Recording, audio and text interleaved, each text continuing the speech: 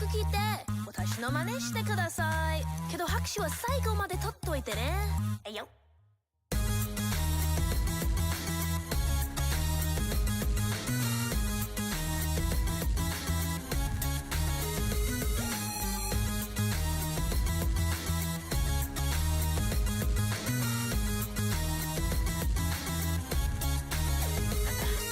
Let me introduce myself, the one and only Dice Demon. Penny for your thoughts, kids and nuts don't really need them. Since I showed up, the universe been calling. Tell me, sunshine, you got a dream. Yup, Sideshow, cut a psycho. Be the Ichiban Takuni Psycho. When the night throws or the mind goes, it's a place with twisted design. Those who oppose me obviously burn for eternity. Kidding, I'm totally fine. Hypocrites saying I'm crossing a line. Honestly promising you that I'm trying. Happy Saturday, Choto Mate, Monday, Tuesday, Wednesday. Snap this spread your world in half and kill all of your friends' day. Doping kills the mental strain. Cross my heart but hope is pain. Stick a nail in your brain. Already said it was insane and salty like Osenbei. Keep it Ishokenmei. Rap to kiru kedo ikemen janai go men ne comprende. Second thoughts, pretty boy, then you got shit to spit or say. Shitsumon ga aru kami-sama dare. Minasama follow me, hold your applause. Cast down from heaven. Basically, I'm the number one realist hater of all. 100% guarantee. Everybody, kick out the famous names. They're on fire. No doubt you feel the same. I'm sick and tired. Fuck with the game, screw the cash and the fame. I just want you to wanna be like me. Naturally, let's go down the list of every lyricist I hate. All these whiny dissing pricks been trying to kick the record straight. Penning rhymes without a thought about the planet and state. Caught up wasting precious time undermining the competition. Wait, I need 2 syllables. Fuck it'll use fucking again. These lyrical gaps easily fillable, unkillable. Baka baka shade philosophy, a real smooth soccer looking fake ass MC slam shakalaka. Okay, see I ain't lying, I ain't trying to complain, but I'm dying to know way all these new wave cowards drop the same. Listen, I know that you ain't trying to be boring, but is this ASMR or what? I'm sorry for snoring. Dedicated, hypnotizing. Do I fill you with disgust? Is it really so surprising that there's no one that I trust? Nope. Bitch and whine about the bitch and whiners, it's how I adjust. Cynical, hypocritical, full of hatred, aren't you jealous? Minasama follow me, hold your applause. Cast down from heaven. Basically, I'm the number one realist hater of all. 100% guarantee. Everybody, kick out the famous names. They're on fire. No doubt you feel the same. I'm sick and tired. Fuck with the game, screw the cash and the fame. I just want you to wanna be like me. Naturally, Minasama have I got you on the spot full of myself. Cause I'm all that I've got. Fakest and shadiest failure of all. 100% guarantee. Everybody, kick out the famous names. They're on fire. No doubt you feel the same. I'm sick and tired. Fuck with the game, screw the cash and the fame. I just want you to wanna be like me. Naturally, hey. I'll break it down now. Everybody, I wanna be.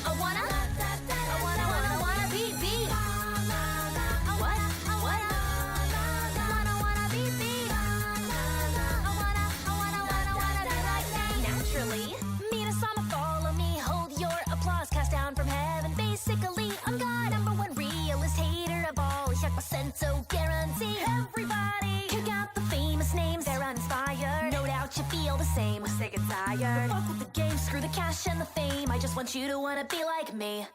I just want you to wanna be like me. But really, you don't wanna be like me.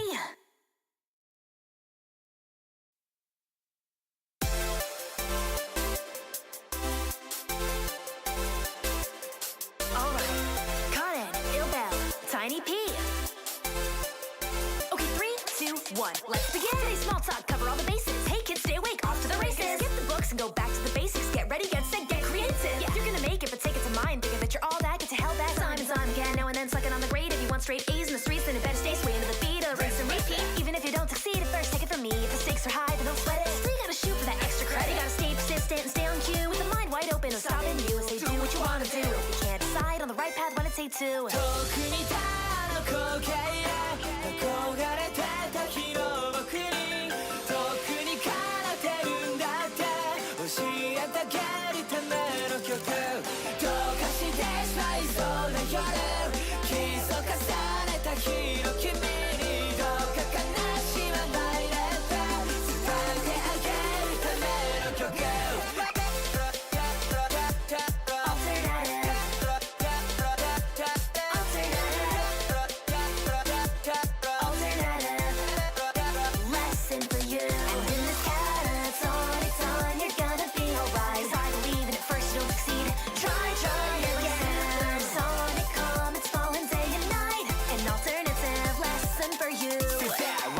黙れません歩きはファンから見なさいまずanyone else says what I wanna say what I want to say We are sensei Sensei, two friends to be always astray 先生スンドルルセからずっと湧い続けてる夢だ好きに自己再でしょ Exciting show now, dream zone.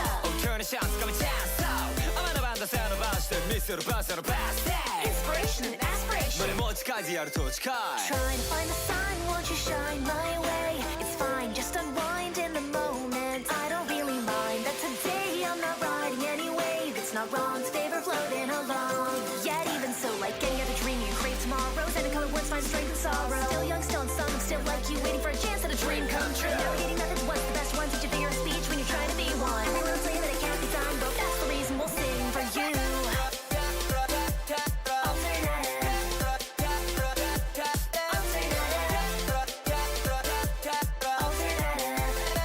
Man, the only issue I got with this graphic is the Chinese or Japanese, whatever it's supposed to be, on the sign underneath it isn't real. It's just like, you know, it's gibberish. I want to fix that and actually put something in Japanese there. Besides that, I'm happy with it. But the Chinese is definitely fake. It's just it's just nothing. It's just, you know, squiggles. That does bug me a little bit because, you know, I can recognize that it's just squiggles.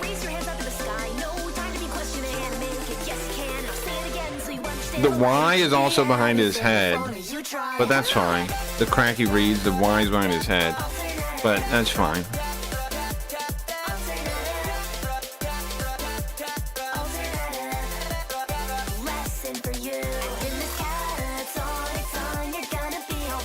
What are we doing today? Megami Tensei? Oh yeah, we got to the spirit world, the demon world. That's pretty cool, right? Well, maybe we'll learn more about the world. There's some DLC in some games I want to play on PS3 are locked out. I may need to jailbreak consoles. I have a custom firmware PS3. I don't know about the details of doing it now. I don't know how hard it is or what, but I would definitely do it if you can. Because like one of the cool things about it is you can take screenshots in any game. Like some games for whatever reason block that feature, which is stupid. I don't think Tales of Grace will be modded. There's some licensed DLC that will never come back. Sure, but didn't they PC port that? Isn't it on PC now? I saw it the other day. I was like, what the? This is on PC? I dug Tales of Grace. I never beat it. I played it though. I played it on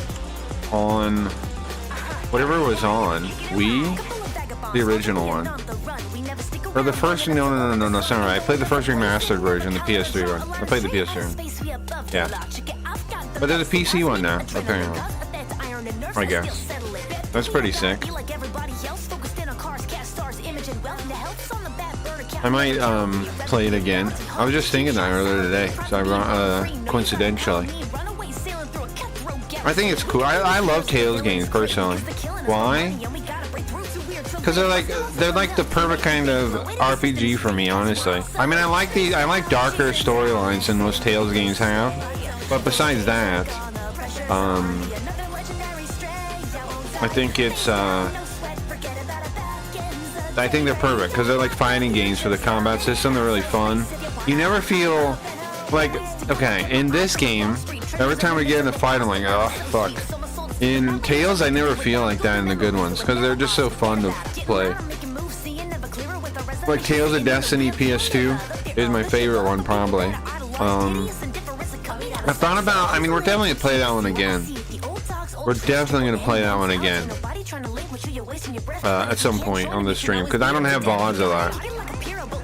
But it was one of the first games I played, like years ago when I first started streaming.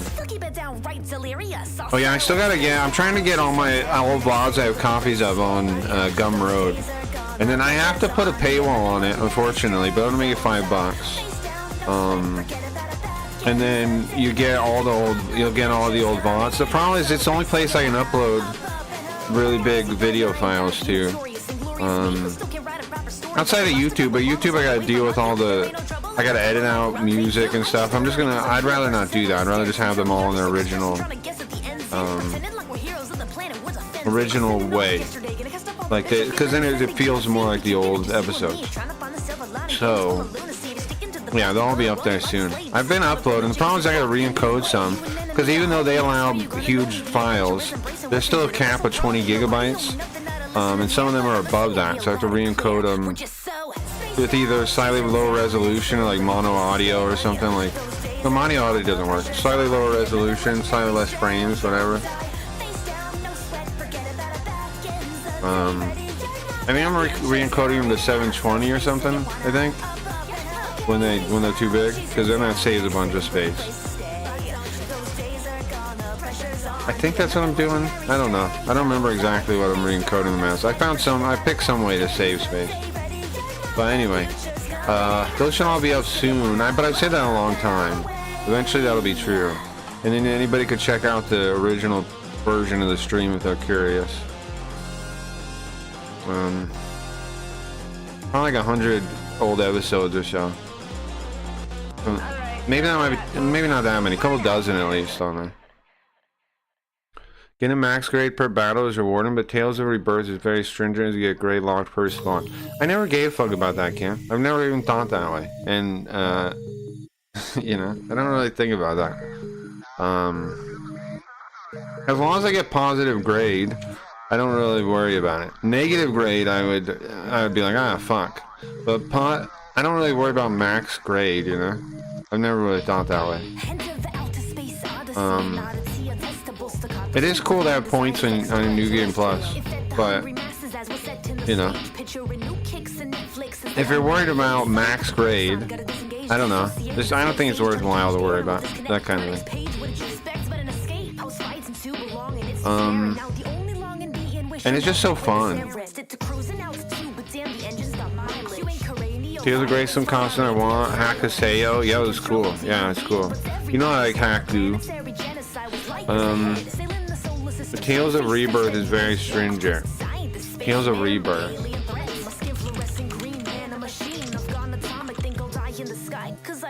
You've played Tales of Rebirth? I want to play that on stream. I played it. I've half beat that game. I got to the part in the middle where you play Claire. half the script is what's his name? Vague yelling Claire. That's half the fucking script. It's a very meme game, I think, but it's good. It's got a lot of nice, good voice actors and stuff. I like the combat system. I like it a fair amount. I like all the 2D ones because they're made by the old Wolf team. 2D. If you don't know, 2D Tales team was Wolf Team, which is a famous team, Japanese game developers. They made. What did they start with? The first Tales of Destiny or something, right? Or no, of course Fantasia. And then a lot of people like Symphonia as their game, but that's not for. I mean, I like Symphonia. I played it with my old ex-girlfriend once upon a time, but it's definitely not my favorite by any means. The 3D ones are not as high on my list. The 2D ones are high because they're so smooth. You can do cool combos and shit. You know what I mean? You can even like kind of do like Marvel combos where you use assists. You know, you use hotkeys for the other guys to do something. Pretty impressive. Pretty cool. No, but I remember seeing videos of the battle system. Sure, I love the way it works. How different it is. Yeah, it's very different. Tales of Destiny are the most famous. Yeah, in Japan that definitely seems true. Yeah. And the remake, the PS2 one is so good, man. I'm gonna play it on stream at some point. The remake is really nice. Then what else do we got? And I'll play, of course, the Rebirth one. I'm gonna play those two for sure. Also, Tales of Destiny 2, which came out on PS2 before Tales of Destiny remake did. Uses the same engine. That'll be cool too. Tales of Destiny 2. That's not Eternia. We were playing Eternia. I should get back into that, huh? Have Carl play that more. Maybe we'll play that tonight. Carl will play some Tales of Eternia tonight. I don't know. I don't know if it's really playing all that well. Maybe I just dropped that game and play something else. I really wanted to play it for the to read the stupid script. I can read it now. I can read it now. Train myself to read it. The English foreign language. Well, I don't know how to do the readings though. You're supposed to be able to read it in Japanese. Like to actually sound like the girl sounds like. But I don't know how to do that. But I can read it because it's English. Broken English. Yeah, I know the Real Tale of Destiny 2. Yeah.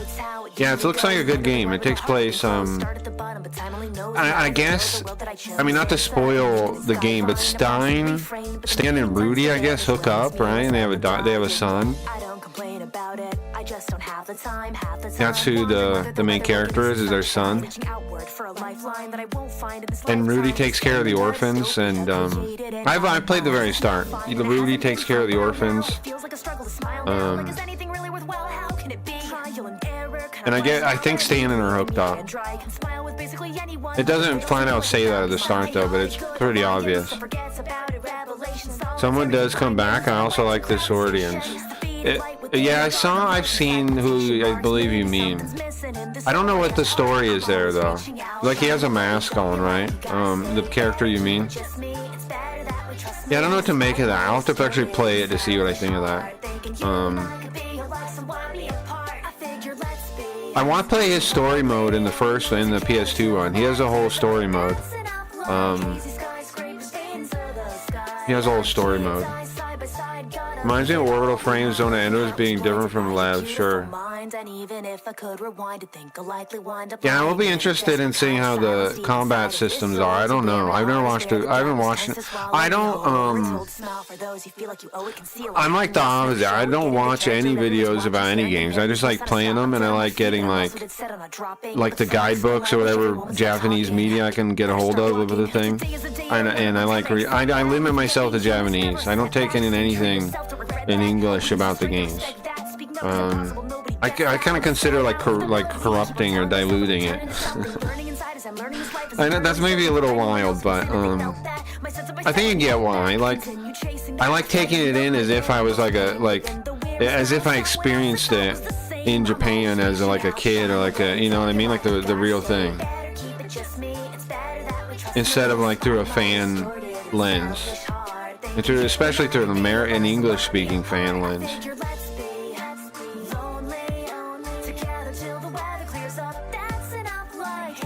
I dig the thumbnail. Thank you, Sigma. Thank you very much. Yeah, I made a series those like that for thumbnails for a little bit.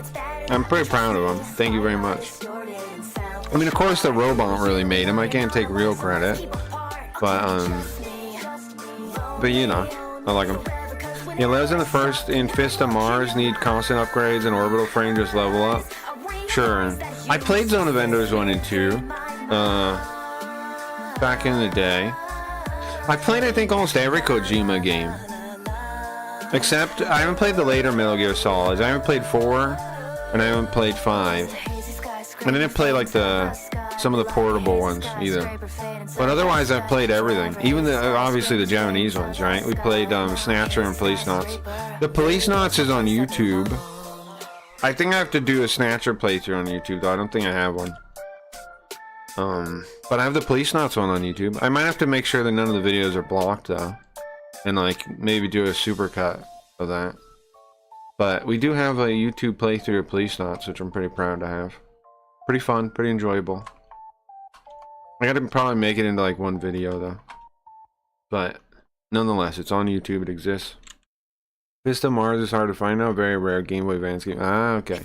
Well, you know I don't care about physical games. I just download them. I've been that way since I was young though. So because when I was young I just pirated stuff and emulated stuff, you know. And or even on my physical hardware I burned games. Like with PlayStation I had that I would do the swap disc trick where you guys remember the swap disc trick?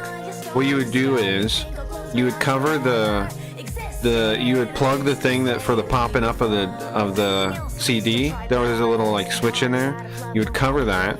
You would make it stay down, and then you would put any game in, but I think it had to be bigger. Maybe that was just PS2. You put a game in, and what happened is the first thing it reads when it spins is the copyright thing, is the copy protection. And so it spins and reads that, and then it slows down, and then it reads the game. So what you do is you let it spin the first time that it starts slowing down, you rip it out real quick, and you put in the burned game. And then that was before like mod chips were common and stuff. I mean, they existed, I think, maybe, but that's how you used to pirate PlayStation games on the regular console. Pretty cool. Pretty cool. Well, you're super HD. Or turn PS1. Yeah, on PS1. PS2 had a very PS2 was similar. It had similar copy protection. I had boot discs for that also. It had almost the same thing. It used almost the same copy protection, if I remember right. The holdup with PS2 was, though, that it was a DVD game. It had to be bigger. It had a bigger TOS. What is it called? Like, is it T? It's TO something. The thing that tells it what size the disc is had to be bigger than whatever the other game was, or it wouldn't be able to read it. I remember that. You had to, like, so you used your biggest games to do that, or you used a boot disc that was designed to do it. There were boot discs you could buy. I had a pair of boot discs, and I also had a big game. I forget what game was huge. One of the Xenosaga games, I think, speaking of that. Right? I think the one of those was like max size. There were a couple games that were max size, and you could use those. Any of you guys do this kind of shit, or no? Just me? Getting manchas or modern consoles? Modern consoles, I think, are pointless compared to old ones, don't you think? Like, who cares? You know, like there's very few exclusives that are worth anything compared to old ones. Like, almost anything worth a shit's on PC. Almost. There's a couple, you know. I never did a matcha. The easy ones were expensive, and the DI ones were on my skill. Did you do what I did? You do the swap and disc? Because you didn't need a matcha for that.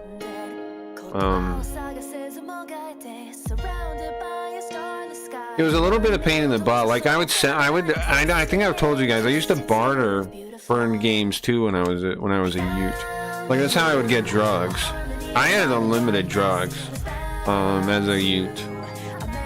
I had unlimited drugs because I knew drug dealers, right? They were my friends, and I would burn them games and things. Like, all I would have to do is figure out a new game they wanted to play, and burn them a game, you know?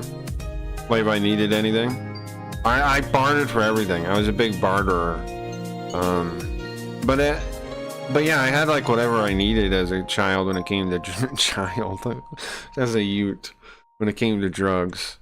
Probably a bad thing. Probably why I did so many drugs, you know, and did serious drugs too early. So, you know, not great. But anyway, welcome to the stream. Anyway, I had the Pro Action Replay. Oh yeah, all the way including yours. Yeah, you could use the Action Replay. That's true. I forgot about that method. I forgot about that one. That did work too. Yeah. That wasn't the only console you could use like a cheat thing to do it either, right? I think Saturn you could too. What's up, guys? Welcome. We have, of course, Megami Tensei tonight. You know what I should do? Every game that we beat, I should add the soundtrack to our library, right? Because we're allowed to play them. Right now I've been using Jinguji music. But I should do that, huh? And then we can just pull up any of those and also bring back memories of the games we played. That's a nice idea. What games have we beat since the reboot started? Any? None? Is this the first one? Jesus 1 and 2. Jesus 1 and 2 are allowed, right? That's good. I have those already. Jesus 1 and 2 are allowed. What else do we beat in the reboot? We can only do stuff we beat in the reboot, I think. What did we start? What was the first game of the reboot? It wasn't Megami Tensei. It was something else, right? What was the first game? I do not remember. I don't know. I haven't played 360 games full speed, but PS3 runs like spicy diarrhea. I'll get a fixed chair. Does anybody know what the first game of the reboot was? I can't remember now. I wish. I never got any of my weeds without big effort, funding, and finding. Sure. I was a little hustler, man. I was a little hustler. Like at school, I would sell candy and stuff, you know, and I would sell my free lunch too. What I would do is I would try to rush to get my free lunch immediately, right? And then I would go down the line and find somebody that wanted to buy it for their cash they had to pay, right? And I would just give it to them and take the cash.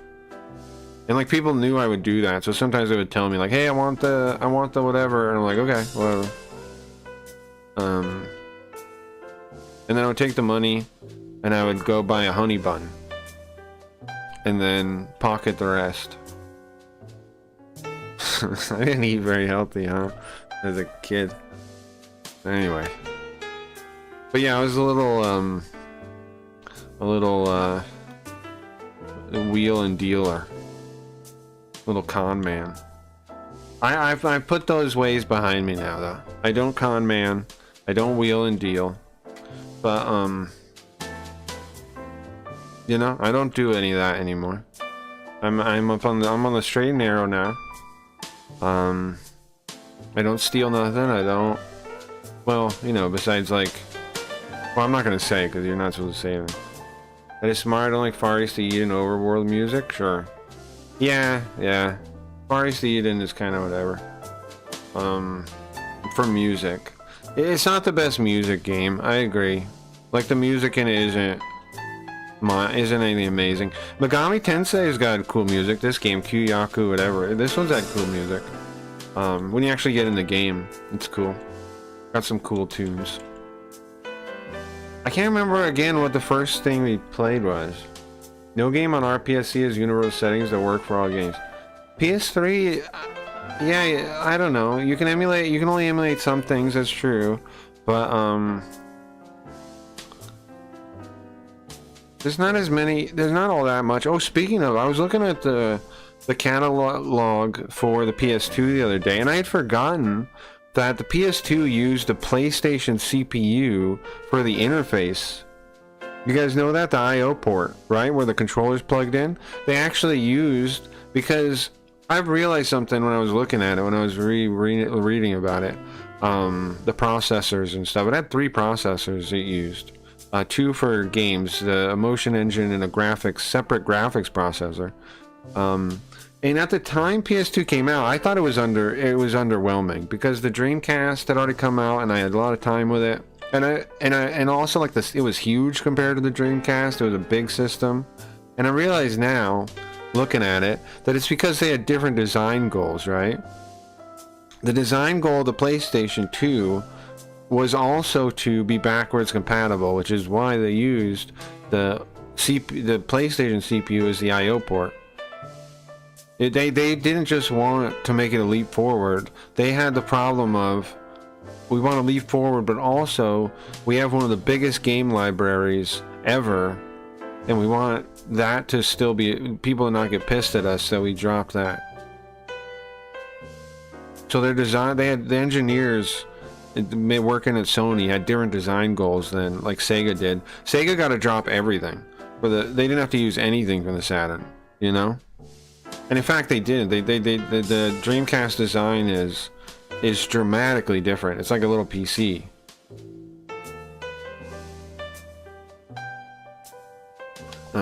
It's dramatically different from any console at the time, honestly. But it's also, it was smaller, all that stuff.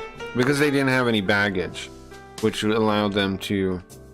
Unfortunately, it failed, of course, but... That's why it looks so nice and blah, blah, blah. It's because they weren't building on any old design philosophy. They were building something brand new.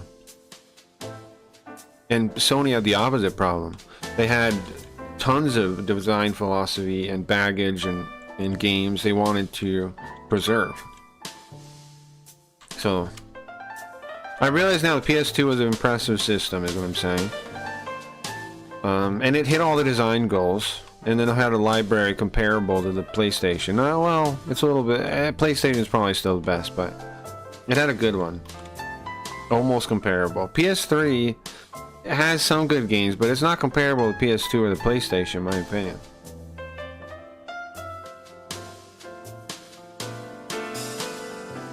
I agree this whole soundtrack is fantastic. Are you sure it wasn't Fires of Eden for the sequel? For which thing?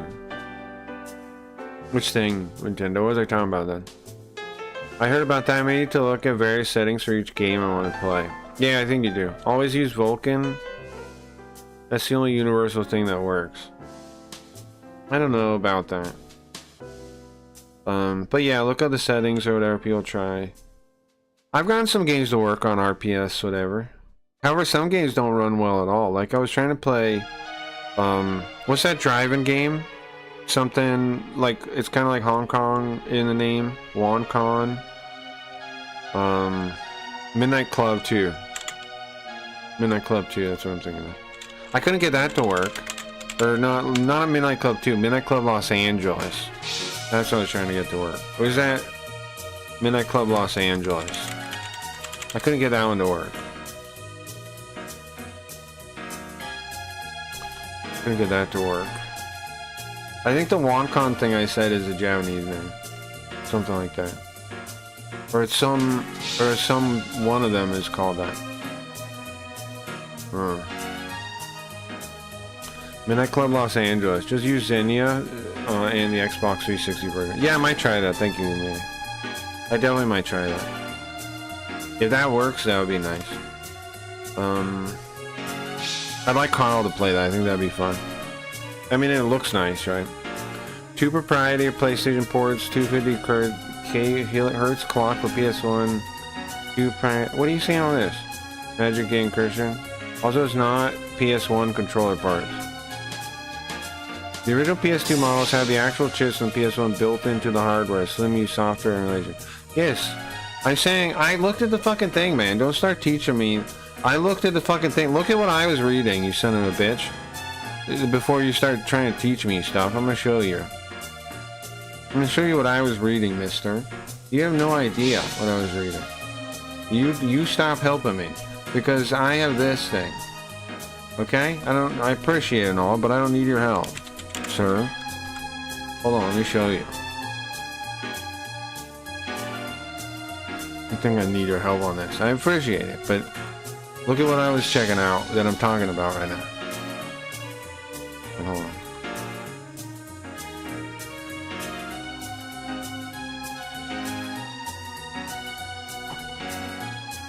This thing. Okay? Okay, mister? And I was reading about it. It's got the actual, like, not, well, I guess you don't call it schematics, but I was looking right at the chip. I mean, not a physical one, but look. Here. Right? You got that little black one down in the bottom there. That's the PlayStation one, right? In the original design. Yes, I understand this is only the fat original design, but that's the one I was talking about, okay? I'm not looking to talk about every stupid model as like a trivia version. I'm talking about it. I have a point I'm making, okay? Jesus. Anyway, and you can see here's kind of the flow, I guess, the system block diagram. Oh, sorry, Linda's in the way, and I am too. I can't really get out of the way.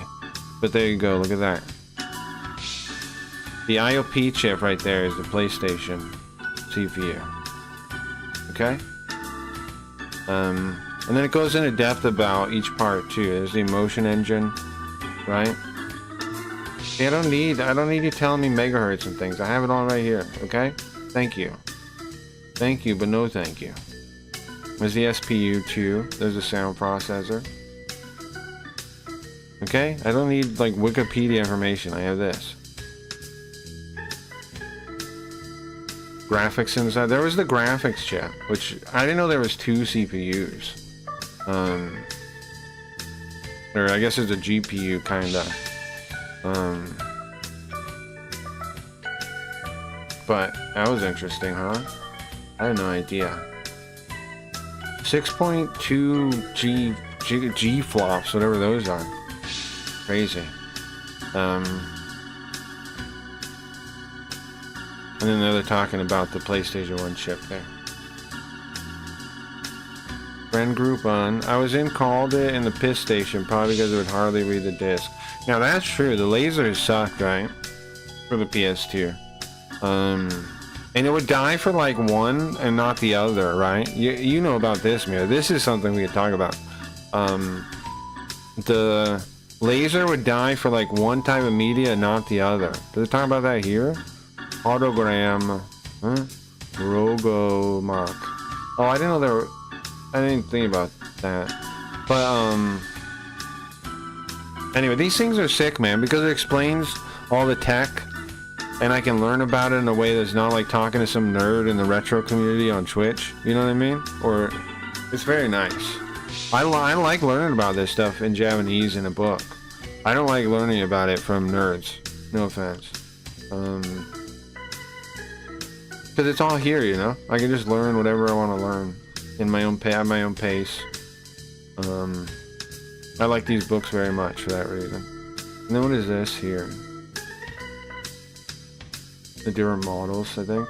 Those are all the fat ones, though. None of those are the slim ones. Now, when does it give a different overview for the slim design? I don't know. I don't know if it does or not. Oh, there's the slim one. Does it give a breakdown about like the board and stuff? No, it doesn't look like it does. It does. Oh, they put them together. Look at that. In the slim one, the emotion engine and the GPU thing were one chip. Or under one thing, anyway. One in one slot. Huh. Huh. Interesting, no? Anyway. Has all the details, all the different versions, okay? Whatever this thing is. Oh, the PSX. This stupid fucking thing. The fact that this exists makes snorchers of the world freak out. So they can say, when somebody says PSX, and they're talking about PlayStation 1, they go, do you mean this piece of thing? Do you mean this fucking thing that no one ever means ever in their life? No. No, I don't mean this. Nobody has ever meant this. One time. Do you mean this?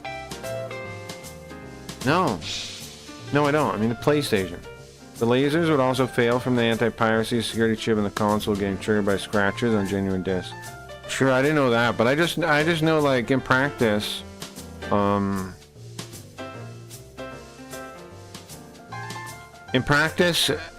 would end up, like, a lot of times with only one type of disc working, and my friends would too, which was kind of a pain in the butt. They have some. Why did they bring the PlayStation 3? Because it could play the PlayStation at the time. Is that why?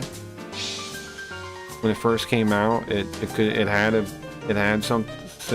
part of the similar hardware, right? Overseas model PlayStation 2. Anyway, the PSX is doomed to die. The PSX, everyone on Earth, okay? Everyone on Earth means the PlayStation 1 when they say PSX, right? Because of course they do. It's colloquial, not its technical term, but most people, if they ever type PSX, mean PlayStation. It's a colloquial term for it, and people that fight against that for who knows what goddamn reason are annoying. And what I've learned to understand is not many people understand how languages work.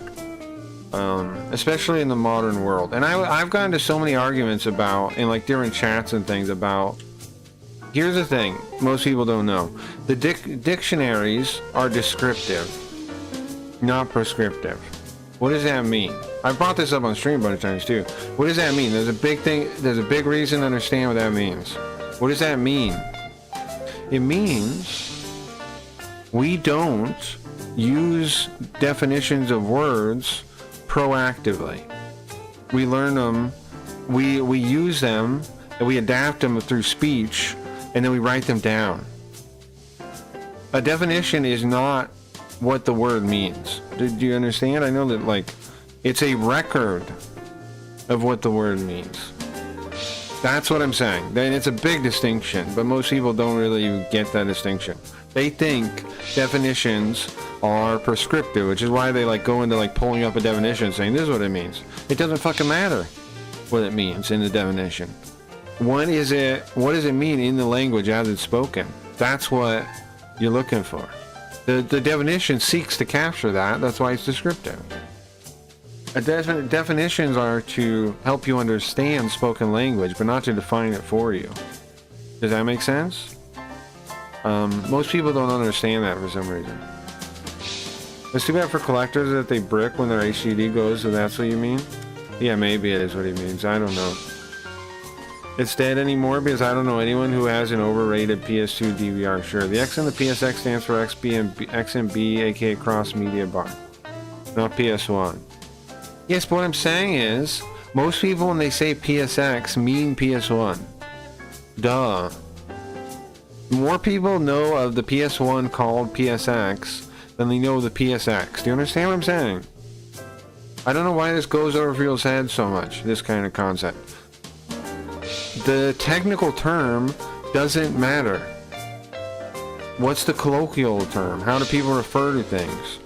It's more important to understand that so you're understood than it is to be accurate about some stupid technical term that nobody cares about. You know what I'm saying?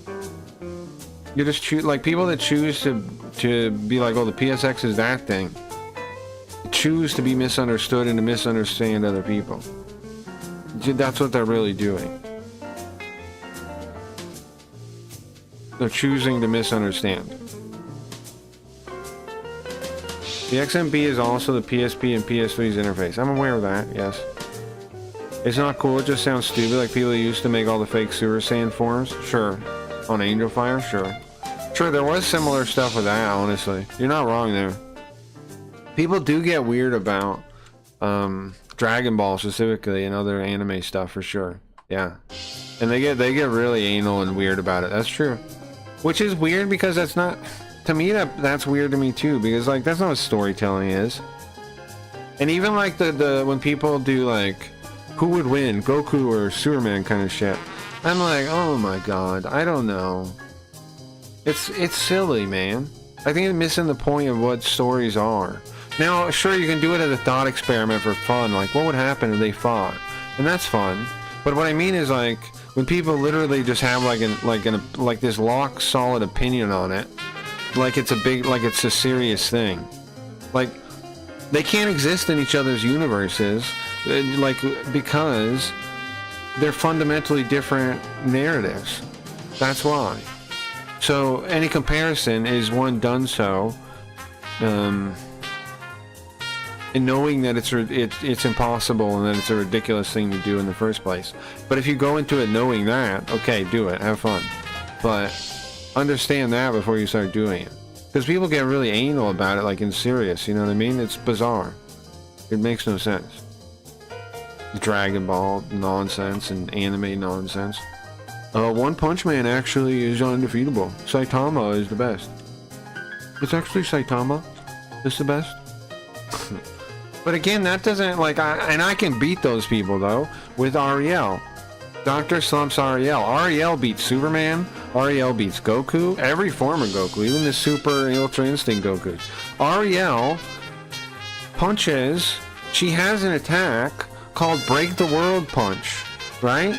Where she literally just punches below her and cracks the whole world in half. And you're telling me what? Who's ever competed with that? Not only is the thing they're doing ridiculous, I can beat them at their own game. Ariel beats everyone. If you look for feats, who can do better than Ariel did? There's a fight where she's fighting with the robot the bad guy makes, and they're literally jumping on the Earth and making it fly into different things like the moon, crash into Mars, just to squish the other person against the planet. It's obviously stupid. It's obviously ridiculous. But that's her power level. And that's the power level of that in that scale. So that should show people. I don't know. I'm trying to just get people to see how ridiculous what they're doing even is. Because it's like, it's just boiling down like these characters that are cool. I like them. I like all these characters. Into power levels, which is like such a flat, like silly way to think of anything. Power levels, like it's all about power. That's stupid. No, there's way more to these characters that make them interesting, that give them value than how strong they can punch. It's dumb. And again, Ariel beats them all. So now the reason I bring up REL for people is because I hope that gets them to realize that it's silly to compare them, because depending on the needs of the narrative, power levels can fluctuate because they're different styles of story. That's the real reason that they, like, Superman isn't really, like, more impressive than, let's say, like, Spider-Man. Not really. Because they're different types of people with different types of stories they tell. Peter Parker, a lot of people, I would make cases that he's done more impressive things than Superman has done. Because it's a different type of thing, and it's harder for him to do the things he does. Because he is mortal, he could die. And he's done some crazy things with that being the case. You should look at PSP schematics as well to note the similarities. Yeah, I have one of those manuals too. I have a PSP one too. I have I've got a PSP one. I've got both PlayStations. We can look it over sometime here if you want to. I have PSP, both PS1 and PS2. I don't have one for PS3. Both PlayStation and PS2 have two parts to their book. Like, they come in two volumes, because there's just so many games on those systems. Most of the other ones are able to do it in one volume. Like my Dreamcast one's a volume, Sega Saturn one's a volume. Do I have an SNES one? I don't know. I don't think I have an SNES one. I have a Mega Drive one from another company. That's pretty cool. It's like a black cover. I posted all these in the Discord, I think, if anybody wants them. Actually, it would be faster, not limited by power. Interesting. And the PS2? That's probably what I was thinking of before when I was saying when I said the Vita was similar to PS3. I was probably thinking about the PSP being similar to the PS2, right? That's what I was probably thinking of, because yeah, they are really similar.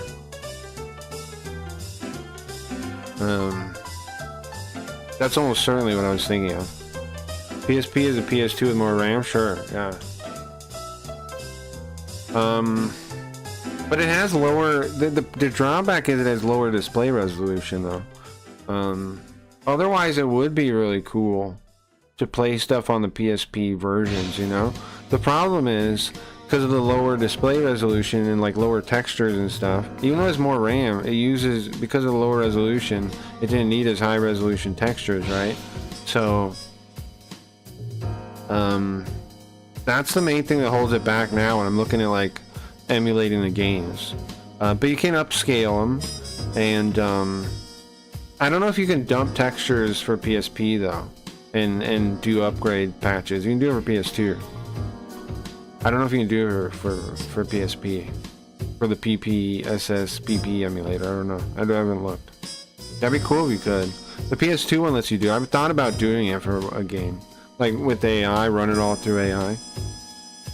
I could definitely set up an AI thing and then just do like the whole folder. You'd obviously use really low denoising, and then try and find a similar style, like some kind of texture game style model, maybe even train one. I've thought about doing it, because then you could stylize the game textures. Like, you'd give them like harder lines or something, like they're a sketch. You could do all kinds of cool things. I've thought about it. You can connect it to a TV. Sure, but I'm just saying, man, the main drawback when you're looking at games side by side is the resolution. I understand you're saying you put it to a TV, but the games are still designed for a lower resolution. You don't have the fidelity, not because of the hardware limitation, just because the screen was smaller and they're at a lower resolution. Right? So, good luck, TBH. Most PS2 games double textures. So, for example, Gran Turismo 4 usually has 100, 300 textures, simple things as dealership logos. Well, yeah, but it doesn't matter to me, right? Because I could just, like, It just dumps them all with the PS2 emulator, and then I would just run the whole folder through a thing and like leave it running, you know? I understand what you're saying, but it wouldn't really be a problem as long as I got it set up right. Anyway, we're going to be playing Megami Tensei. Enough PlayStation talk. Enough PlayStation talk. We're going to play Megami Tensei. We just got to the demon world. That's exciting. Kinda. It's exciting. Let me get that started up, speaking of. We're going to fight who now? Asmodai? Asmodeus? What's the song? Isn't there a song that says Asmodeus or something? Or is that? No. That's not Asmodeus. No. No, it's not. I don't mean anything below 6 gigabytes of VRAM. Okay, thank you, doctor. Thank you, doctor. Doctor's recommendation. He said, what is that? What is that? That radiology machine? No, does it not have 6 gigabytes of VRAM? Don't use that on me, doctor. My doctor said he recommends 6 gigabytes of VRAM. Huh? What is that? What is that tablet you're using there to write my diagnosis down? No. No. My doctor says 6 gigabytes of VRAM. Throw that out. Throw that thing out of here. Get rid of that. Don't even. What are you using? What is that? What are you taking notes on there? Jesus. It's not because of the VRAM things, because PCX2 has memory leak issue with certain games. I don't know, man. I don't really run into any issues like that. You motherfucker, don't start telling me about PCX2, doctor. You told me the last stable build is 4 years old. You remember that? Or 3 years old? Don't even. You stop talking to me about that. You lost rights to talk about that when you said that. You lost rights to talk about it then. Don't talk to me about PCSX2 at all, okay? You can talk to me about the hardware if you want, but don't talk to me about the emulator, because after that, no, I'm not listening. I refuse. You're ridiculous. Okay. No. Refuse. No thank you. Nightly memory leak. Sure, I mean that's... You son of a bitch. Well, that was my... I'm mad now. I'm not really mad, but I'm a little annoyed with you. Because that was the whole reason I suggested people use the stable, is because... Oh, yeah. And now... And you knew the whole time why. As you're saying this now. And... Okay. Alright. Okay. Cool, bro, cool, man, cool. Calm down. Don't be upset with me, Ray. Okay. Alright.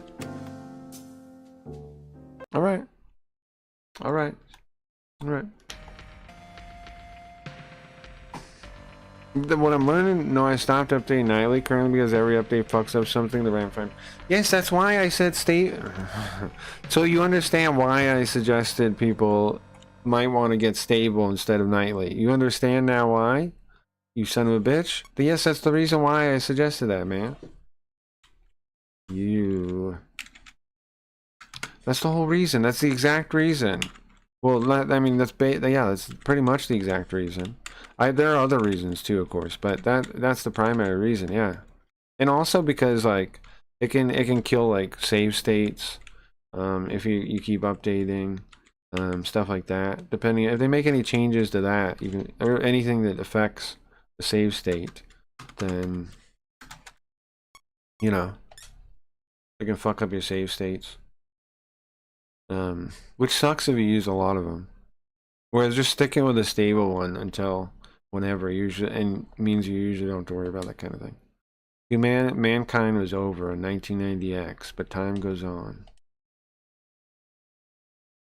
We just went to Ground Zero and it opened a portal to Demon World. Typical Ground Zero. Now we're in the demon world, guys.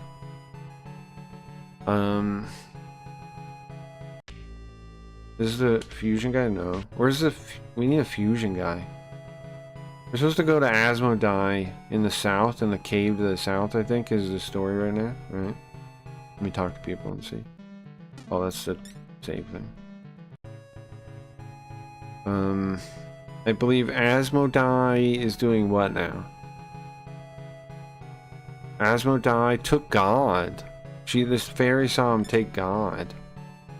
He says Kami-sama is the term. Obviously I don't know exactly what that means, right? What God that means. I guess it sounds like God, right? Like Yahweh. But that's a little bizarre, no? And he's a they refer to him as a demon lord, like they do all the evil gods. Well, not evil, but the I guess they're not all evil, but mostly. Asmodai lives to the south, in the furthest south, the furthest south part of this valley in a cave. Sometimes it's hard to translate that kind of stuff naturally in English because the phrasing in Japanese you can kind of just stack that endlessly, recursion, and you'll notice sometimes that some phrases are weird like that. In fact, when I'm actually translating, sometimes I have to break sentences in two because one is just there's just an embedded like description of one noun in the sentence that goes on forever, and it's really awkward to say that kind of stuff in English. You don't really speak that way in English. Like the red house from which I was born, and that had is where I learned to ride a bike, is the house that I sold, you know? Like, that's kind of like a Japanese sentence. That's fucking insane, you know? Like, in English. They had to break that into multiple sentences, stuff like that. I thought I'd talk to you. You want to come close? This never works. It's always a trap. Watch. It's a trap! I fucking knew it, man. They never say that as not a trap. Ever. So I don't know why they even say that. I don't even know what's the deal with that. I'm just gonna auto and see what happens. I think we're strong now, right? We seem strong. We seem strong. Oh, I didn't turn the bot on, did I? I have a bot on, but it's not actually... Let me start it. I want to make some serious progress and try to, like, you know, beat this game sooner rather than later. I am enjoying it a lot, but we got lots of stuff to do. And I'd like to play a game a little more...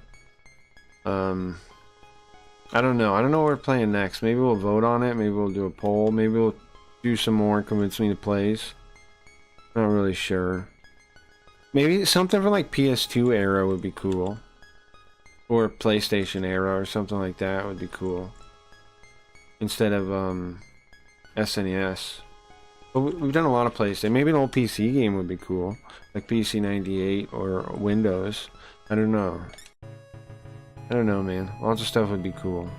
There's too many cool Japanese games. That's what a lot of people don't know, man. Like, I try and do my best to share that knowledge with everyone. But there's so many cool Japanese games that are untranslated. It's not just like the ones that people know about. There's like unlimited. Radon?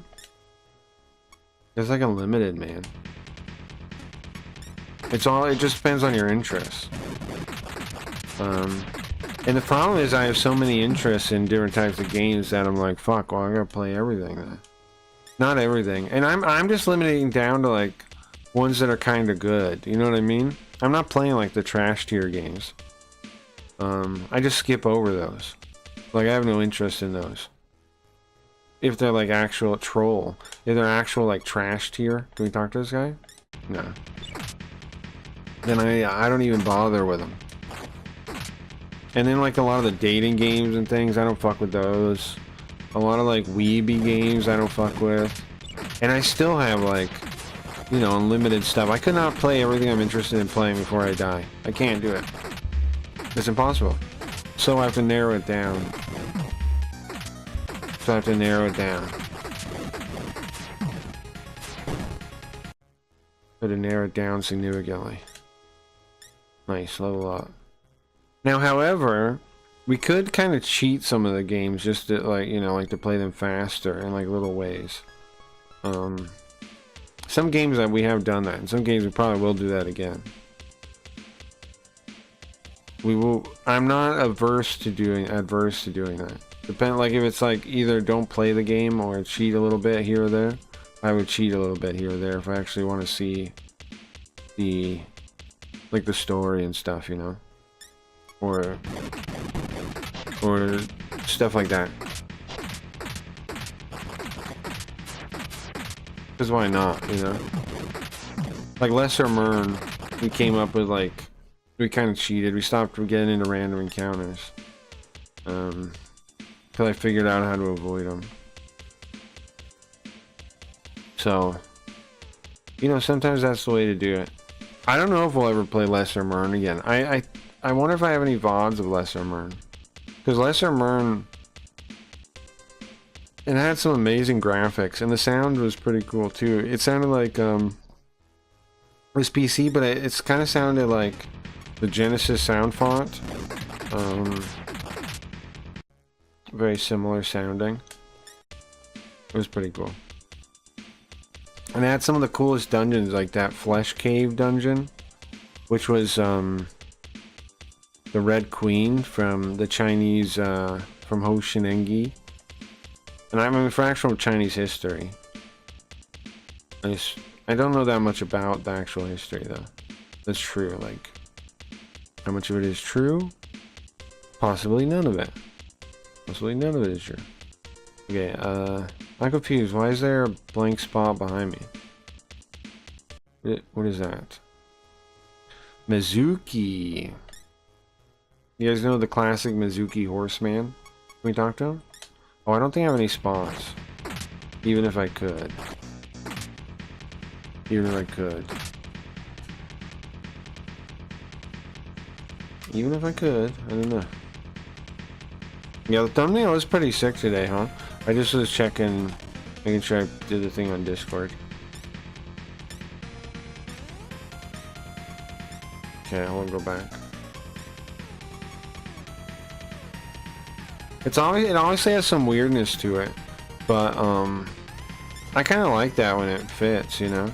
Like people I know people are always looking for weirdness with AI, but real art has weirdness to it, you know, like abstract and weird things. So I'm just gonna use the coolest looking ones.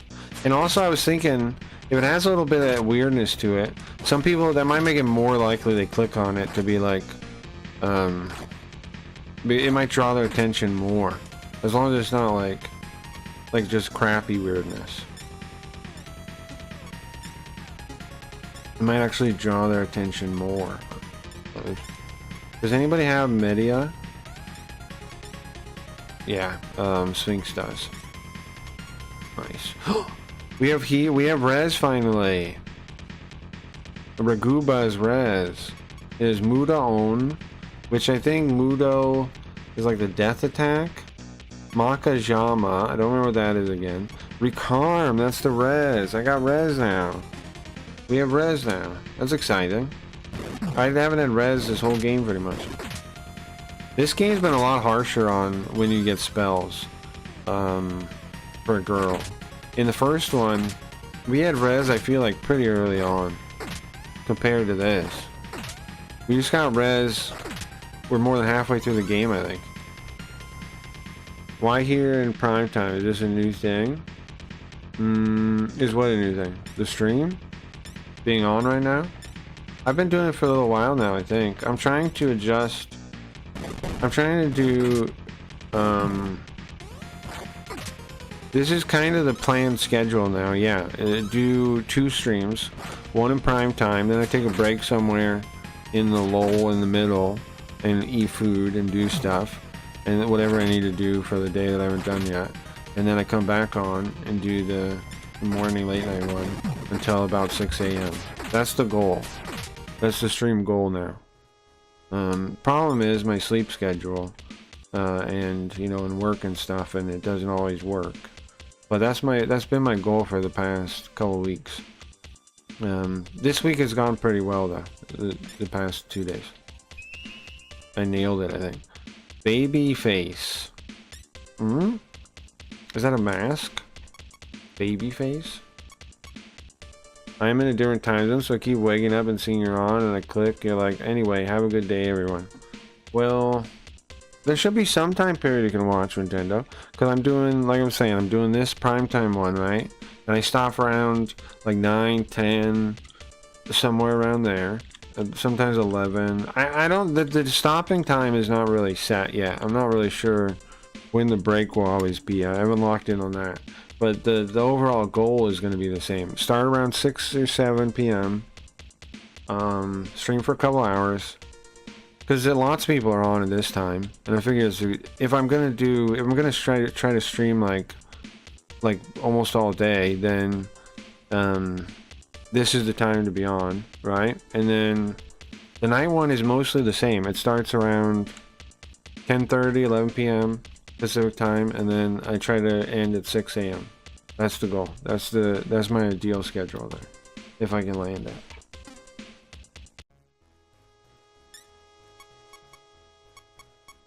So there should be some time period you can catch, because that's a lot of hours. Right? There's gotta be some time.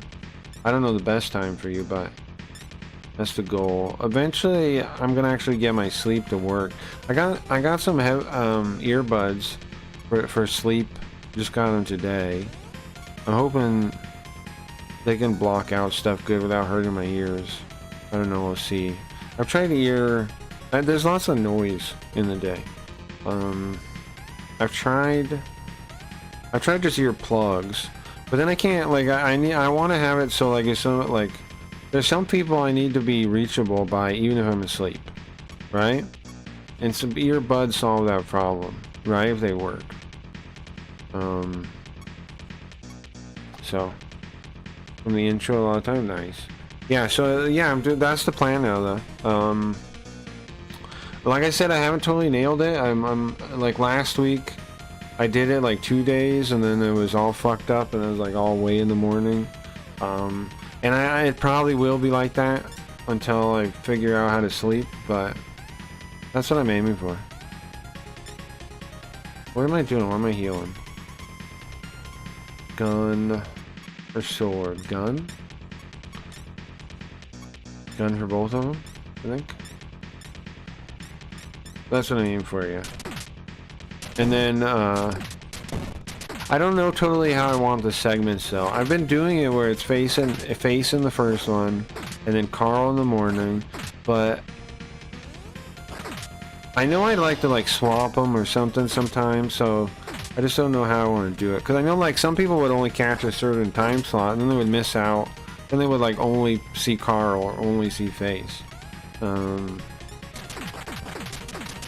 For a minute while we were messing around with Party, at some point I was doing just Carl and Party, and then after that I was thinking about doing the alternating days. Oh, that person's gonna die in the giant.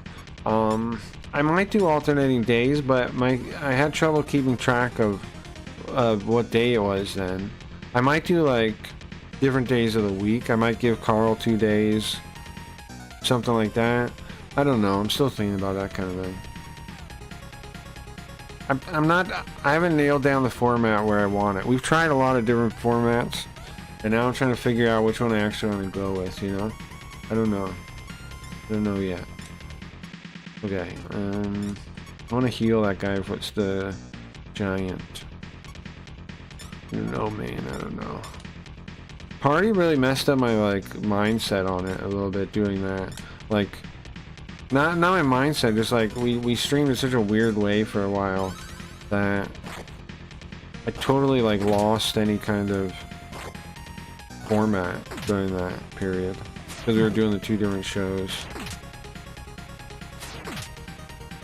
Any consistent format for the YouTube stream I kind of lost. Of course, I'm giving myself a hard time, but we had we've always had Fridays and Super Robot Wars for like years now almost, right? Where it's been, those have been pretty much the same thing.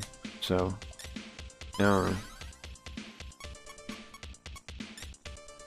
I don't know. 10 for this heal? How much does it heal them all the way? Oh, it looks like it does. I'm trying to get more Italians to watch. Watching you drive, go back up. In Twitch days, it was fun how Carl always showed up for the After Dark show. Sure. Watching you drive Big Late Night was trippy. Big Rig Late Night. Yeah, that was fun. I would like Carl to do that kind of thing again, sure. Now that we have the bot, we can do gambling on it again. The reason I stopped was because we couldn't gamble on it. That was really the only reason I stopped doing it for a while. And then I wasn't really interested in it for some reason. Now I would be down. Like there's something about doing it that just didn't interest me when I thought about getting back into it. But now I don't have that hang up. I don't know what it was either. Just like it just didn't seem interesting at the time. Maybe I just had other things on the mind. I don't know. You know. Bruretti. What? Oh, also I fixed Yoko. Speaking of. Let's see. Yoko. Speaking of gibberish, Japanese. Yoko.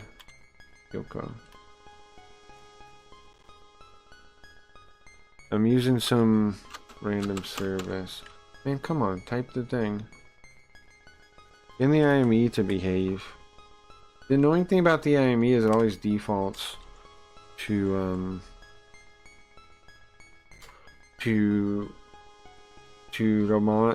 regular English even on the Japanese one. When you first use it with a window. That's a little annoying. Ruby D. Tiny I. There you go. Okay, let's see what Yoga says. Yoga? I swear I fixed her. Yoga. She's on, right? Thank you. There you go. Fruity. Airheads and Die Hard were great, but I don't know still about Mulholland Drive. Yeah, I'm with you. Don't let Leafy hear you say that, but yeah, I don't know. I don't know if David Lynch is overrated or. Here's the thing, though. Like people like Cabron have called the stream Lynchian, and then I'm like, is that an insult? Obviously, he didn't mean it as such, but I feel insulted now a little bit after watching Mulholland Drive. I feel a little insulted now by that.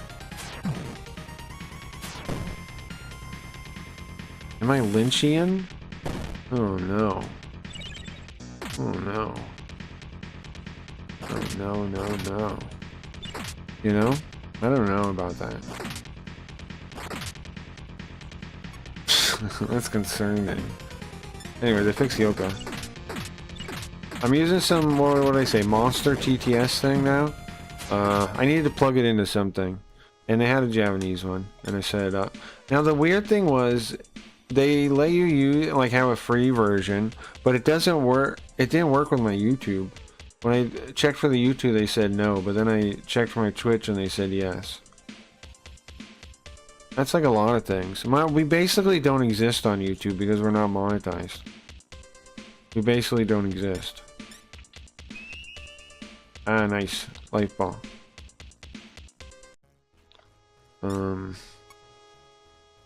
Yeah, we basically don't exist on YouTube. Like, in no way do we have a presence that's even, like, detectable by anything. Which is fine. Eventually we will, but just kind of wild. Because we don't even have the, like, basic monetization. So we don't even really exist. I would like to watch more movies and stuff like that, but we'd have to, I think we gotta use, I think like Leafy, who suggested it, was it, I think we'll use their secret Twitch stream instead of Party. until until it gets flagged or something. Oh, speaking of, I gotta turn on the restream. Forgot about that. Until that I don't think it ever will though, because I think it's like, I really don't think that one shows up in any way that the system sees it.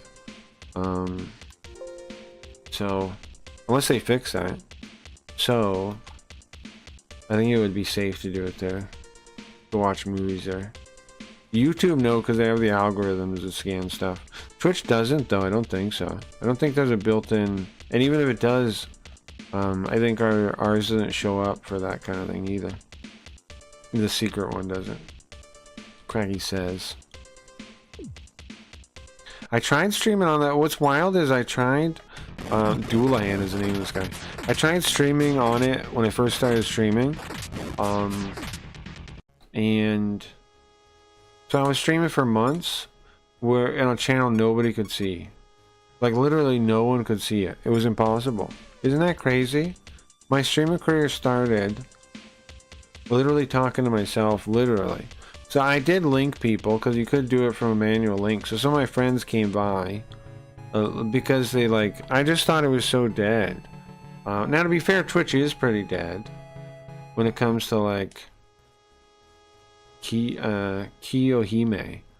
That'd be Hime, of course, is princess. Kiyo would be what? It's not the ice one. It's not the ice one. Clear, maybe. Innocent, chaste, unsophisticated girl. I don't know. It's probably a reference to a specific one. Let me see. I mean, Google or robot. Now, sometimes Google is still better. It's a mythological character from folklore. So it is a specific one. Let's see. There's a character in the story of Anshin and Kiyohime, which dates back to the 11th century. In this story, she fell in love with a Buddhist monk named Anshin. But after her interest in the monk was rejected, she chased after him and transformed into a serpent in a rage, before killing him in a bell where he had hidden in the dojo temple. Okay. So that's who she's based on. Some witch lady that turned into a snake thing and trapped him in a giant bell and killed him. Here we go, hold on. Here's what the story looks like. Where is it?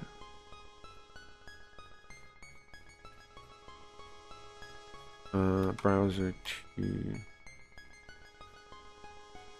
Browser 2. My second browser setup's supposed to be the full one, but I fucked it up, so let me fix it. Oh, stretch that out too. This is a long picture. You'll see what I mean. It's a very long picture. But there it is. You've got... Can you zoom in? You've got one of those giant stupid bells he is trapped in, I guess. She looks like almost like a Chinese dragon and she's a snake, right? I guess he dies as a monkey man? I don't know. But this is apparently what it's from. Huh.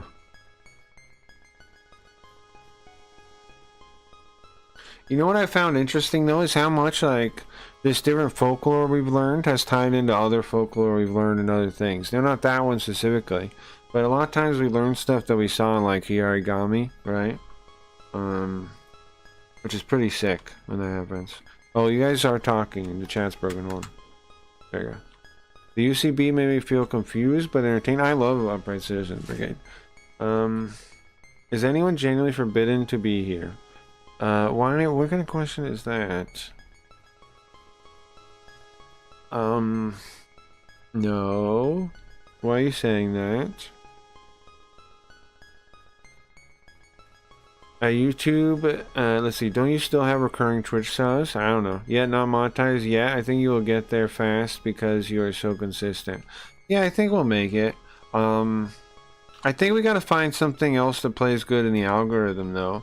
because I think Megami Tensei plays fine, but I don't know if like most of the people that might be interested have already seen it or what, because it kind of like or I don't know how the algorithm totally works. Some days we grew a fair amount, and now it kind of seems like playing this game isn't really helping us. But I don't know if that's true. I don't know if it's the stream's not catching people when they click on it. I don't know. It doesn't seem like it's getting pushed as much though. And it's also possible that a lot of people that would be into this game have already seen it and not been interested, or been interested and followed. Oh, drug. I would like to find another game that might play okay too. Wonder if parties having huge success? I don't think so. It's probably good practice of building your own persona, streaming to a closed private channel. That might be true. That might be true. The whole Twitch era, I think. I mean, even after that, I was mostly streaming to no one for a long time. I didn't start having like an audience until there were actually some people that found me on their own, like Surfins. Surfins did. It's too bad he hasn't been around for a long time, but Surfins did. Some other people that were like into Twitch Retro that just like browsed around found me. Wasn't a lot of people though, but some people did. It was very few. It was very few. But I didn't have like a real audience where like people were talking until I went to Dr. Orochi's chat, and he started talking to me, and then he followed me, and then, you know, he hyped up my stream on his stream a number of times and hosted me and stuff. I didn't have any audience until then. I wouldn't be here without him. Also, my friend Jade is Skin Teen on Twitch, and she hosted me sometimes. But only a couple people really followed from her, but there were a couple. I think her audience is a little more communist. I think. Possibly. But Jade's awesome though, like she's still my friend.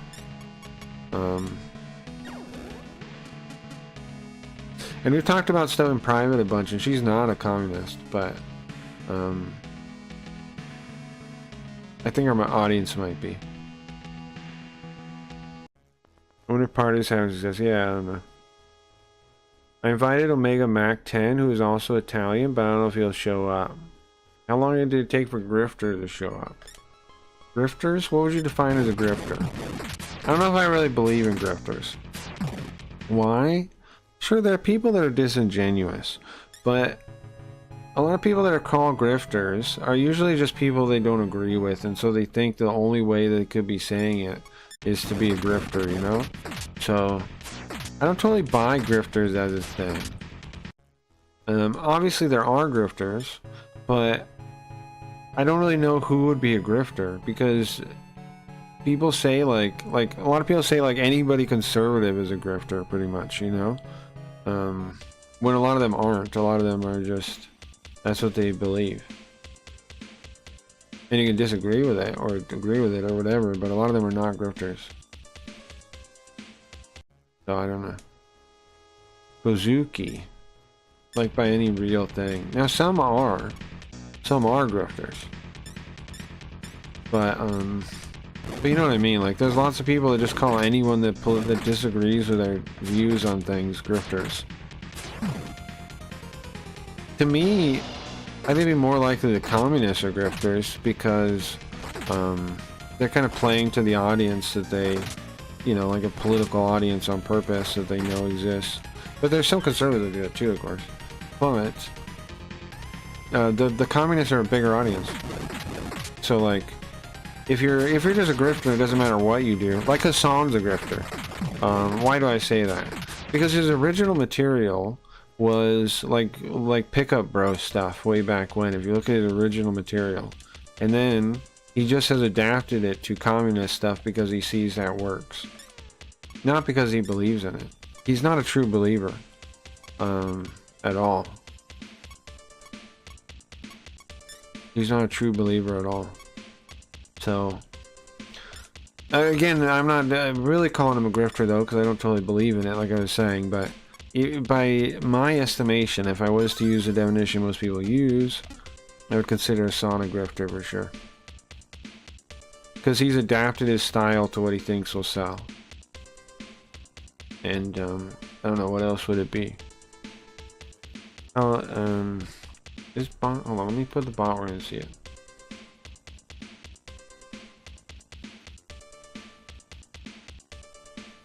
So the communists to me are probably more grifters to me, but then again, other people may disagree. So, point is, I think a lot of people are genuine. Even a lot of the communists are genuine. Morgan. I don't think Hassan is, but a lot of them are. Because a lot of them are just, they don't even, like, I've debated, like, argued with communists more than most people, I think. And a lot of them do believe what they're saying. Because they just don't know what they're saying is, like, programming. Nice. Magic source, whatever that does. I think that covers MP. So even then, most of them I wouldn't consider grifters. But some. Didn't he start out as an intern for his uncle at the Young Turks? Yeah, I mean, but he had a channel for, like, they did early stuff on that was Pickup Bro stuff.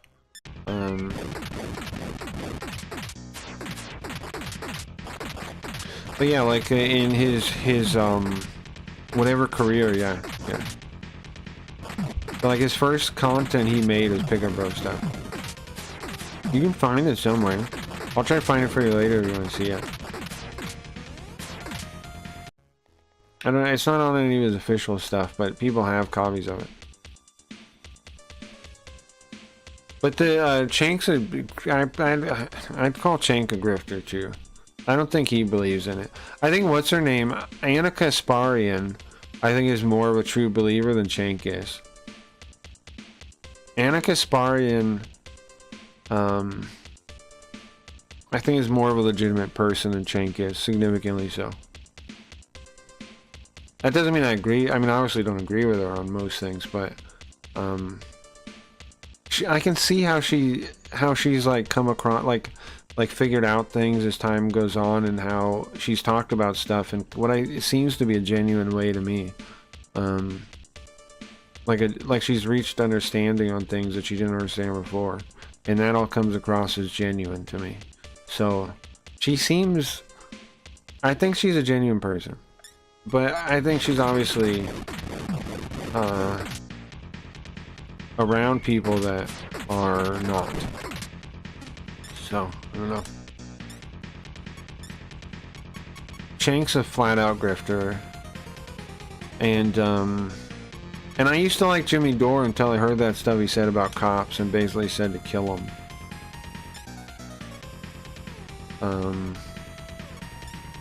Like I respected him until I heard that stuff, and after I heard that stuff, I can't see him the same. I can't respect him at all, pretty much now. I don't know.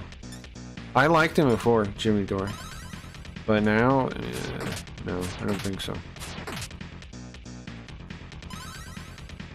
I don't think so. And again, I know I don't have to say it, but I'm no friend of cops, really. You know, I'm no friend of any agent of the state, but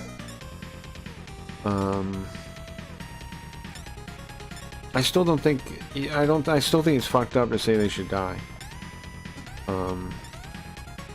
Like just with the random cops, like that's fucked up, in my opinion.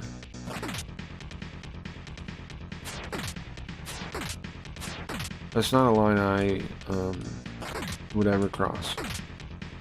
Like I don't say the communists should die, right? Even though I see some of them as like evil, I don't say they should die. I think that's weak, like, to be like that.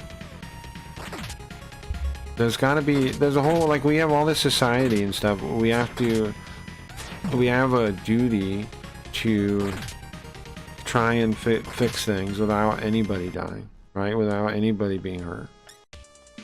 We have a duty to do that. Everyone should protect justice, including justice for police. Yeah, I agree. Yes. It should be about truth and justice. Yes, definitely. Man, that we know what pissed me off recently, Nintendo? I saw that somebody wrote this stupid article. I'm thinking about having Carl read comic book articles because they piss me off, and I think he'd be the person to go on about them. But I read one like today. I was looking at my tablet, and I was just, you know, going to the feed thing, and somebody's like, Miles Morales updated Spider-Man's classic saying, and it's actually better. And like when people talk like that, they're so full of shit to begin with.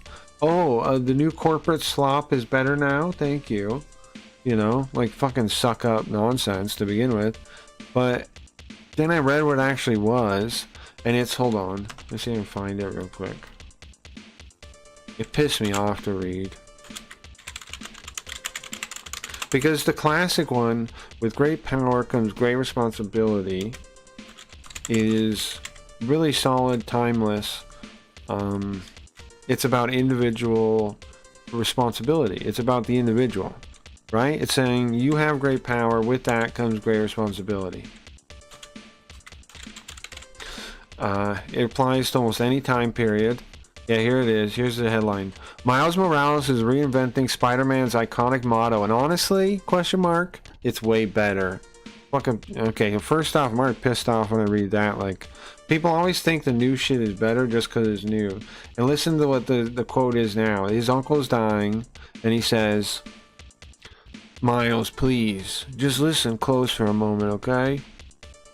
When the rule, check this out, listen to the new quote. When the rules give our oppressors all the power, it's your responsibility to break those rules. That's what he says better. That's better. Fucking bullshit. Communist fucking slop. Communist fucking slop. Group responsibility, grievance bullshit, man. Fucking stupid. Oh, that's better? Really? Than personal responsibility? You fucking liar. How is that better than personal responsibility? Then it's all trying to uphold our own sense of responsibility at an individual level. How is it better to go break rules because, oh, we have to break rules now because everything's fucked up, supposedly? It is fucked up. Sorry. Everything is fucked up. But that doesn't mean... you're just justifying you want to break rules. It's such a selfish fucking stance. It's the opposite. It's pure selfishness. It's justification for self-indulgence. It's the opposite, man. That's the opposite of what the original quote is. When it's convoluted, just say, I love you, have a happy life. Why be drama? It's fucking stupid, that's why. More like old Japanese lames. What's up, Billio? They're not lame at all, bro. They're awesome.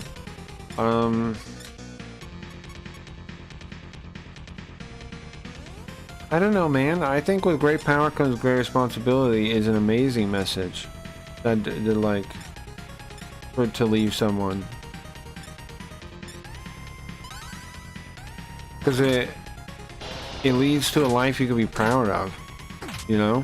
If you follow that, it leads to a life you'd be proud of. And, like, what better gift could you get from someone? You know? Now, Stan Lee, I'm sorry, Uncle Ben didn't actually leave that for him. Stan Lee just writes it at the end of the issue. In retrospect, since the movie, it's been put forward that it was Uncle Ben, but Stan Lee just wrote it like in the narration box at the end of that issue where his uncle dies. Oops.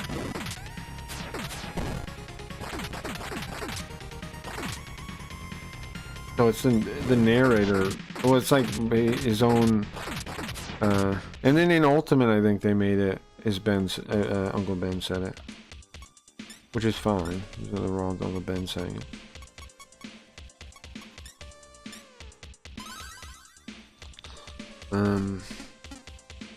But what do you mean, man? It's convoluted. It's because they're communists, man. And every story is to serve the message. That's why.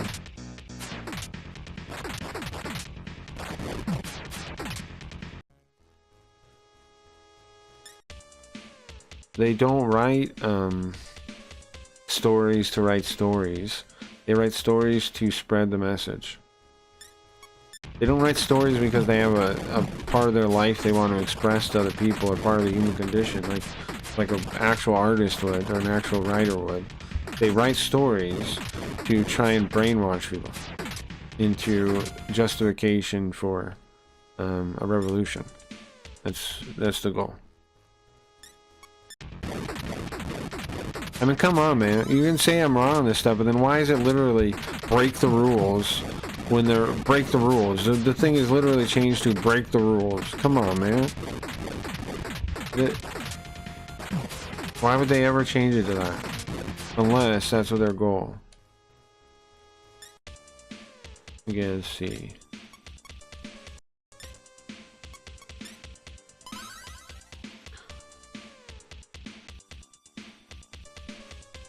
And then, I don't know, man. People still don't see it, though. People will never see it, I feel like. They'll just be like, no, that's what they believe, blah, blah, blah. It's a good belief. Communists are good people, too. There they are. Here they are, bro. I want to go back to the other way. They have the potential, just like anybody does. But nobody's good. That's the first lie. No one's good. The first lie is that anyone's good. And then, of course, once they get you to buy that one, they tell you it's, oh, we're good. For the first lie is that anyone could be considered good. And the second lie, once you accept that, is that whoever believes what we believe is good. Oh, okay, really? Oh, that's very convenient, isn't it? Whatever you believe is good. Ah, I see. That's why I don't even accept the first one. Don't accept that anyone's good. Because then you don't have to, then you can't be sold the second one, you know? It's a dead end? Okay. Don't buy the first one, that anyone's good. I know we all want to be good, but that desire is fine. But you never really become good, right? You can do good. You don't become good. Because we're too complicated to define it to be something so flat and in a label like that. And it would only lead to arrogance, I think, to think it. Look at that. So it makes like a curse. That's cool. And it's self-worship, self-aggrandizing to consider yourself good, I think. Like an ally of justice is what they say in Japanese, right? I think that's good. That's fine. Because they say an ally to justice, not I am justice, you know? I am the law. They don't say that. They say ally to justice. I align myself with it. I'm not it. I think that's a good distinction. America could never. We could have never have the numbers here for a communist revolution, right? We're already in a communist country.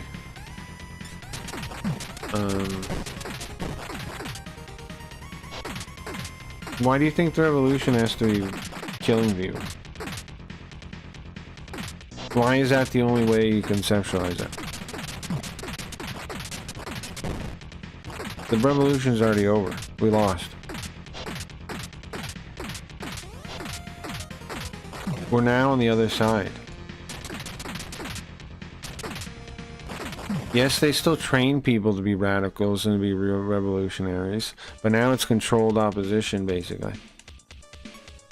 Because the goal now is to make things fall apart so they can sweep in with a one-world government.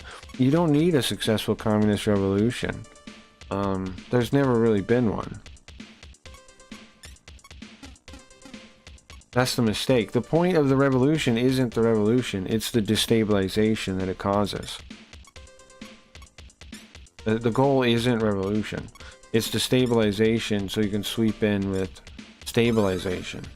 What What is Yuri Bezmenov saying in the part? It has now been stabilized or whatever thing, right? It's now been here. Hold on, let me find that part.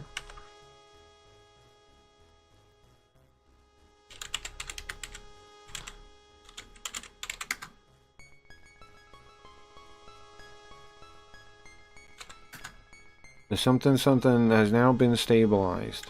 That's the goal. The goal is the reaction, not the first thing.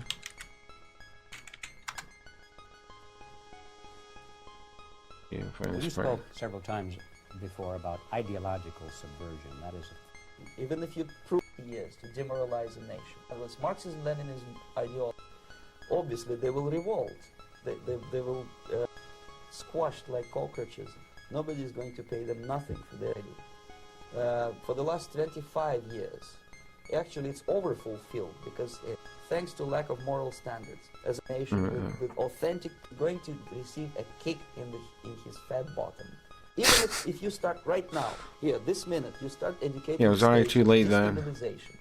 This time, subverter does not care about your ideas and the paths. Economy. Well, maybe I could say maybe I can see the. And you can see quite transcript. Clearly in some areas, in such sensitive areas I see the transcript. Defense and economy, the influence of Marxist-Leninist ideas in the United States is absolutely fantastic. I could never believe it 14 years ago when I landed.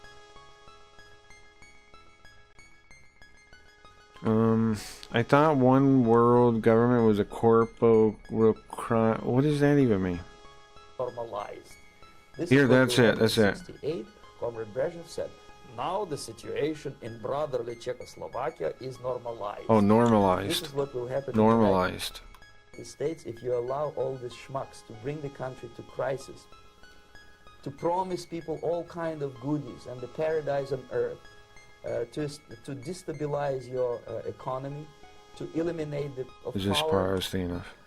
The next stage, of course, is crisis. It may take only up to 6 weeks to bring a country to the verge of crisis. You can see it in Central America now.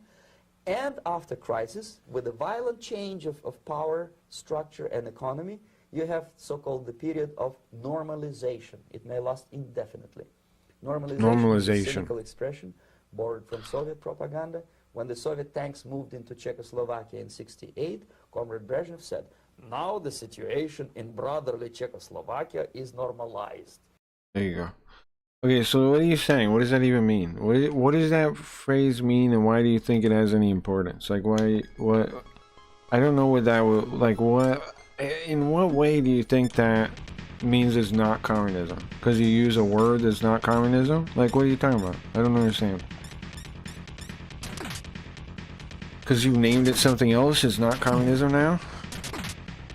Why? In what way is it not communism? What does communism want, man? It's a one world shared government. It's that's what Marx preached. And that's why that's why Stalin was doing something different with a national version, right? With a state version.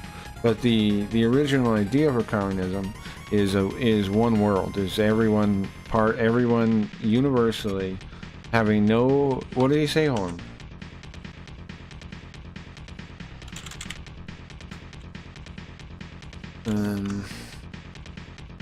Borders. Does not say borders. I swear it says the dissolution of borders or something.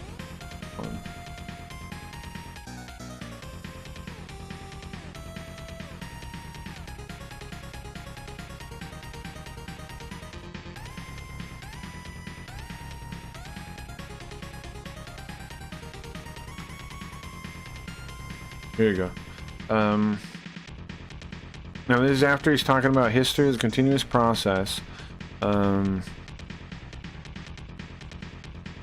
The abolition of private property, which is identical with it, this power, which so baffles the German theoreticians, will be dissolved, and that then the liberation of each single individual will be accomplished in the measure in which history becomes transformed into world history. From the above, it is clear that the real intellectual wealth of the individual depends entirely on the wealth of his real connections. Only then will separate individuals be liberated from the various national and local barriers, be brought into practical connection with the material and intellectual production of the whole world, and be put in a position to acquire the capacity to enjoy this all-sided production of the whole earth, the creations of man, all-round dependence. That's Marx. Oh, I heal.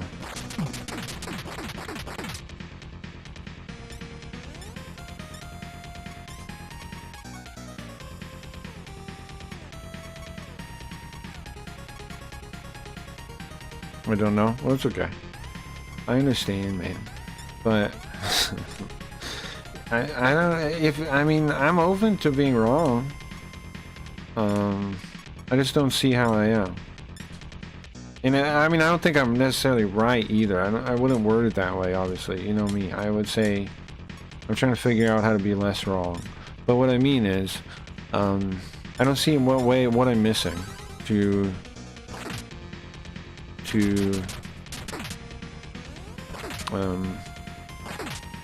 what I'm not understanding there, because to me it seems clearly a communist agenda,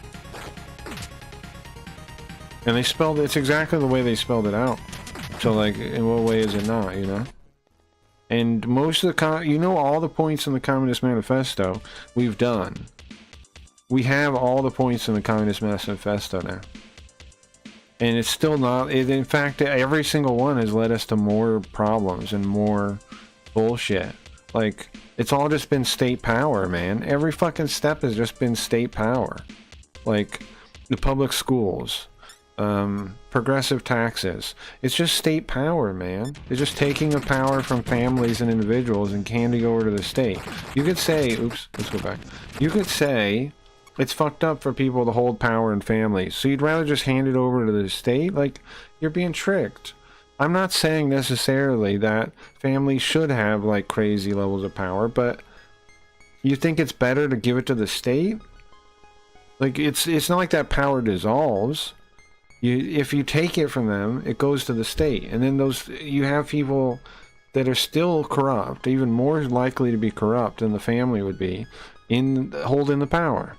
It's obviously worse. Like, the reason we live in whatever some kind of corporate cronyist world is because of the strength of the state. That's the whole reason. It's because of adopting those principles of the Communist Manifesto. It's because of all the things like progressive taxation, public schooling. All these things have led to stronger state, which has led to stronger corporations. It's the same thing. It's just the end result. It's just like, you know, it's the same thing though. My informed argument was feeling like maybe communism is not that much of a threat. You think a promise of like world peace and like helping your fellow man that's actually the opposite isn't a big threat? You think like offering someone the solution that lets them feel like a good person while actually seizing complete power over them isn't a threat? That's ridiculous, man. Completely ridiculous.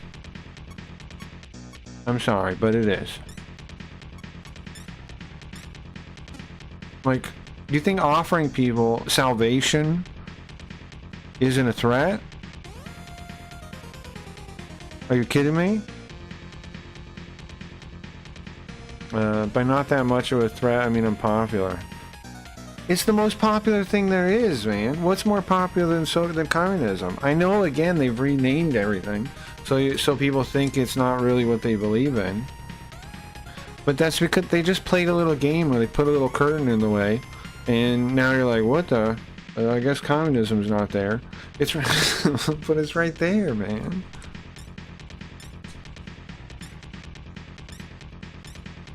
I don't know, man. No, man. I don't know what's more popular than communism. Like, why do you think it's not popular? In practice, like, come on, man. If you're right, then how come I dealt with weirdos on Twitch all the time yelling at me about what I'm saying being ridiculous? If you're right, then why do I fucking run into communists all the time? If you're right and it's not popular, why does so many people clearly believe in the principles of it? Like, it's like, it doesn't make sense, man. Where did you hear? Why do you believe it's not popular? Like, that I don't understand. Where do you come to that conclusion that it's not popular when clearly most people believe in some form of it? And if you bring up socialism, we even now accept it as a form of, like, saying that our governments are hybrid governments, as if it's a positive thing. How is it not popular when every nation on Earth has adopted some of its tenets? Like, what are you talking about, man? By what metric do you say it's not popular? Like, every nation on Earth has adopted some form of it. It's not popular? What does that mean then? What does popular mean? If every nation on Earth has adopted some form of it, then what is popular? If that's not popular. Corporate hegemony? How do you think it happens, man? How do you think corporate hegemony happens? How do you think corporations get the power that they have? You're just thinking short-sighted. You're falling for the trick of looking, watch out, corporations exist. How the fuck do they get that power, man? In your worldview, how did they get that power? That's what I don't understand. They clearly got it through state power, right? Through public power, which is what? Communism. It's socialism, the principles of socialism and communism. That's how we arrived at a corporate hegemony. It didn't just happen. They didn't just pop out of the ground and all of a sudden corporations control everything. That's ridiculous. Like, how did they get there? Man, they just appeared and all of a sudden they have power and they're full of greed and they're just rich fat cats? That's a ridiculous worldview, man. Like, it doesn't hold up at all. How do they get there? How do they become the fat cats? And again, a lot of those views about corporatism being this evil thing is just anti-Semitism in a new package. And that's one of the most evil parts about it, honestly. Because when they mean corporate, they mean rich people, they really mean Jews. That's what a lot of them mean. Wait, hold on. I gotta res the guy. I gotta res Cerberus, there we go. I'm gonna get out of here, I mean, or I could use the stat boosting item, maybe. Like, corporate hegemony, you mean what by that? And in what way are the corporations not the agent of reaching that and not the state?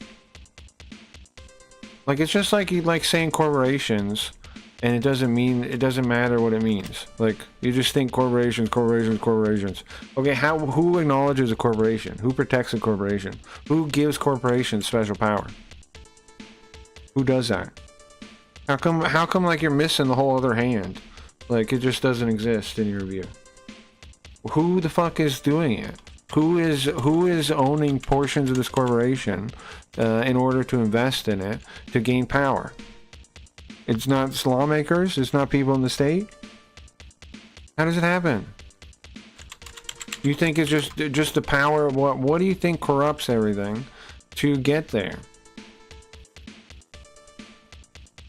It's consolidation of power into the state, man.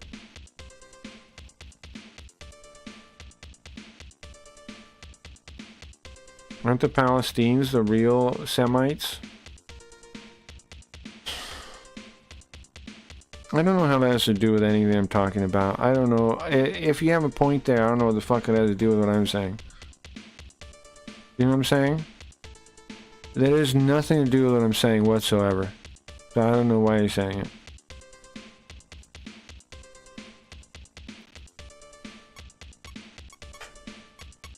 Worse is nitpicking of using, like, even if it was correct, it's nitpicking of using the word of anti-Semitic. You know what I'm talking about? Anti-Jewish people. is what I mean. Anti-Jewish people, man. That's clearly what I'm talking about. Let's give her one lock. I don't know how that has anything to do with what I'm saying. What I'm saying is anti-corporatism, anti-capitalism is largely anti-Semitism. It's just repackaged into a modern time. And of course it is, because who benefits from that? The state does. When you're not looking at the state, the thing actually robbing you, and you go, oh, look at these corporations, aren't they so evil? Wow. It's ridiculous, man. How do they get the power to rob you? Just through magic? Just through greed? Like, greed isn't even a real thing, I don't think. Now, don't get me wrong. Envy is real, and then also people being so broken that they don't understand what their purpose in life is, to the point where they just can't, like trying to accumulate power and never get enough in an endless void. Yes, that's real. But greed, as it's described, is not really real. It doesn't map to my estimation of humans, no, in human experience. You've ever felt greedy? No. Not really. You felt for some reason you wanted something in some time, or you felt maybe decadent or something, or like, you know, something like that, sure. But actually greedy, it's not a feeling.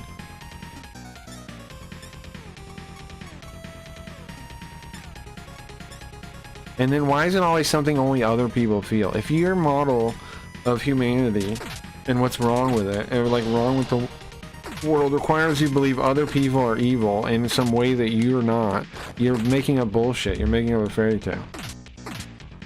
Because if you can't be that same evil, then how did they become that evil? It's the only evil that exists is evil you could be just the same. If you're just making up magical greed things, like, oh man, it's greed, they're just so evil, oh my god, I don't understand it. Hey, people don't understand it because it's made up. That's not what it is. Envy exists, that social games exist. Being a broken person that doesn't understand that what we need to be happy exists, sure. But that's not greed, that's not a driving motivator, greed.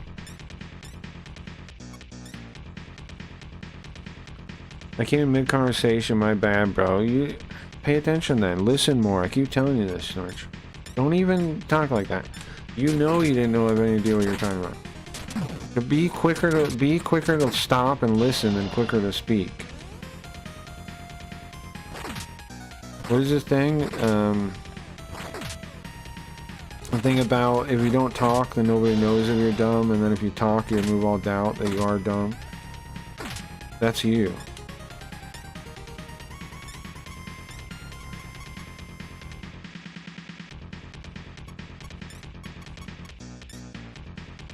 As Gordon Gekko said, greed is good. Well, I think that the there's nothing wrong with financial incentive, and demonizing it is part of how people control you. Yeah, of course it is, right? Because there's nothing wrong with financial incentive. We need money to live, and money isn't in itself evil. It's meta energy standing in for like an IOU for your work. It's how you get paid. It's how you get a fair wage. There's nothing wrong with wanting money in itself. Of course there isn't. Because the problem with wanting money isn't evil. Why do you want the money? Maybe you want to take care of your family? You know what I mean? That's not evil. So how is wanting money evil then? It's not. That's the lie. So you don't want money so they can have it all. It's broken altruism. It's a broken view of altruism. Of course you should want money to take care of things. Like, of course you should. It seems obvious, but they've programmed us to not realize that.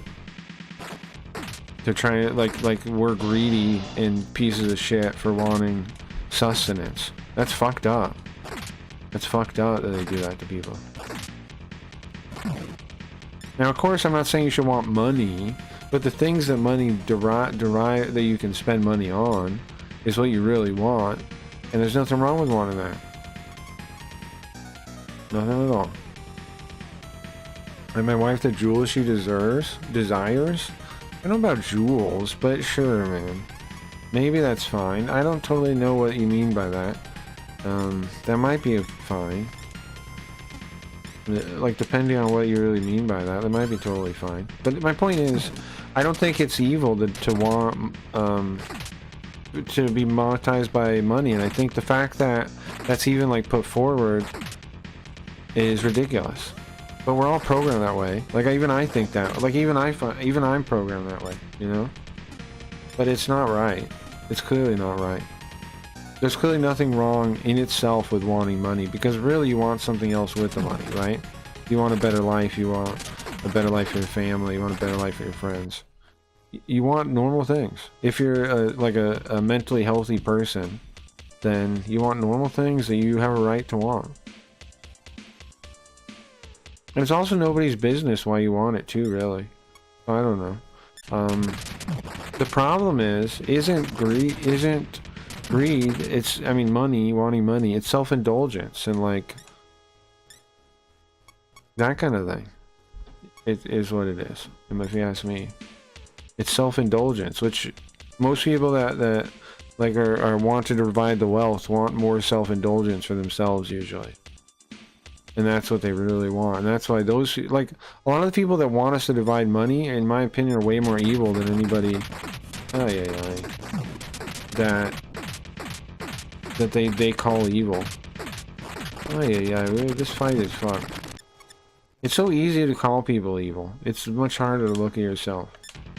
And again, if your worldview requires believing people, and this is a big stickler point for me, man. If your worldview requires you thinking of people in a way that you could never be evil, then you're wrong. Just flat out. You're wrong. If you see people as some evil, there's people in this world like CEOs or whatever that are some evil type of person that you can never see yourself as, you're making things up. You're telling a fairy tale. It's not real, in my opinion. Because why? How are they inhuman like that and you're not? Sure, there are people that are like kind of like broken and they don't understand that, like, what's important in life, and so they pursue money forever and status forever. Yeah, there's tons of people like that, especially with how people are told to be. But I could see myself like that. I've been, you know, I've been partially like that. I hope my stream support can help you out with you and your family, or just buying some nice guides. I appreciate that, Snurch, very much. Thank you. Thank you, man. That means a lot, yeah. And I appreciate it when you guys support the stream very much.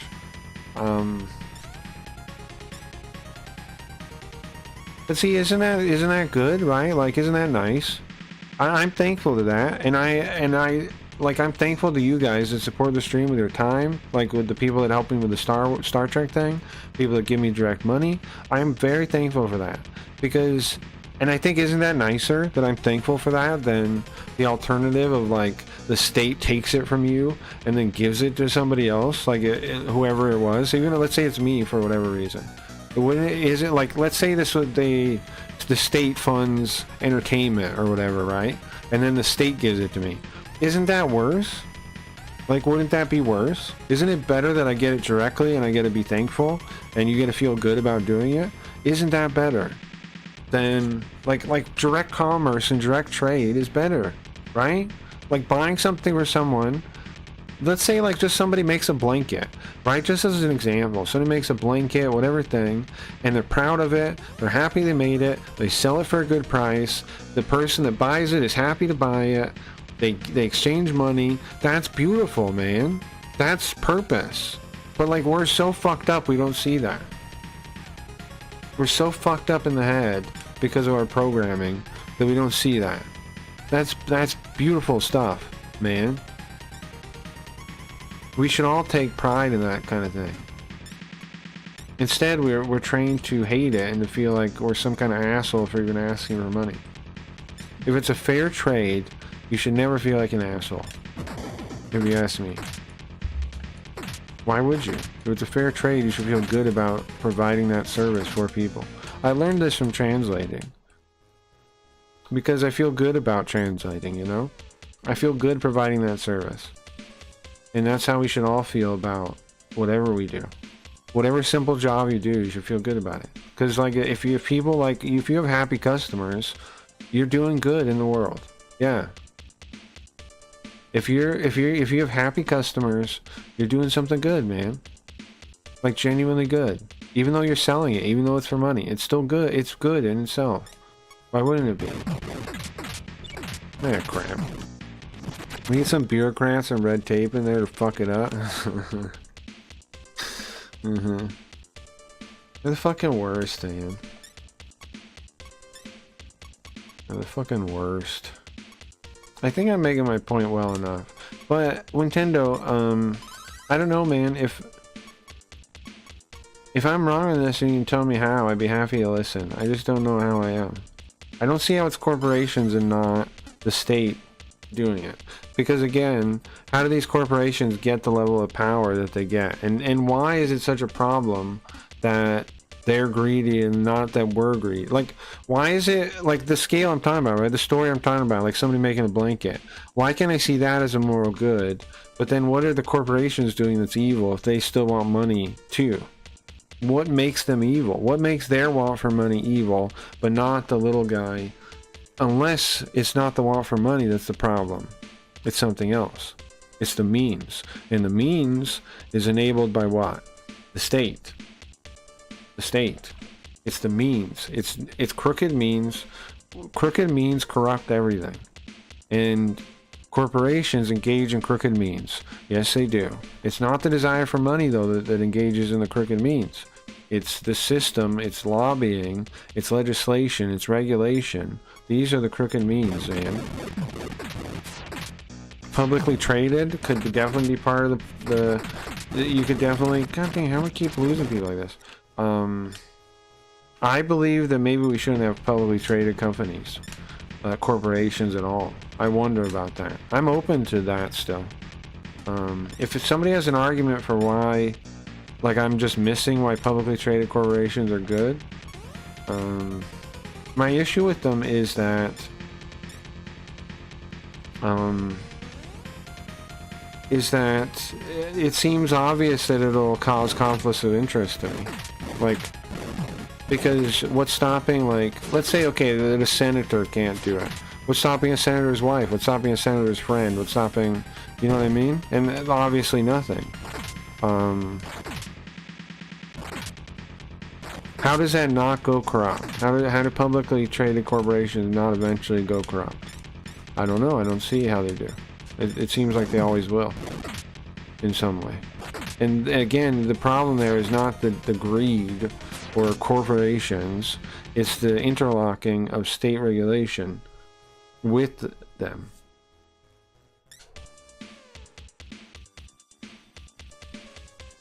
Again, if I'm wrong on this, anybody can tell me how.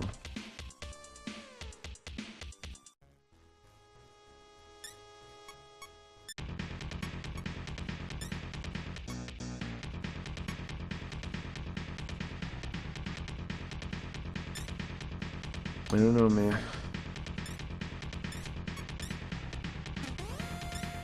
I just don't see how people see the corporations as evil when the state is what gives them the power to be evil. Like, so if you hand a crazy person a sword or something, right, and they attack someone, and you knew they were going to do that, and you handed them the sword anyway, is not that person that handed them the sword responsible? How does the agency transfer to the corporation? Is it not just an illusion to make you think that the corporations are evil so you don't know what's actually evil? Is it not?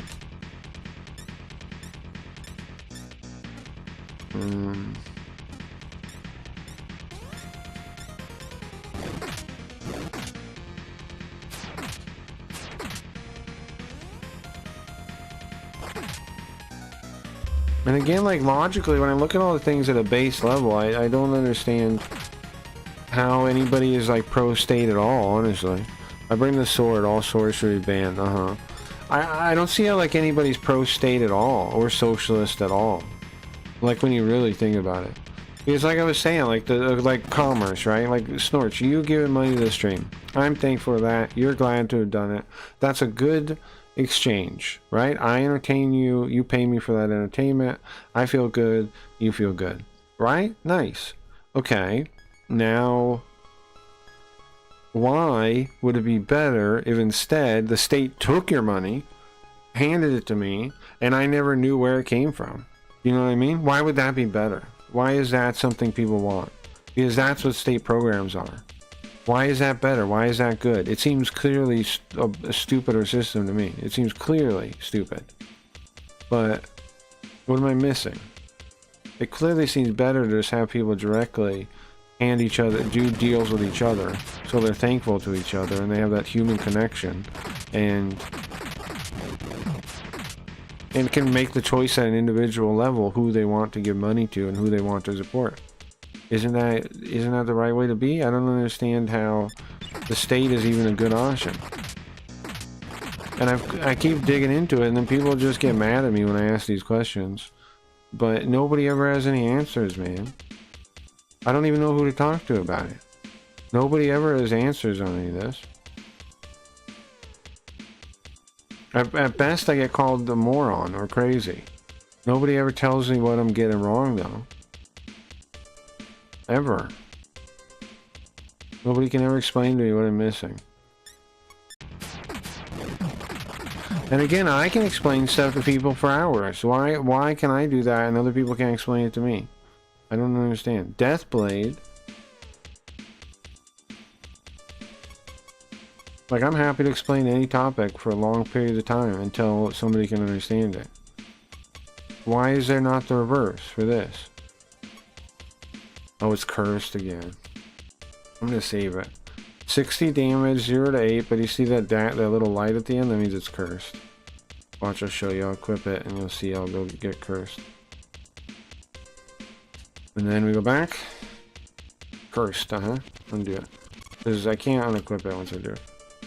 Have you contacted your state representative to discuss it with them? How would they help me, man? I don't see how that would help me.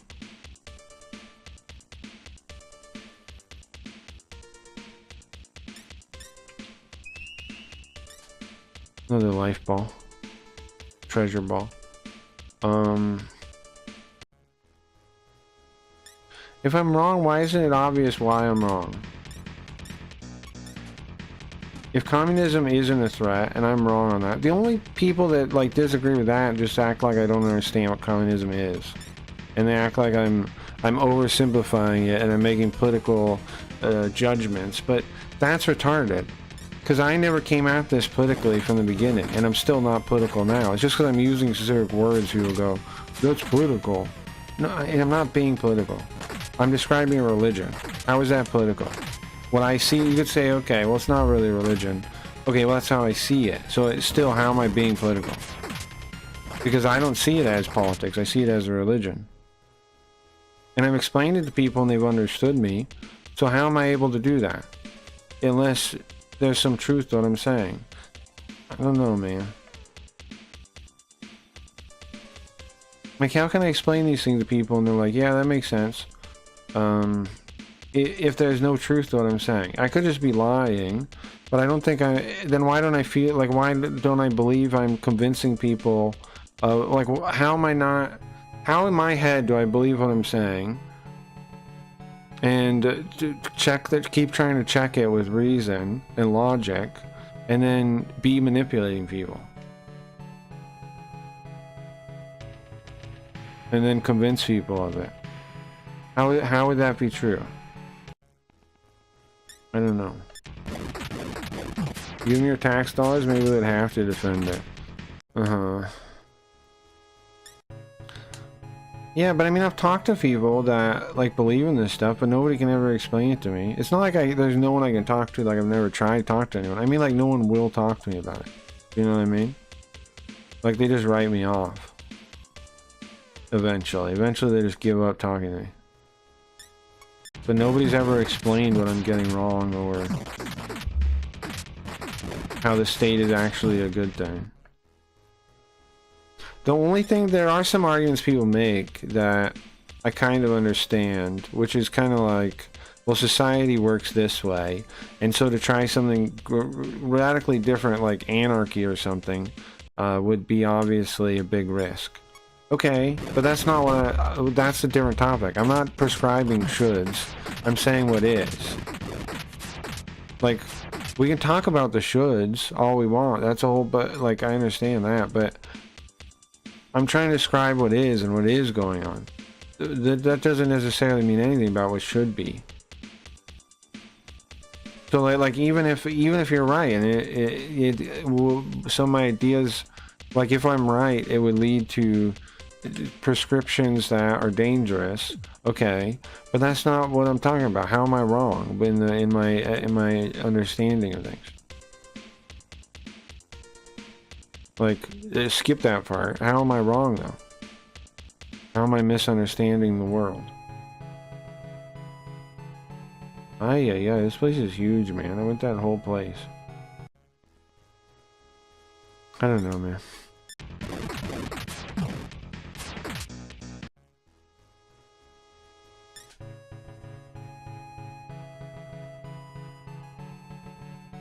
See, this is also the reason why, once upon a time I went crazy, because the world seems so stupid, like, and so like programmed that it like seems impossible. And I think that's also why a lot of people have issues, because like, but it's just that the institutions are corrupt. And you think, oh yeah, the institutions are corrupt and you're not the crazy one? Yeah, apparently. Apparently so, yeah. As hard as it is to believe, yeah. Deathblade again, nice.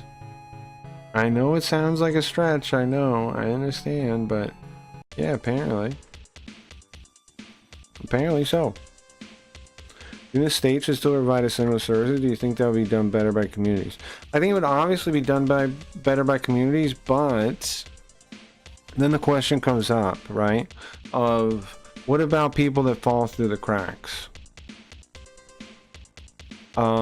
Which is a good question. Which is a good question. There is a lot of room for figuring that out. Yeah. But I think, like, if the community is strong enough, obviously it seems like the community would be better at it, right? Like,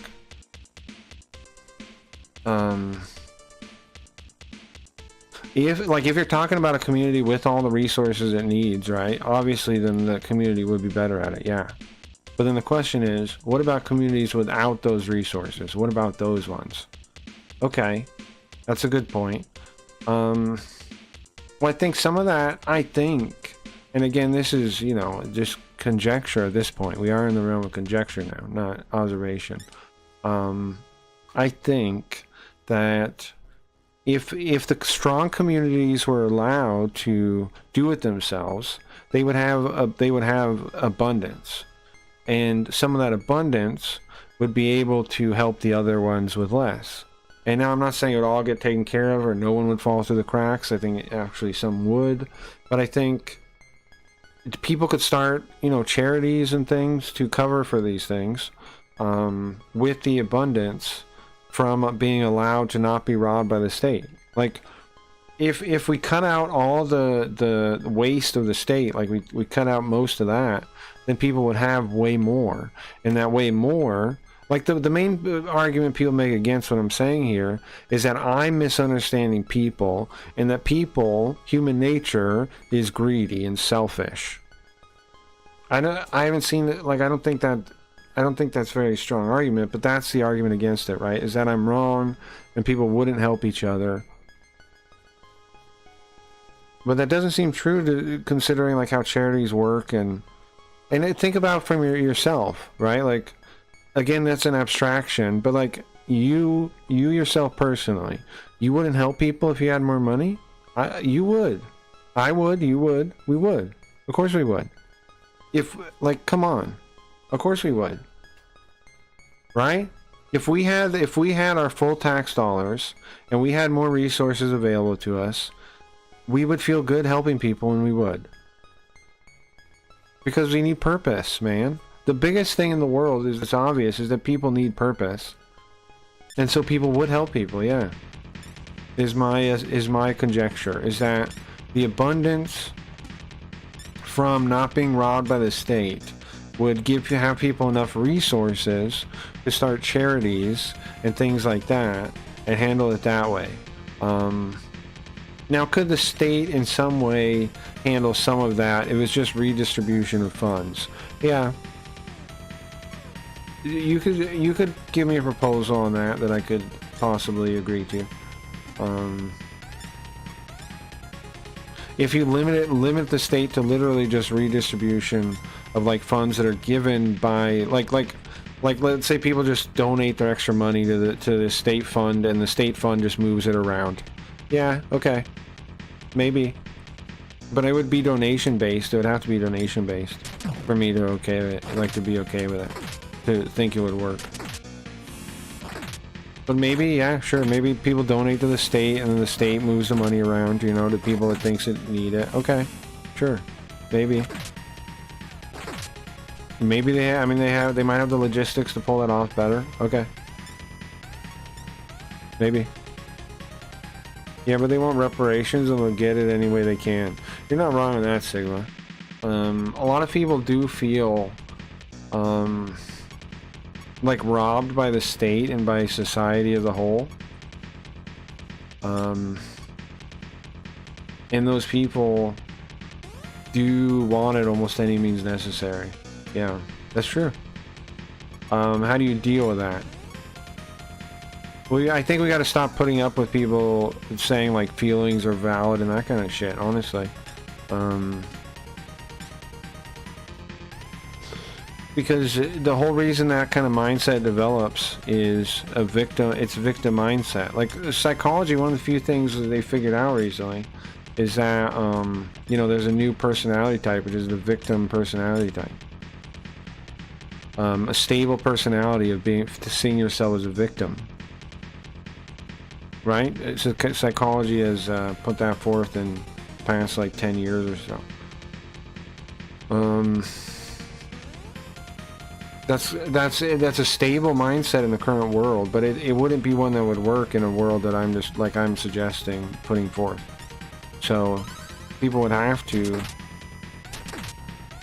I mean, here's the thing. It seems obvious to me that personal responsibility is the actual. What the heck? They just killed him with a curse? Is the actual. Is the actual best way to lead the best life you can. And I don't see why people lie to other people and tell them that's not true. I really don't understand that. Besides, they don't want to push back or have the actual like fight about it. But it's obvious that's true, man. So I think we stop lying to people and saying like that any of that kind of negative thinking is good or right or anything. It's all clearly not, I think. Personal responsibility, like, let's say your life is unfair. Okay. But still, the only way to make it better is to you personally think you can and to retake the agency in your life and to work on it. Because even if the state gives you $1 million, you're not going to have a better life. I know that's crazy. Maybe you'll take care of a couple things that are like really bothering you, like your health or something, and maybe that will help you a bit. And maybe, but in general, when they actually try stuff like that, it doesn't work because, crap, girl's dead. What am I supposed to do with that? It doesn't work. Why doesn't it work? Because people just like burn through the money and they don't know what they're doing. They don't know how to get to a good life because then people aren't teaching them to get to life is the path that would be earning that $1 million yourself. Being given $1 million skips the part that fixes you. You know what I'm saying? Giving the $1 million skips the part of life that would actually help you find purpose and meaning and all the shit you actually want, and that you're actually the reason you're asking for money in the first place. So giving the people the money, unless of course there are things like they need health issues addressed, they need new teeth, they need this, they need that. Okay, Well, I don't disagree that we should help people with those things and that we should have charities and things to do that. I don't disagree that we should do that. You know what I mean? I do think we should help people like that. But on a personal level, on an individual level, through charities, through things that not the state.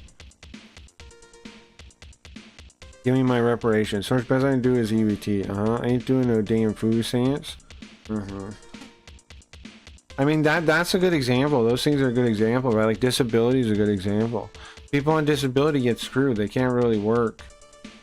That's why, like, Milton Friedman came up with that reverse income tax, right? Because the idea was that you could make money still and earn your way out of it, instead of how disability works, and it just, if you make a certain amount of money, a certain amount, you don't get any money, right? Like they cut your whole money if you make too much money, or if you make any money on the side. There's no real way to work your way off of disability and programs like that, because they try to do it to double check you, but instead they screw people over. There should be a way to work your way. Like, you should be able to make money while you're on disability. Of course you should, right? And then people go, well, we're giving them too much money. Right, but we're screwing their lives the way it is, man. I think... I died. I kind of wanted to die because I needed to get out of here. Not on the stream, I mean I needed to get out of that dungeon. Because you're screwing their lives. I'd rather we did give them a little more money and not screw their lives, right? Like, we're not giving them more money in the scenario I'm talking about. We're just not cutting their money because they made a little bit of money, right? Like cutting all the whole thing because they made a little bit of money. That ain't right. Why are we doing that? So I don't know, man. It's clear those state programs are hurting people more than they're helping anyone. Like, what? Show me an example. Like, how many good state programs even exist, you know? There's maybe a couple, like, medical ones that exist in some states that people like, right? But in general, how many good state-run programs even are there? Like, I don't even understand why people would even want it. Besides, they just don't want to work. But the point is, like, through work you gain purpose, man. Without working and finding like a job you enjoy doing to help your fellow man, how are you ever going to feel happy about life? That's what I don't get. You think if you just have money and just live an easy life you'll feel good? You'll feel horrible. That's a pointless life. You'll feel miserable, man. You may, for a while you'll feel good. You'll do a bunch of drugs. You'll feel really good for a little while. But then what? Like, day after day, year after year, how are you going to feel good if you don't make any money? If you're not... And making money is what I mean. If you're not providing a service for people, how are you going to feel good, man? Even if you have limited money, how are you going to feel good if you don't provide something to other human beings? I got disability, chase Papa. Obama phone, I heard people raving about that. Sure, there are some programs people can point to that kind of work. I don't know about the Obama phone thing, I don't know. But you know what I mean? There are some, but in general, there's way more programs that failed and that cause problems. But do you know what I mean? Like, what's the answer to that, what I'm saying there? Do people just think I'm wrong? They think if they had a fortune, they would never want for anything? The answer seems clear to me that, sure, increase opportunity if you want to do that. So people have more options to make money, more ways to make money, sure. Figure out new things to do there. I'm with you. But it doesn't seem like the answer is give people money or, you know, or give people programs or this or that. Like, honestly, medical bills would be nice if they were affordable, you know? Like, if I could just go in and pay for them and not, like, it costs a goddamn fortune to get any kind of, be seen by anything, you know, like a specialist and stuff. It would be nice if that wasn't a fortune for all the different things. And insurance companies are one of the things that make it so expensive in America. I don't know about other countries, but so It'd be better if we didn't have insurance companies. I know it's wild to say, but it seems like it would be much better, not worse. And you say, well, the other option is state. Yeah, but I don't know if that is the only other option.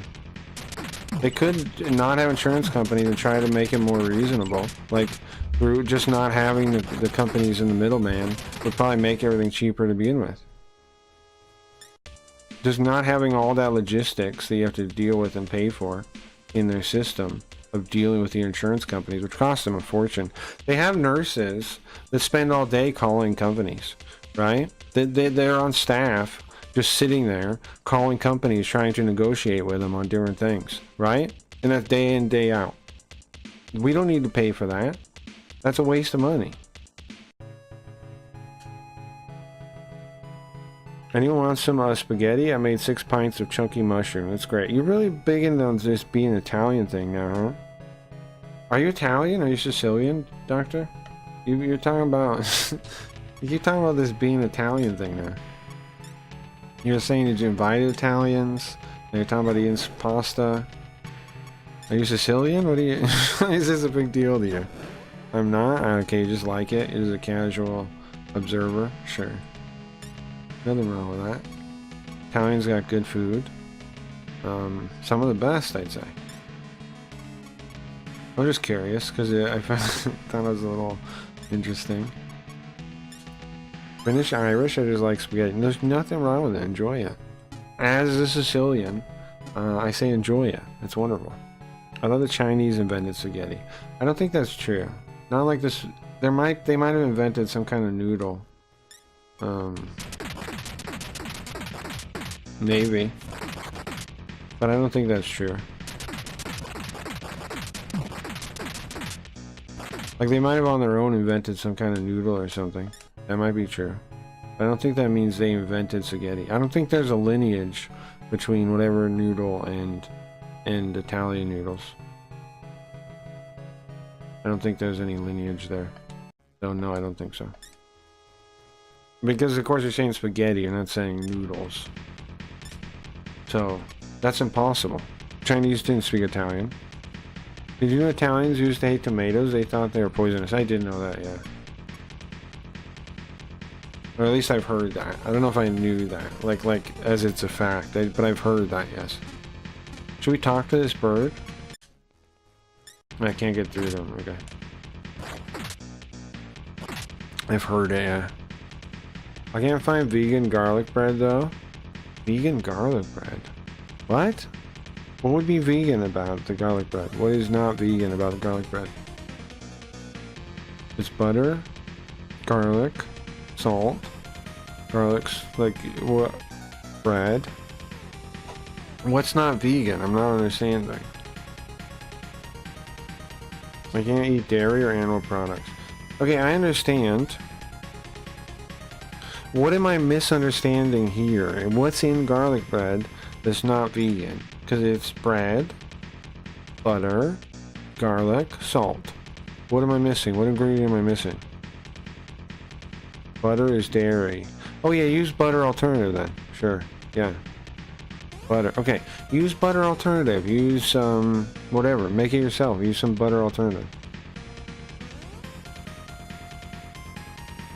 You could use, if you can't eat dairy or animal products, okay. There's tons of, aren't there alternatives like oils and things you use or something? Whatever they make, margarine kind of alternatives. I can't believe it's not butter. Yeah, there's alternatives to butter. You just make it yourself, bro. It's not that hard to make.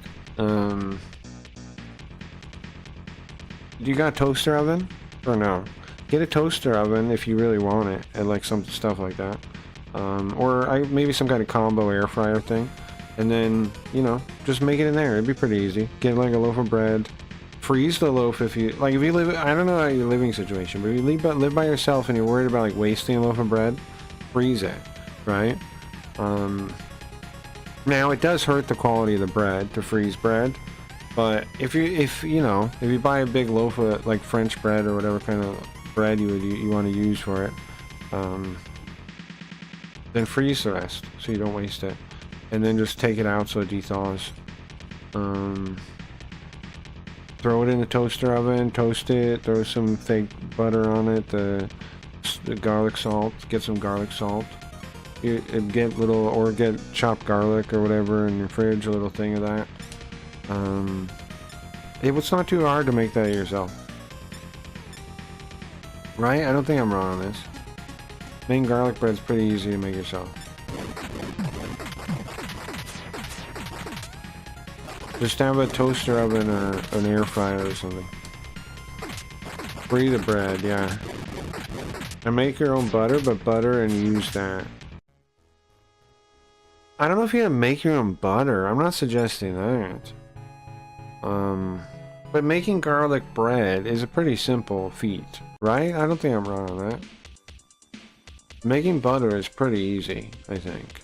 Not butter, sorry. Making garlic bread is pretty easy, bro. I understand you'd like it just convenient. But I'm saying it is pretty convenient already. You just gotta buy some bread and freeze it, you know? Chop it into pieces ahead of time. Cut it up into portions, right? Seal it up, freeze it. Take out a portion that you want for the bread, throw it in the toaster oven or air fryer or whatever. Toast it up, throw the stuff on it. Pretty, and it'd be pretty good. Why not just do that? Bread the bread. Seal the bread in resin and mold will take years to get inside. Oh my god. I don't think he's freezing. Oh my god. Never mind. Beta! Is what I'm saying not make sense? Just cut it up into pieces, individually wrap it, throw it in the freezer, and then take out one thing at a time. Am I not being crazy? I mean, am I being crazy? Is this not a solid way to do this plan? I was just going to use Wonder Bread. Okay, well, if you want... What? No, get real bread for garlic bread. Don't just use Wonder Bread. No. No, get a load... What? No. Well, now you're talking crazy. The freezing makes sense. My wife and I do it as well. Sure. Yeah, I mean, ideally you eat bread fresh, but sometimes, like, you know, you need a loaf of bread or whatever, and you're not going to eat it anytime soon. For stuff like this, like, sure, I think it'd be pretty good still. Texas toast slaps. Texas toast is good, yeah, agreed. Wonder Bread, he says. But don't even Texas toast use sticker bread, right? You use Texas toast kind of bread, like the kind of bread you get for, what is the thing people make with eggs? What's that called? Eggs and bread. You put the bread and eggs. What's that called? French toast? That kind of bread. French toast? Yeah, thank you guys. Yeah. That kind of bread, right, is what you usually use with Texas toast. Like thick bread.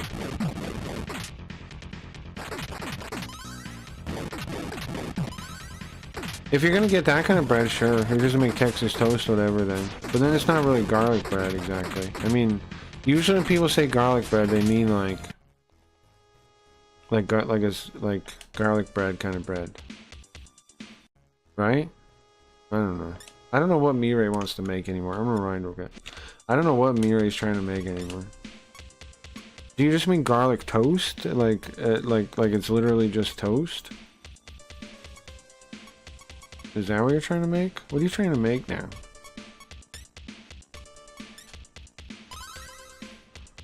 Eggs and bread? How the fuck do you guys end up at French toast from that? What do you mean, how else would they not know? I didn't say just eggs and toast, so you're eliminating something. I said you cook the bread in the eggs, right? What else do you cook the bread and the eggs like that? Like,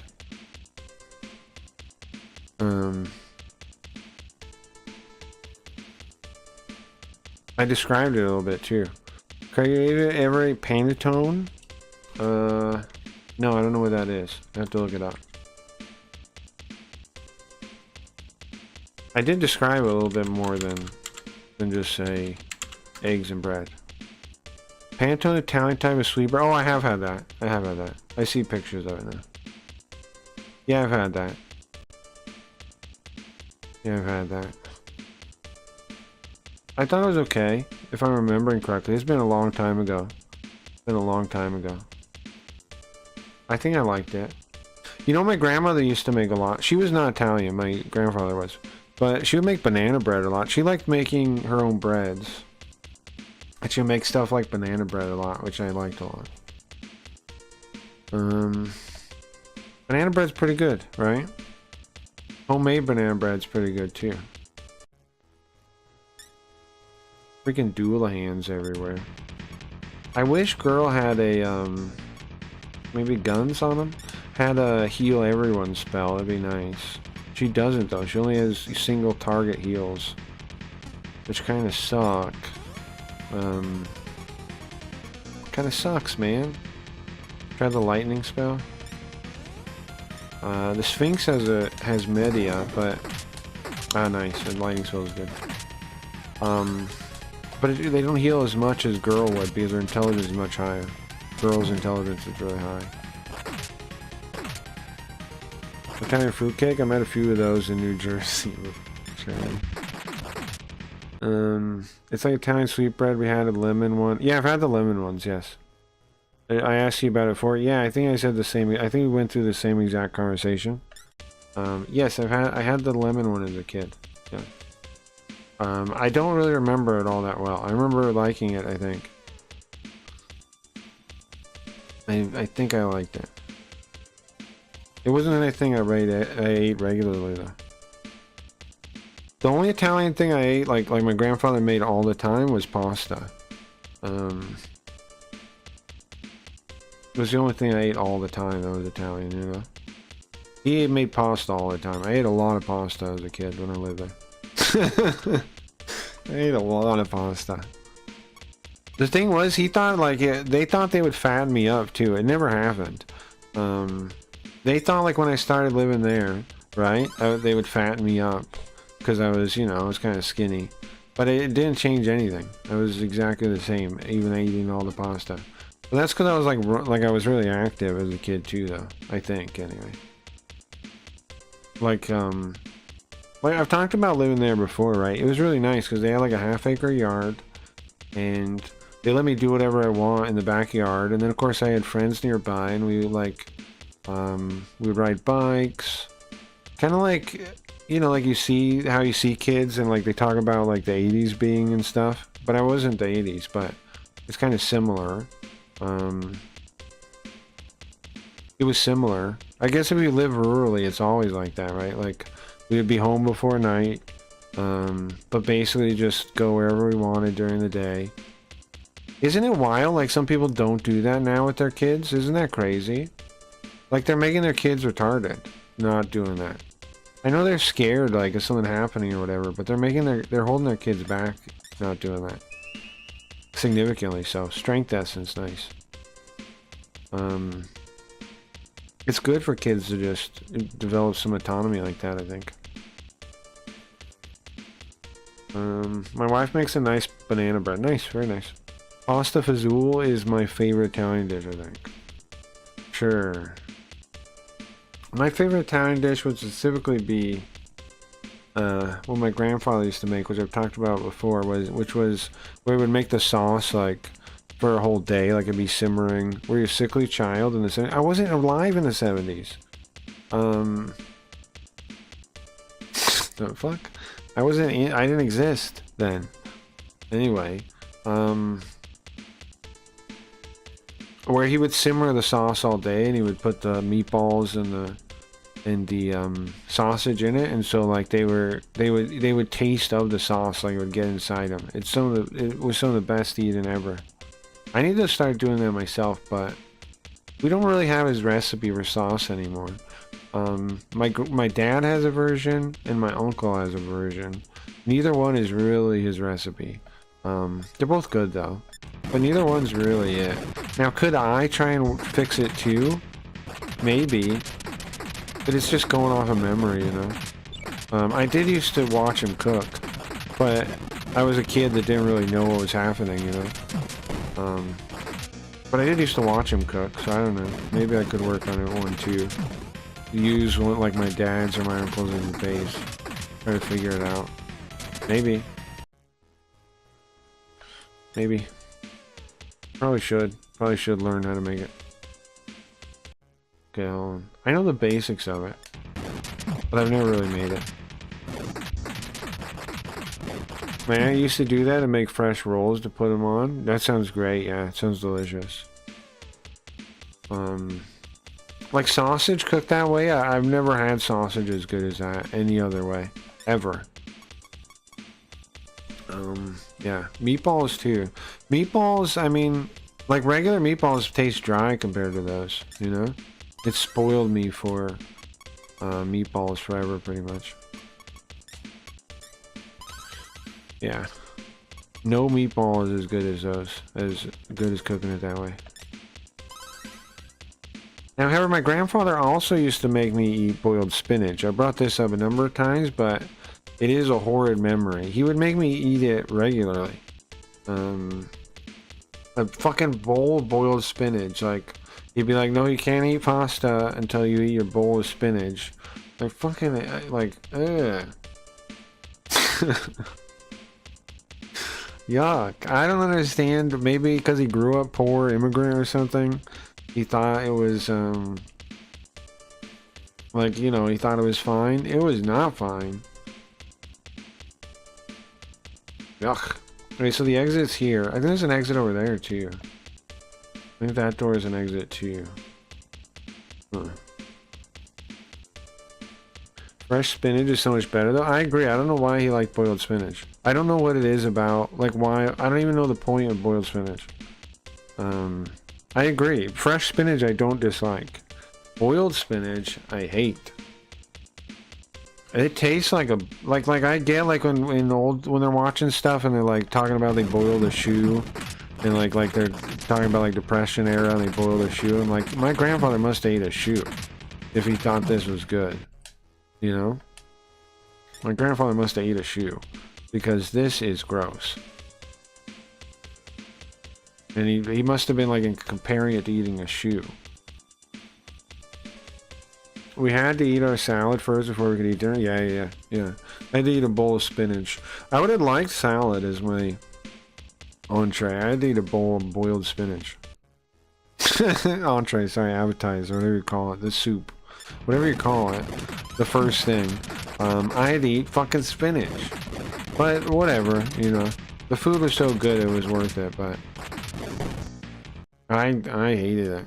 Every time he'd make it, oh my god, and it was like most nights. Whatever. But that's like proof, I think, that like the discipline kind of stuff is important for kids. Because I put up with that even though I hated it, right? But then still, like, what are my memories now? It's how good the pasta was. I am complaining about the spinach a little bit, but not that much. You know, like, it's not that big a deal. It's fine that I ate the spinach. I wouldn't want to eat boiled spinach now, though. Was it canned? I don't remember. I don't know how it was. I don't think it came from a can. Maybe though.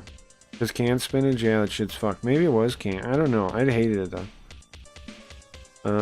He wanted you to be big and strong and probably sure. And he tried to, like I said, he tried to fatten me up too. Like, he tried to feed me a lot. And I did eat a lot.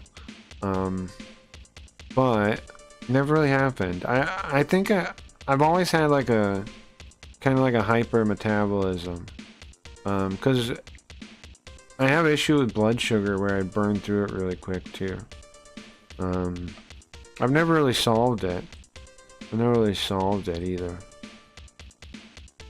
Like, it's not diabetes, it's like the opposite. Well, diabetics get it too, but it's not, it's like the opposite. I burn through, I lose blood sugar really easy. I burn it up. I burn up blood sugar. I like boiled fresh spinach, but canned, hell no. Yeah, I don't know. I've always been that way with the blood sugar. I don't know why. I have a theory it has to do with my allergies. I think maybe because I'm allergic to so much and I'm always making like antibodies to fight it off. I think maybe that has to do with it. But that's just, I'm no doctor. I'm just making up random things, you know. Like, I don't know. But the doctors couldn't figure it out either, so. But they said like it wasn't low, like it doesn't go low enough that it was like all that scary. They say, you know, hey, you need a snack, have a snack. That was the advice. You know, like it's not like it's not causing you real health concern. So they're like, you know, you need a snack, have a snack. We need to change your eating habits, do that.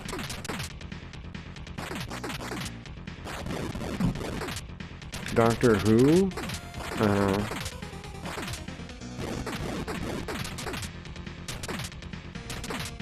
Like I didn't have any, like they would do all those like, you know, tests and things. I didn't have any like health issues they could find about it.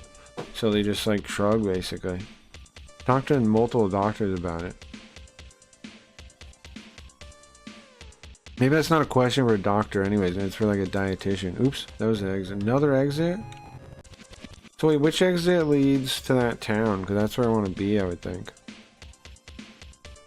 I think this is an exit too. Doctor Who, he says. This place is just maze cave after maze cave. The demon world's a bunch of fucking mazes.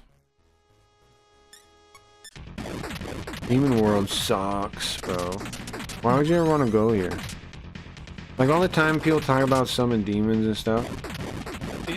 But you don't want to go to the demon world. The demons get summoned because they don't want to be there. This place sucks. There's a bunch of stupid ass fucking rocks. Ah, crap. I gotta pay more attention. Let's go back. Let's go back. Okay. I meant to actually stay in the fight, but I held it too long. Okay. The demon world sucks. I'm not a fan whatsoever of the demon world. This place is a shithole, yeah, so. Was there anything interesting we were talking about? Anything else? I was making a case about, what I was trying to do is make a case about that somebody could point out how I'm wrong about the state being evil and communism being the biggest threat we're up against. But, so far I've yet to establish how I'm wrong on that. That communism is the biggest threat we're up against. That religion, that cult religion, I don't see how anything else is worse. What is presented is like corporatism, but how does corporatism begin? And why are people in the mindset that comes from that about greed and all this other stuff? Where does that come from? Where does the misunderstanding of what purpose is come from? It's from the religion that they believe in, the altruistic variant of communism. So how is communism? What I want to know is how is communism not to blame for why people are greedy? How is it not to blame? Because it seems to me obvious how it's to blame, but maybe I'm missing something. It seems obvious to me that they've pitched people this like atheistic view of the world that is basically communism actually. You know, most people might disagree with me on that. Well, I can establish how it is if you want to sit a while and talk about it.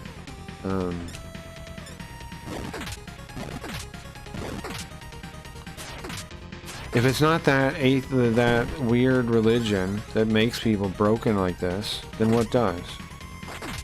Why are people more mentally ill now? Why are people more purposelessness? Why are all these things happening? If it's not the spread of the religion of communism. What is it? Technology? No, it happened before modern social media.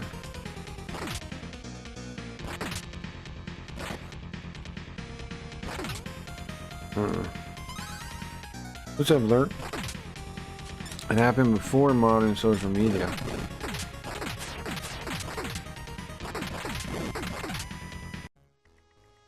And again, I've traced it all back and found proof of all of this stuff. You know? So if I'm wrong about it, why did I find all this evidence suggesting this stuff? Like, I didn't... That's the part that blows my mind, too. People, as a counter-argument, will say I'm, like, political and smearing people again as political rivals or whatever, but I'm not a political person. If anything, I started from a leftist position, just like everyone else did. So how is that true? I wasn't raised conservative. The opposite.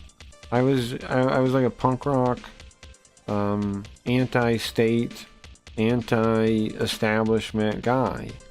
So leftist, like, is what a lot of people would consider a leftism.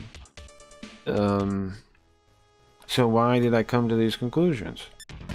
If it's not by following the evidence. Where did I get this bias that would make me against communism? When at no level did I approach it that way. I don't know, man. I'll never solve this, I don't think.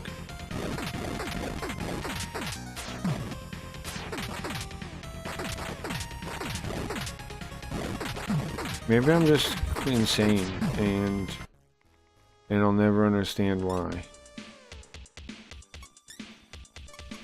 I don't think so, though. And the truth is much stranger. The truth is, you know what the truth is. You know what the truth is. Everyone fucking knows. That's the part that pisses me off about this. Everyone fucking knows. Deep down in their soul, they know. Deep down in their heart, they know. They know the world's wrong. They know it's some kind of fucked up religion. They know all this shit that I found out. And everybody's too fucking cowardly to say it. That's the truth. Because they don't want to be isolated. Because they don't want to be the person saying it. What did like Mark Twain say about patriots?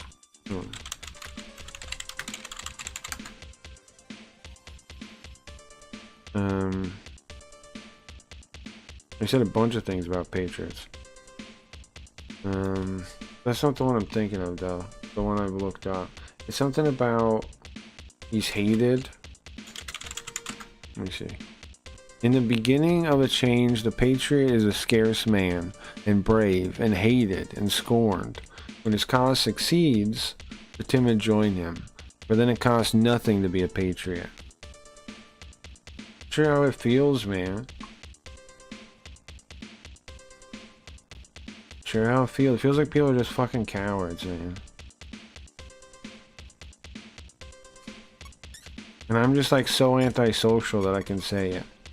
Like I'm so much of an anti-society guy that I'm able to say it. That's what it feels like. Now I could be insane though, right? I could just be nuts. But if I am, then just show me how. How am I nuts? Why am I nuts? What am I misunderstanding? Well, how am I crazy? Just show me how, and then somebody show me how I'm nuts.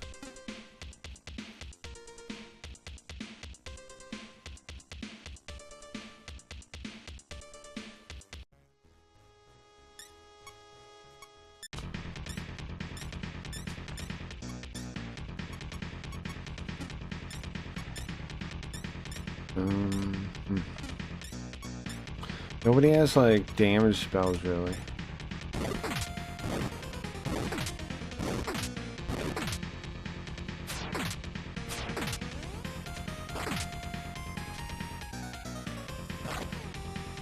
You guys know what I mean? If I'm nuts, just somebody tell me how.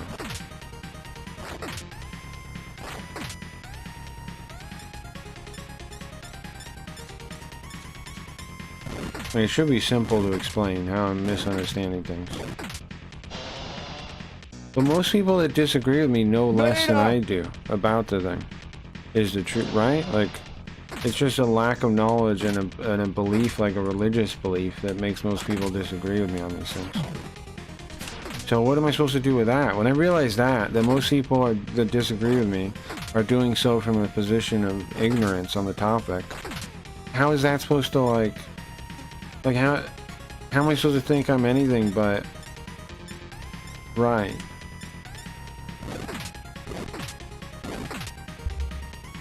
I've been wondering these questions for a while. I don't know.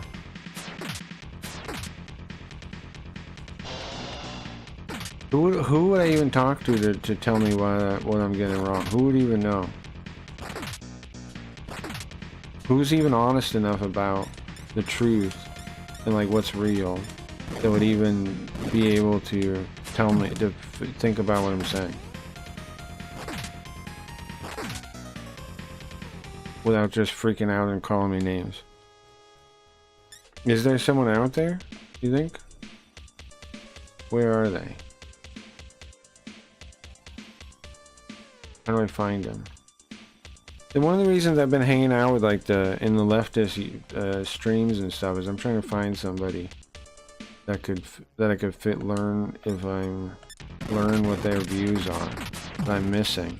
But there's nothing I'm missing so far. Every time it's just like the same shit I've already learned about, like the dialectic and this kind of thing.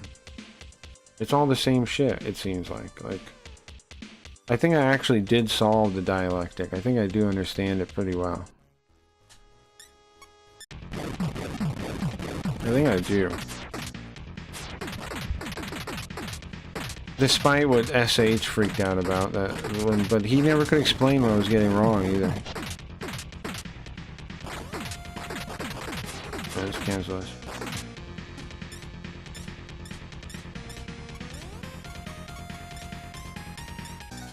That's my problem too, man. The people that disagree just like freak out and flail around and call me names and lie and say I'm saying things I'm not saying.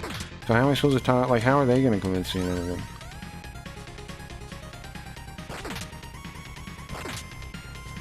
Is this the rant and rave stream? The go insane stream? Anything you guys want to talk about? Feel free. Let's add more strength. Is anything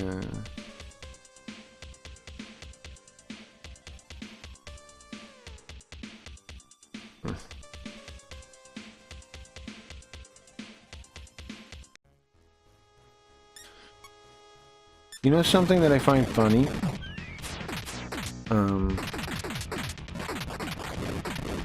No, I shouldn't say it. It'll sound braggart to you. Any fights today? Like in the chat, or do you mean in the game? No, not really.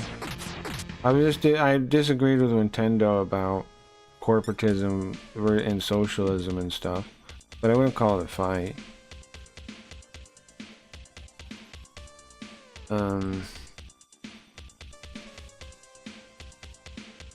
I'm just putting forth what is the problem if it's not socialism. Like, what causes corporatism if it's not socialism, if it's not communism?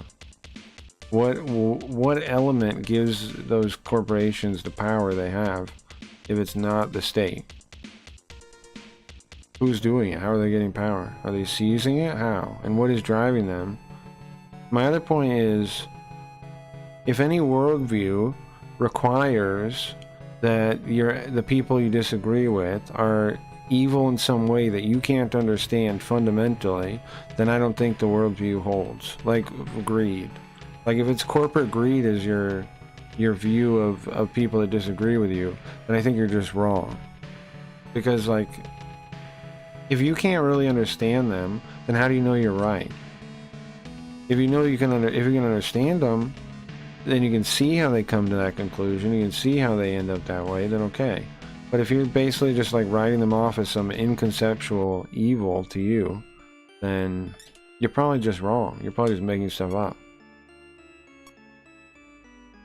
You do hear corporate greed a lot. Yeah, but what is that even?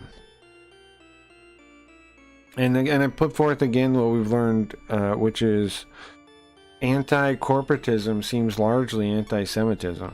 Like it comes from the same vein a lot of the time. A lot of it is interesting. Rake.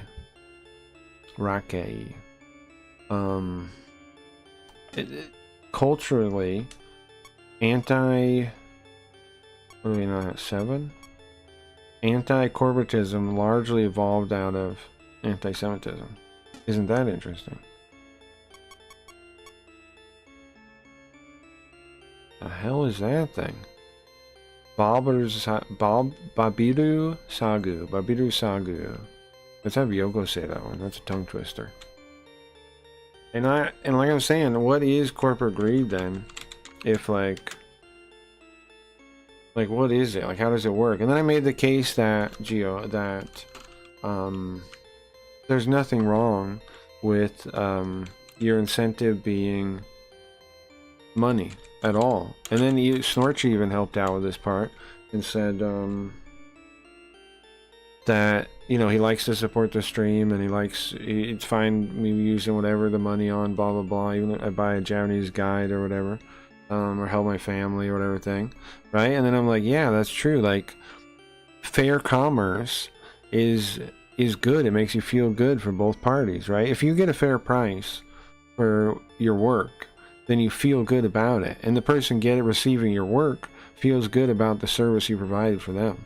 So that's like purpose in itself. And yet we're told that we should hate working, when it's what else is purpose than that, than being able to provide a service for someone and be rewarded for it?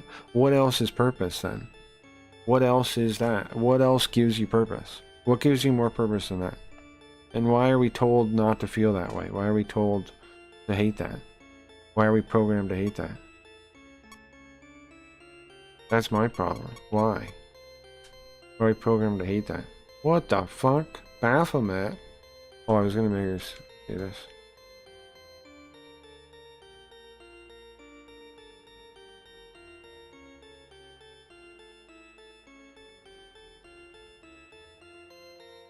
Yoga? You alive? Thank you. Babilu Sagu. You hear that? What the fuck is that still? Baphomet would be cool. What is it? Atlas and... No, it wasn't Atlas. It was this one. Kentauros. Oh, the centaur. And... Reguba, I think. Yeah. Bernie Sanders was a good man fighting the evil millionaires. Then he became one, and now he's fighting the evil billionaires. A real politician for the people. Sure. Yeah. Bernie... I kind of liked Bernie back then. See, that's my point too. I kind of liked Bernie back the original run, when I didn't know any better. When I didn't know what socialism, communism was. I liked Bernie. See, isn't that wild? Shouldn't that not have been the case? 5 and 6. Shouldn't that not have been the case? If I was like, if I was motivated to some way be anti-communist through my biases, then why did I like Bernie once upon a time? I liked Yang too. Lots of people did, yeah. I liked Yang also. I think Yang has a point still about the automation thing. I don't know if the state is the right thing to fix that though, but he does have a point there. He was actually ahead of the... I don't think UBI works, but I do think he's right in trying to get it. He was right in trying to get ahead of automation, and try and like help the state deal with that in some way. I don't think he was totally wrong there. Jikoku 10. Interesting. There's like a monk of some type, like a hell monk. I don't know what Jikoku 10 is, though. Look it up. The Guardian of the East. Ah, okay. It's the Buddhist guy. It's a Buddhist thing. One of the 4 heavenly kings. The Eastern one. Sure. Cool. Very cool. He has Agi Raon. Pen Patora. I don't remember what that skill does. I would like to make that, yeah. What was it? Centaur and 5 or 6? This? No. Yeah, was it 6? Oh, it's with Cerberus, that's why. I don't want to get rid of Cerberus, though. That's my problem there. I don't want to get rid of Cerberus. Okay, let's see. So Atlas, is there anything I can make with Atlas I want to do? Whoa, what is this? Rusa Ruka. We saw her before. She's low, too low level, I think, at this point. 5, 6, 7, 10. Okay. 5. That guy, Kufurin. I don't know what that's supposed to be. What is that supposed to be? Let's ask an AI. It might know. What's a Kufurin, bro? What the fuck is that? Okay. What is Kufurin?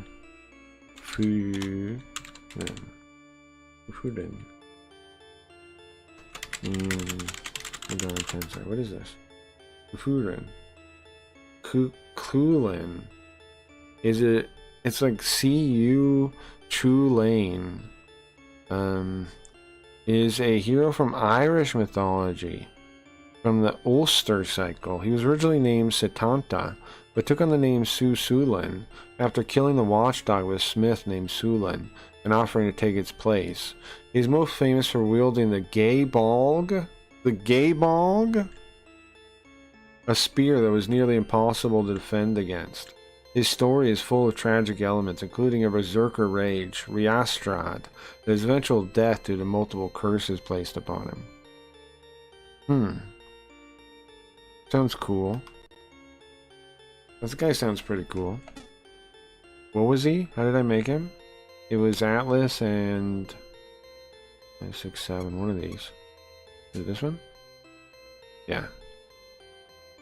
He's only level 25 though. He has Hama-on Tarukaja, which is... Oh, I need to really learn these stupid things. I don't know. Oh, hold on. How come chat died? There you go. Being pro-Obama was the status quo. Sure, yeah. UBI is worse than minimum wage. You know, you're right. You're right, Gio. But at the time, I didn't quite realize... I didn't really think about it enough to see that. Yeah, you're right. Because what will happen is... people will just raise the rent and things like that. Like, it'll be effectively stolen out of the system. Just drained out of the system like it doesn't exist. Yeah. So it's however, like, what people really want is a little bit of money to, like, do stuff like go to school or whatever thing. Honestly, they should teach more people that it's easier to educate yourself than you think, I think. Okay, 6, 7, 6. Cerberus? Oh yeah, I don't want to use Cerberus though. Was I doing Atlas still? Sorry. Okay, Atlas, 5, 6, 7. What's 6? Oh, it's Cerberus. I'm not going to use it, whatever it is, so I shouldn't even look at it. Okay, no. 7. You see that in anime a ton? Do you really? The gay bog? I had no idea. A Bogle? I didn't know the gay bog was everywhere. I had no idea. And then 10. Nice. Okay, we get Baphomet combining Atlas and Momonofu. That's the night guy. We don't really use Momonofu. It's worth doing, I think. Baphomet has Jibabu, Apiruma, Sabatoma. I don't know what any of those things are, though. I don't know what any of those are. Okay, let me check real quick. Is there anything else I want to do with this guy that I lose out on? Well, there's another Baphomet there. To not do it. Set 6 through 9. Let's see. What the fuck? Upe Ruby. What the hell is this guy? Makajama Rakunda. Rakunda I think is a debuff. Looks like the stone guys. No thank you. I don't think so anyway. And what was it? 6 through 9. So 7. The fuck? Donbara. Wow, he has a lot of spells. Geo Raon, which is Geo is Zeo, the lightning spell. Ra means the bigger one. Own No, Ra means hits everyone. Own means the bigger damage. So that's like super electricity spell. To restart, I think that is that's what warps you back to out of the dungeon. Tetaraja. Don't know. I wish I could memorize these fucking things. I'm bad at medic words. One sec. Let me open the wiki.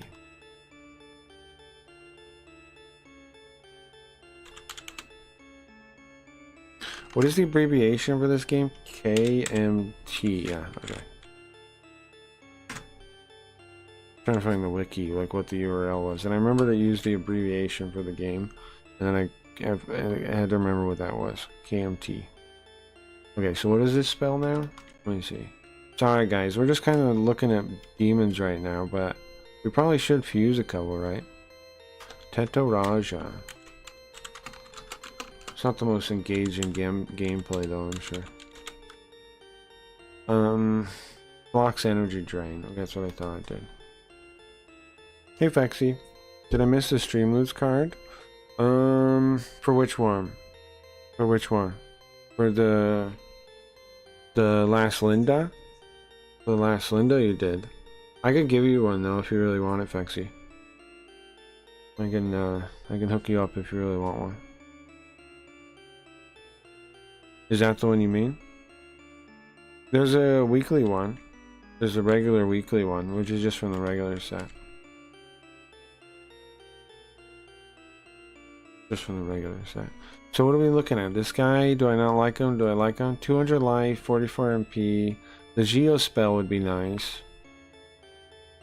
For 9 MP though, means I only use it a couple times. It is the link. The link is the whatever free one. Like whatever weekly one. The regular weekly one.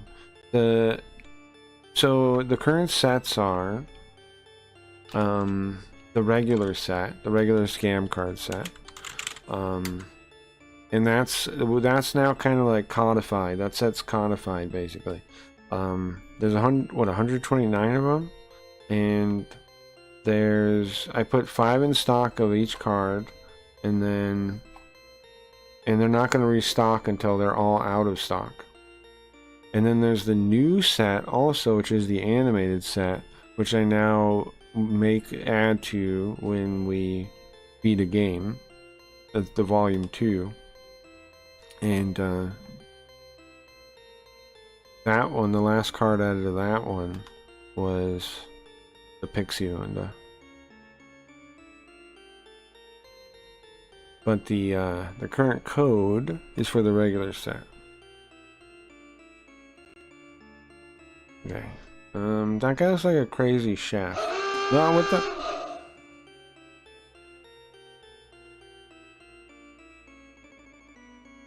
Unlocalized Yoko played by Mira. How come it's not Streamloots isn't on the screen? Did you see it? It should be on the screen. Hold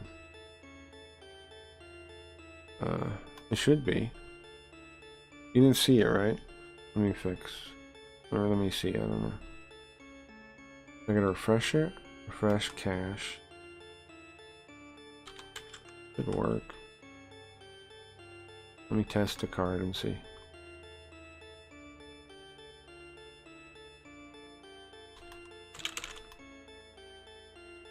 Does this pop up? Yeah, okay. This shit looking like Crystal Bowie. Mir, why are you playing the card for it, bro? Is there something you want? We can read manga for a card play. Apparently. What was I doing? Where was I? I was on the Mono no Fu guy. And I was checking 6 through 9. Did I get... I'm on 8. What the hell? Ramia? That seems cool. That seems cool. Gioma, Makaranda, Rakukaja, whatever those things mean.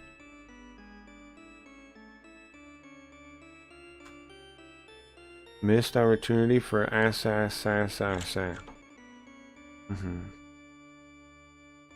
Rami is cool, right? I don't know.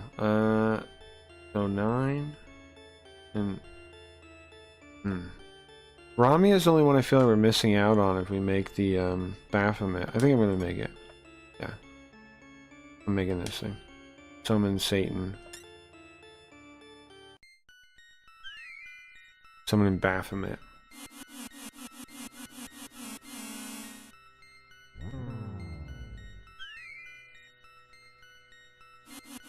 What were we talking about? Bernie Sanders? Yeah, I don't know. I thought like... I didn't... At the time, I had no idea socialism was evil. I had no idea. I know some people think I'm oversimplifying things when I say that. I know you don't know what socialism is if you think that. That's the thing I really learned. Like, people go like, why would you flatten it so much?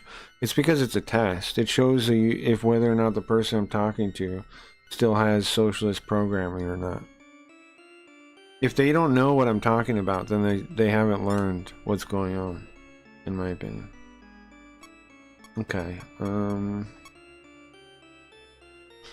so let's try this Raguba guy.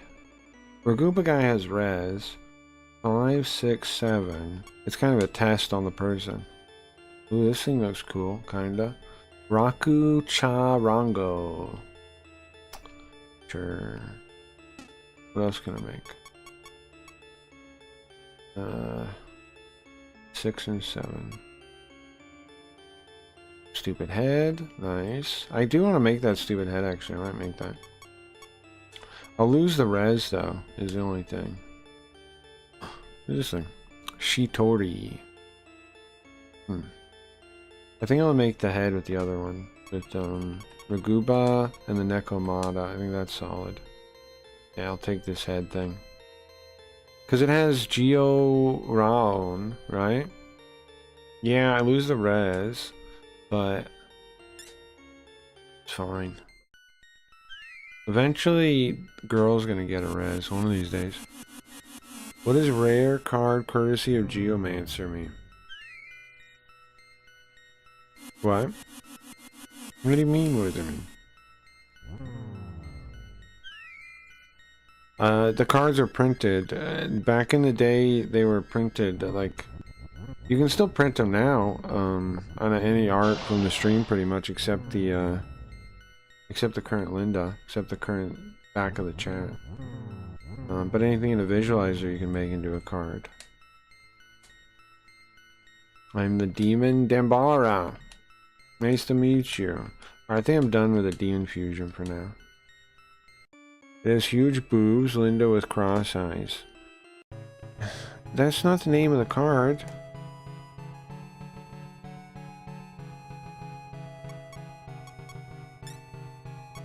I don't know if she actually even has cross eyes, bro.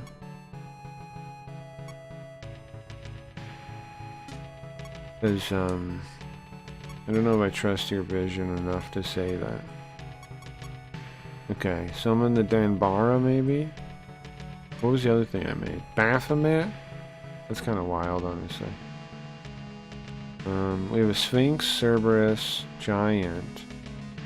Baphomet or Danbara? Baphomet, maybe.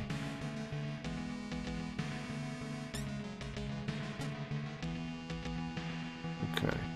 Alright, I'm done with that, guys. We're too broke, I bet, to really shop at the women's store, but it's okay. Earthfloor Lake is the name of a place? Oh yeah, the name of this town is like Sadness Town. I guess that makes sense. It's a lake with no bottom.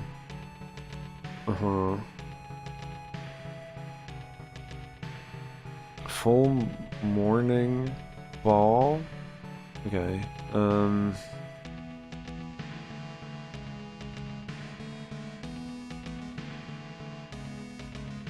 It's a bottomless lake, and you need the Wind Spear Undine to get to be able to get the ball, the full morning ball. Okay. So we need Windine. That's like Tails Windine. We need to make a Windine, probably. Oh, I'll have to look at that book. I think the book has a list of ways to make a Windine. We need a Windine to get to the bottom of the lake, I guess. Or whatever from the lake, the bottomless lake.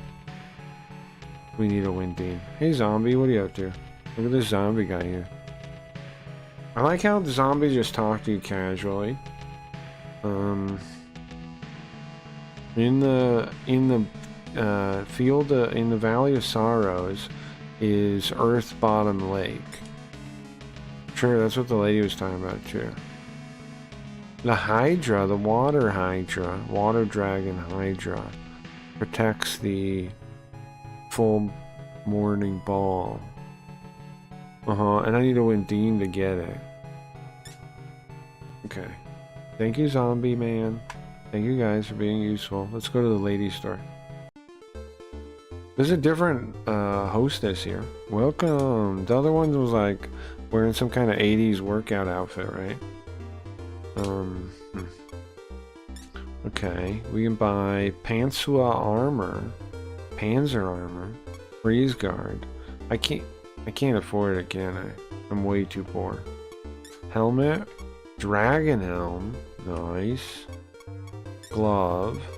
Panzer arm. I think I might already have that one. Boots. Dragon boots. Now we're talking. Okay, I need to save up some money to come back here. We don't have enough money to buy shit there. What time are we at? Should I take a break? It's been a pretty casual Megami Tensei day game. Megami Tensei day. I've mostly just been ranting about if I'm wrong on my view of communism being a religion. I've yet to be proven wrong on it though. Maybe I need to start being a debate bro and get like YouTube debate lords to try and tell me how I'm wrong. Maybe one of them can tell me. I doubt it though, of course, but maybe somebody might figure it out. Like if I get lots of people thinking about it, maybe somebody can tell me. Maybe I need to challenge everyone to debates. Communism is a religion. Prove me wrong. Change my mind.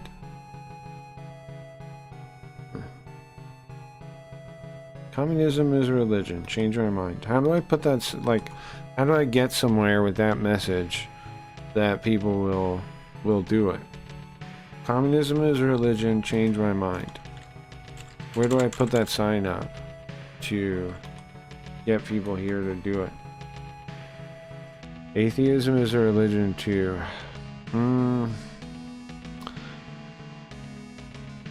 I don't think so. Usually what most people, a lot of people mean when they say that is they mean communism. But in some ways, if you mean atheism is still a belief structure, I mean, still requires a belief structure, and a belief structure is similar to a religion, yes. Yeah, even as an atheist, you need a belief structure. That is true. But if that's what you mean, okay. Was one of these buildings a save building? But, I would definitely not say atheism is a religion, though. Because a religion, what is your definition of religion, then?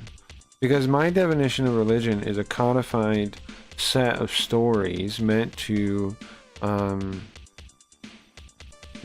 build like character or whatever, like a shared type of people, like expand the tribe to beyond the smaller structure through shared story and meaning and virtues and all this kind of thing.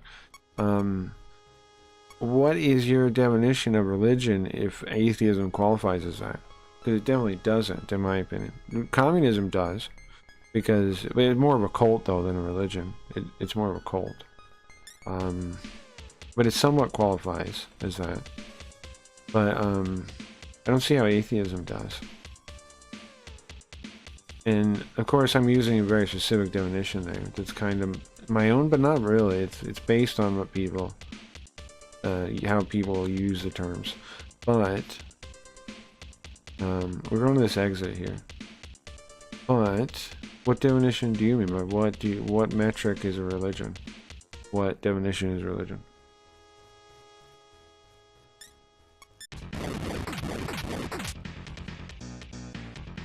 But if you just mean communism, like people that are communist. But if you mean like even atheists have to pick something to believe in ethically, morally, there's a point there, but that's not really religion. There's like a lot of atheists act like not believing, like being atheist is beyond picking something to believe in. That's not true. If that's the point you're making. I don't know what point you're making though. I don't know what you're saying. But there is a point there. Sure. Dealing with this one. There you go.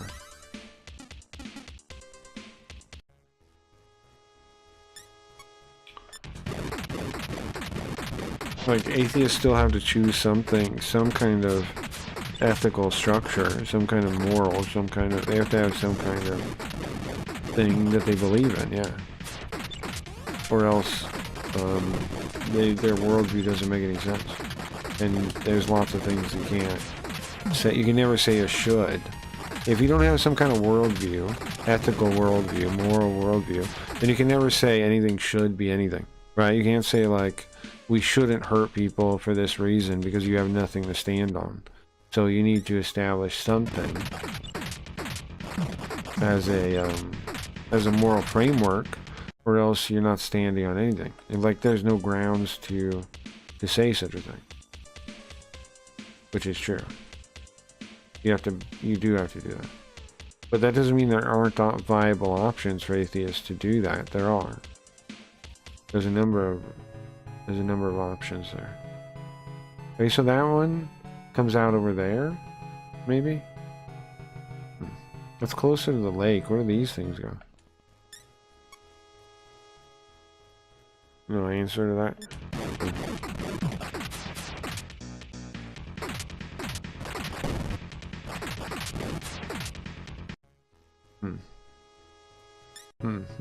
Okay. Okay. Okay, bro, okay. So where is this? Is this the same place that the other one will go to? But it is true that a lot of atheists act like they're just like not believing in like pseudoscience or something. There's a different place. But no, that's not true. They are choosing to believe in something. And like Norm Macdonald points out, it is interesting that they choose what God did not believe in. Dyer pointed out. That's very interesting. I used to be that way myself, though. I used to hate Christianity and hate the like regular God. But I was programmed that way. I realized. I don't really hate anything now. Like, I mean, I hate communism, maybe, but idealism, maybe, sure. But I don't hate the people that believe in it. I don't hate anyone anymore. I don't hate anyone. Because what's the point of hating anybody? And usually, a lot of times, people think they're doing good, even if they're not. Like, even the Luciferians probably think they're doing good. Luciferians, I'm talking about now. I'm sure that sounds crazy to talk about Luciferians and stuff, but I think those are probably, that's probably pretty good description for the elites, the mysteries, the people that believe in the mysteries, the people that believe in the nameless cults, you know? It's pretty good. Demon Slayer? Nice. What is that? It's a pretty accurate, like it's a pretty good stand-in, even if it's not exactly the right thing. 42 hits 2 times. Damn, that's nice. Flip that. And it's not cursed. But yeah, even if that's not totally right, that they're actually Luciferians, you get what he's talking about, and it's pretty close to whatever they really believe in. It's close enough for practical purposes. Ah, wait, that's more? That's better? 55 2 to 3? That's better. 55 2 to 3. I already had an awesome axe. Okay. Baby face? Oh, that is a face thing. I wonder what it does. Huh. Baby face. Is chat dead? Am I in limbo? Have I been banished from my sins? Am I banished to limbo for my sins? Too bad. What was I trying to equip? The axe again, right? Because Demon Slayer actually 40 is actually less. 42 damage, 1 or 2. Lame. I thought it was a good weapon. It's a crappy weapon. Fucking sucky weapon. Anybody got any games they want to see for the next game we play? I've been thinking about Growlancer, maybe. I think Growlancer might be a good one. I want to play something less dungeon crawly for sure. More watchable. Like, you know, more entertaining to watch. Not that this game is totally unentertaining, but it's not it's not the most entertaining to watch. I can tell that. So maybe Growlancer would be cool, maybe? I don't know. Maybe something on PS2 would be nice. Something more watchable, you know? Something more exciting to watch for the next game. Maybe a shorter game. I thought about playing those bringing Spooky Ghosts back and playing like Twilight Syndrome or Moonlight Syndrome or one of those kind of games, those like horror games. Thought about doing that in between, maybe. I might Corpse Party, maybe bring Spooky Ghosts back and play Corpse Party. I don't know, maybe something like that would be cool. But then I still have the problem of what do I actually play after that, though? Because, like, what's the next real game to play? Tales? I know I started Tales of Eternia, but maybe we play... Maybe we don't. Maybe we stop playing that and we play Tales of Destiny again? That would be fun, right? Apex Legends?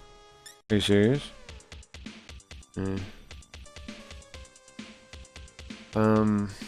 Tales of Destiny PS2, maybe? Carl, I'm gonna have play Judge vs. Death soon. I think that'll be fun. That should be fun to watch. But that's for Carl, that's not her face. There's there's an exit there. Where does it go? Let's see. Where does this go? Ah, I see. And that is the other part of the cave, I think. Apex Legends is... Girl's dead? Oops, I let her die. Sorry, everyone. Sorry. Stop. Stop letting people die. Stop it. Okay. Pretend you didn't see any of that. Have we got one of these yet? Talk to her. She doesn't want to talk. She's not in a talking mood. She does Mar and Car and she tries to seduce us. Shoot her with a gun for that. Try to seduce me? You get shot with a bullet. To your brain, to your dome. Get murdered, dummy. I have no idea what these are, though. Let's try Sabatoma. Give her Sabatoma in her brain. Whatever it does. Marn Karn again? We could play Digital Devil Saga, Levy's playing. We could play... you see the A's at the bottom? We could play Popa Rogue next. We could play... Popa Rogue would be cool. I definitely want to beat this game, no offense to this game, but... I would definitely like to play a more watchable game. I don't want to bore people. You know? It's a fun game and I really do like exploring it, but... It's not the most engaging to watch, I can tell. Okay. Like, there's interesting parts, but then there's a lot of, like, just walking around and dungeoning. That is not all that interesting. Okay. Like, half the game is just figuring out how to maneuver in a dungeon. And it takes a long time to get through a dungeon. Like, Ghidorah, Like right now, what are you even doing, you know? We're just going through caves for some reason. Why? I don't know. I want gun. That changed my mind. Doesn't somebody have Mediyama? Yeah, they do. Sphinx does. Spork? Is that a game? Spork. Honk. What are you saying? Symbols? Geo? What are the words you're saying to me? Fork. Honk. Sphinx. Huh? There's a game about kind of like this, but you explore Egyptian stuff. That'd be cool. Spork. Honk. Spunks. What are you doing? What the fuck? What are you doing right now? What are you saying? What is this man saying to me? Oh, you know what might be faster? I gotta remember to have the girl use the Geo spell that, not Geo, but the Zeo spell. Because why did I just die? Because maybe that'll make, hold on, let's undo this whole fight. Let's undo the whole fight. Maybe that'll get me through these fights faster. I should just spam that Maho Geo thing spell, right? Because I bet it does get me through these fights faster. And I could just keep using incense on her until I run out of them. And I have a fair amount of them. Okay, so what if I do that? Sphinx, heal everyone again, please. Thank you. Do it again, please. How come you're not saying anything that makes sense, Gio? What is happening with you? Okay. How come you're saying nothing that makes sense, sir? Okay, now my plan is the thing I just told you. I want her to use a lightning spell. I forgot all about that how good that lightning spell is a lot of times.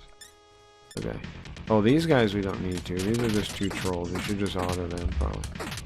Maybe? Yeah, I think we can win. No problem. But the bigger group, so we'll use the lightning. And hope it works. Sponk still. Sponks, he says. Okay. Sponks. Okay. Sponks. There was an RPG called Hole, Human-Occupied Landfill, that had Church and Munch, a revolutionary blend of fast food and religion. Revolutionary blend? Like they were radicals? You know what book we should read? What is it called? The Handbook for Radicals. Or whatever it is. That book informs a lot of people's views on things. Or is it Handbook for Radicals? Whatever it is. I posted it on the Discord before. Let me see if I can search radical book. I don't know, I can't find it, but I put it on the Discord before, like the book club thing. Book club.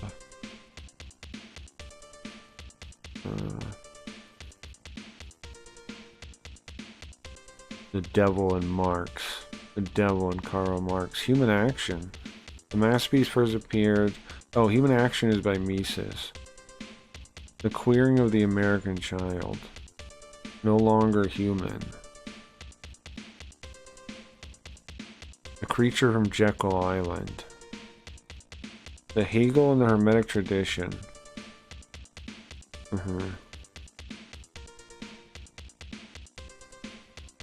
That might be an interesting book too. How Hegel is influenced by the Hermetic tradition, which would mean that's why Hegel is basically Hermeticist. What's up, Chase? It's late. Why don't I want to go to bed? I got no idea. Okay. Rules for Radicals. There we go. 1989. Lest we, by Saul Alinsky. You guys know this book? Lest we forget at least an over-the-shoulder acknowledgement to the very first radical from all our legends, mythology, and history. And who is to know where mythology leaves off and history begins, or which is which. The first radical known to man who rebelled against the establishment and did it so effectively that he at least won his own kingdom. Lucifer. He opens the book praising Lucifer. Ah, isn't that interesting? Saul Alinsky. The handbook, the rules for radicals. Lots of communists have read that book. Lots of communists have read that book. Interesting. It's the biggest religion in the universe. Revolution in the game. I should say self-proclaimed. It's the biggest religion in the universe. Basically space Catholics with Happy Meals. Sure, but they say revolution. Did they use the word revolutionary or did you? Because revolutionary references radicalism. If they did on purpose.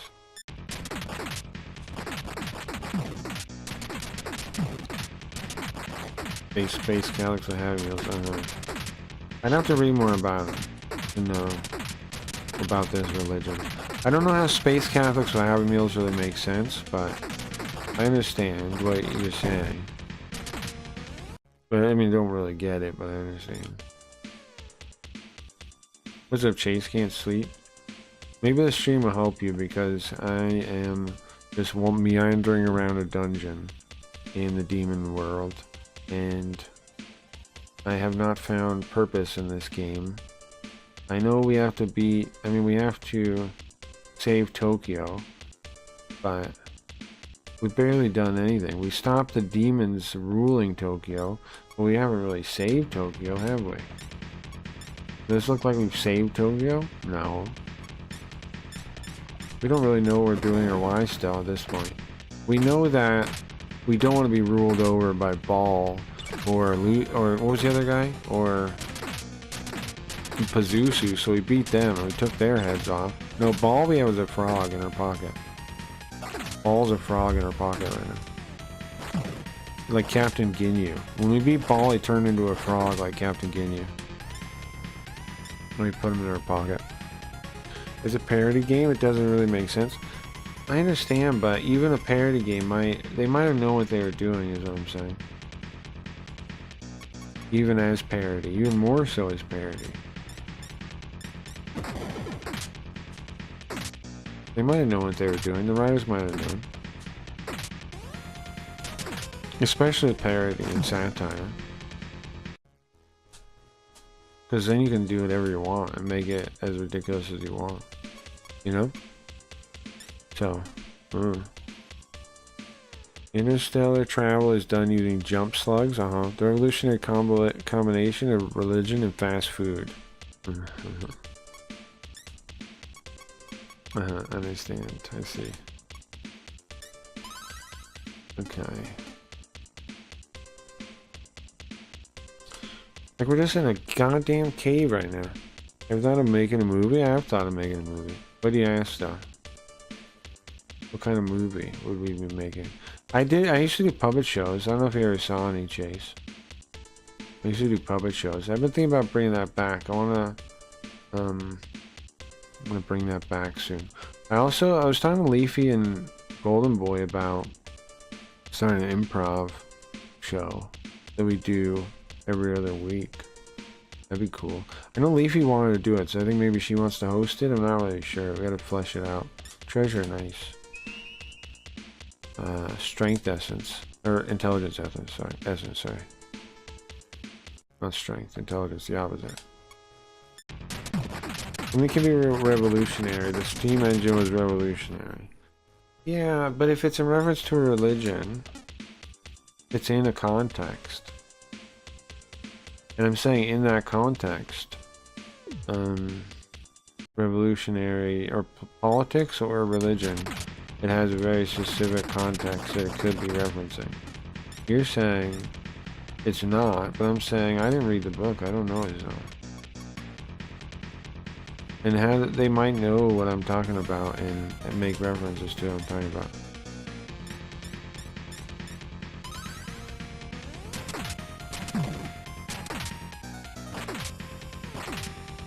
Maybe. I'm not saying they do, I'm saying they might.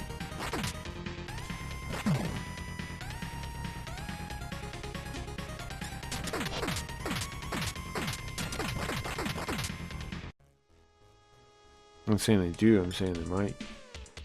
What kind of movie would I make? I'm working on a visual novel, starring Spooky Ghost. Where's this go? Starring Spooky Ghost. Coming out soon. Yeah. I got some more done on that. I got a basic rough draft of the opening sequence now. Opening chapter, opening a little bit.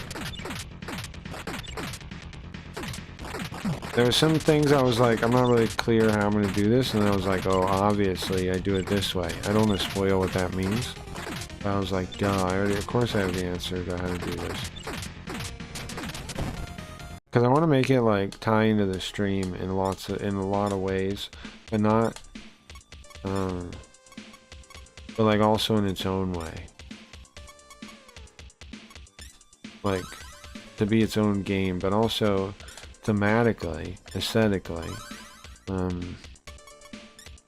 feel like the stream too. So, I figured out how to do that. I don't want to spoil that though. Okay.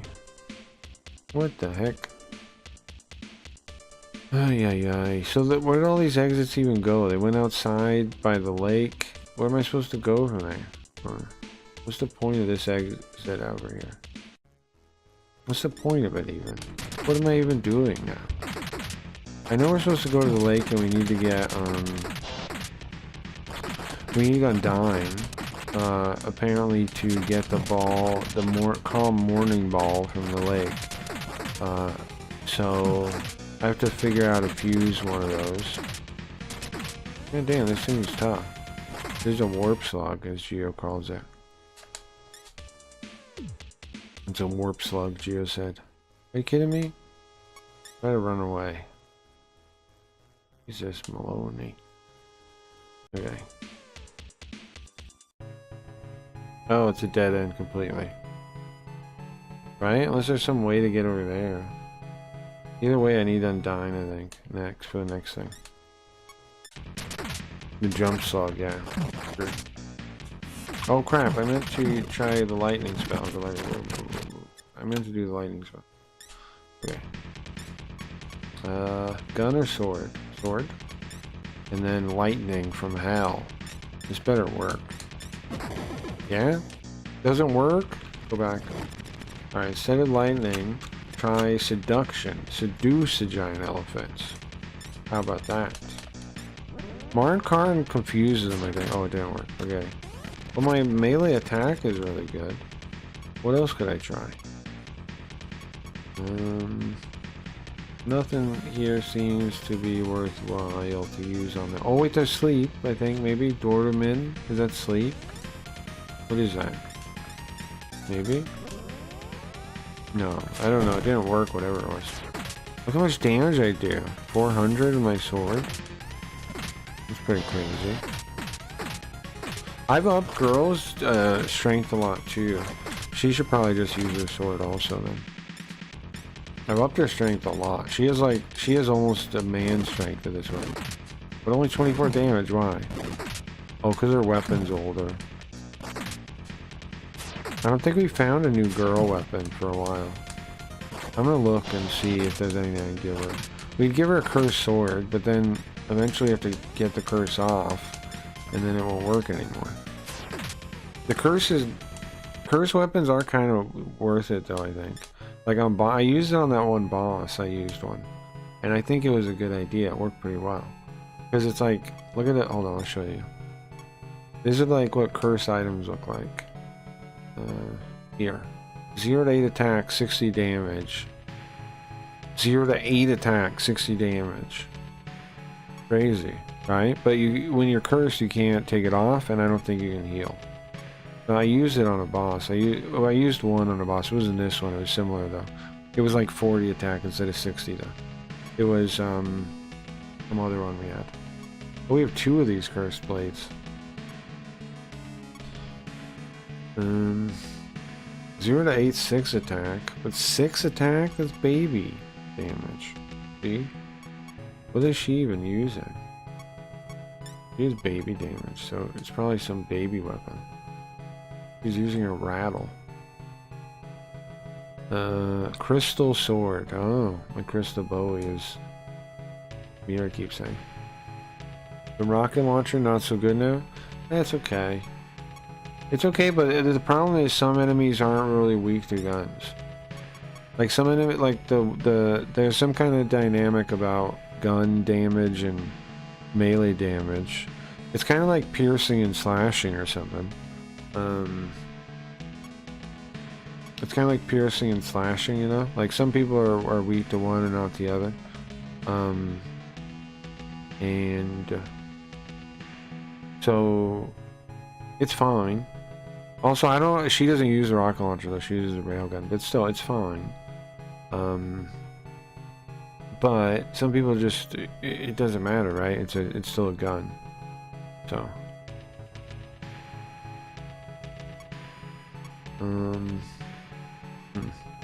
I have no mana or nothing. Oh, I can there's no teleport back to town. Like this? Doesn't work. Let's just leave the dungeon. So... I'm gonna try to get back to the save point somehow. Because there's no fucking saves out here. And we're running out of resources, but you know what I can do? I can use one of the stat incent things. Knowledge. I think she's max though on that. I'll use a different one. Luck. There we go. And she gets her mana back. I'm weak to both guns and swords. Yeah, sure. Rocket launchers. Yeah. Yeah, I have a critical weakness to rocket launchers too. That's true. Sure. I have a critical weakness to rocket launchers and death swords. Sure. Sure. Sure. Sure. Okay, we didn't even finish exploring this place either. This guy's easy though. I think. Maybe not. I thought he was, but now I'm getting beat up by him. Okay. The only thing I'm not weak to, the baby rattle. Baby rattle. Not weak to that. Okay, attack. See. So Ass's sword is good. The girl. Oh, I unequipped her item now. No, she just has the gun. Because I was looking at it and then I unequipped it. It seems like. Okay, the Maho thing. The Geo thing. Not very good. Damage. Not very good. Considering I'm doing like 300 damage and barely hurting them. Crazy, by the way. Freaking Morgan. Get out of here, Morgan. Get out of here, Morgan. Don't even try me. Try to run away. Don't waste our time. Nice. Then go back in. What is it now? One dude. Good job. Get out of here. Okay. Yeah, I'm just gonna try to find somewhere to save and then we'll take a break. Make something to eat. Hungry. Hey, Hydra. Can we talk to him? Can we get him on our team? No. He just growls at us. Run away. This guy sucks. I don't want to fight that. The hell? Are you kidding me? Oh, there's a little spot there we need to check. Then we checked out this whole place. But then where do we go to save? Because I've been going through these stupid ass caves. And I have not found a place to save. We found a town. I'll run away again. To talk to. Right? We found a town. With people to talk to. But there's nowhere to save. There was a fusion place there. And they told me about that I needed a Windini Dooney spirit to do something. And cool, right? That's cool information, I guess, whatever. But problem is there's no save. There's no save there, just a Windini Dooney. Undying, yeah. Correct. Correct. Deenie Dooney. Okay, we didn't go this way yet. I like how the map kind of jiggles around like that. It looks a little awkward. You see that? When I move it around with the D-pad? Kind of like jerks back when I let go. What's in here? What is this now? There's a giant there's a giant life form here.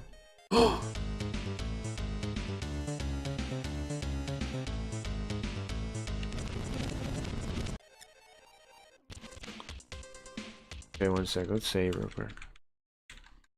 Okay, let's try this again. Was this? Do I need the Wendini to fight this thing? Am I in the cave now?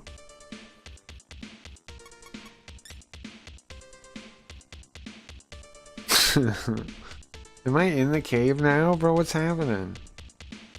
Okay. What do we do here? I think let's send away the Sphinx. Yeah, because it has no mana, right? Summon a different one. Then Bara. I don't know what it has, but at least it has resources, you know. Let's heal this guy. And do we equip the cursed sword? Do we try it? I'm gonna give girl a cursed sword. I'm gonna do it. But then I should heal her first. I should heal her first. I'm gonna use one of these life balls. Okay. I'm gonna do it. I'm gonna give her a cursed sword. I might end up dead. Death blade. I might end up dead. Okay. Attack, sword, sword. What do these guys have now? Rakukaja does what now? Is it worth casting here? Let me see, 1 sec. Raku. Japanese, please, not English. Thank you.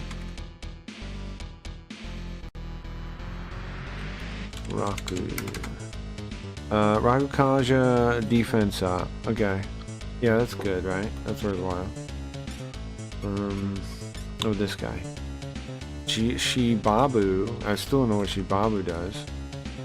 Shibabu. Oh, it can bind an enemy. Okay, Happy Ruma. Happy. Can make 3 enemies happy. What? Sabatoma. Saba. Oh, it can summon an enemy. Oh, it can summon a demon without using a computer. So the main character is dead. He can still summon a guy. Huh. That's cool. How about this? Geo Raon. Yeah, we'll definitely try that. Here we go.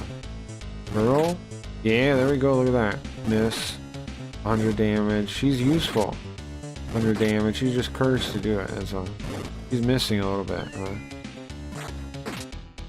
Asta took 42 damage. Baphomet missed. Asta is 200 damage almost. That's nice. Girl took 34 damage. I can't heal her if she dies, so. Nice. If girl dies, there's nothing I can do about it. Because she's cursed. And I let that happen. Okay. But she can heal ass though. So how about that? Up the defense again. Make the enemies happy? No. Did lightning work? I missed if it worked or not. I wasn't paying attention. Look at that. See, they were gonna kill him. Gas on girl. They're gassing her. That's fucked up. I remember there was some time in history where they gassed people. Pretty messed up. It reminds me of that. Pretty messed up. Then the game would do that. Remind me of that. Pretty messed up. Okay. Let's do sword, and then girls gotta do sword too. Maybe we just kill them this time though. defense up again if it stacks. Make him happy, I guess. I guess try it. Why not? Geo is working. Sabatoma sounds like cancer. Sure, it does that. Nice. Look at that. How'd she only go one time? How'd that happen even? No, don't kill girl. She's cursed. Stop it. Stop it. No, Baphomet's dead. Not Baphomet. No. Who died now then? Somebody else died too. Don't even gas girl to death. Don't even. It'll remind me just of that tragedy. No. Don't you dare. Don't you dare poison us, you son of a bitch. Uh-oh. She's dead. Went from cursed to dead. What happens? They gassed her to death. Unfortunate. Is everybody dying? Don't gas us, please. You better stop it. You better stop it right now, Hydra. Uh-oh, don't kill ass, come on. Come on. Are you kidding me? Okay, so this plan here did not work. I got gassed to death. I got gassed to death, guys. I did save her before, though. Okay, so... failed to load?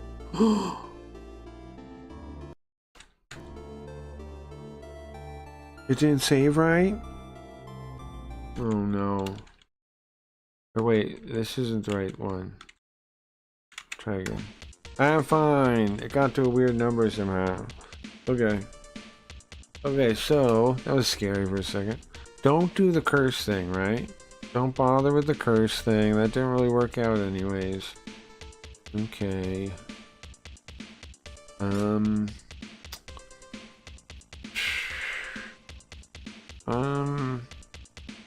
What do I do here? I could heal everybody up. I think I heal everybody up with girl before we go in there, I think. Right? And then I'll use another incense on her. That's what I'm thinking. I'll just keep Sphinx, because the Sphinx can hit hard, maybe. Okay. Don't bother with the stupid thing.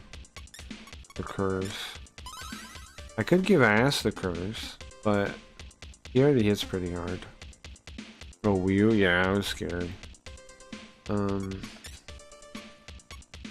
give her an incense of some type. What incense do I have still?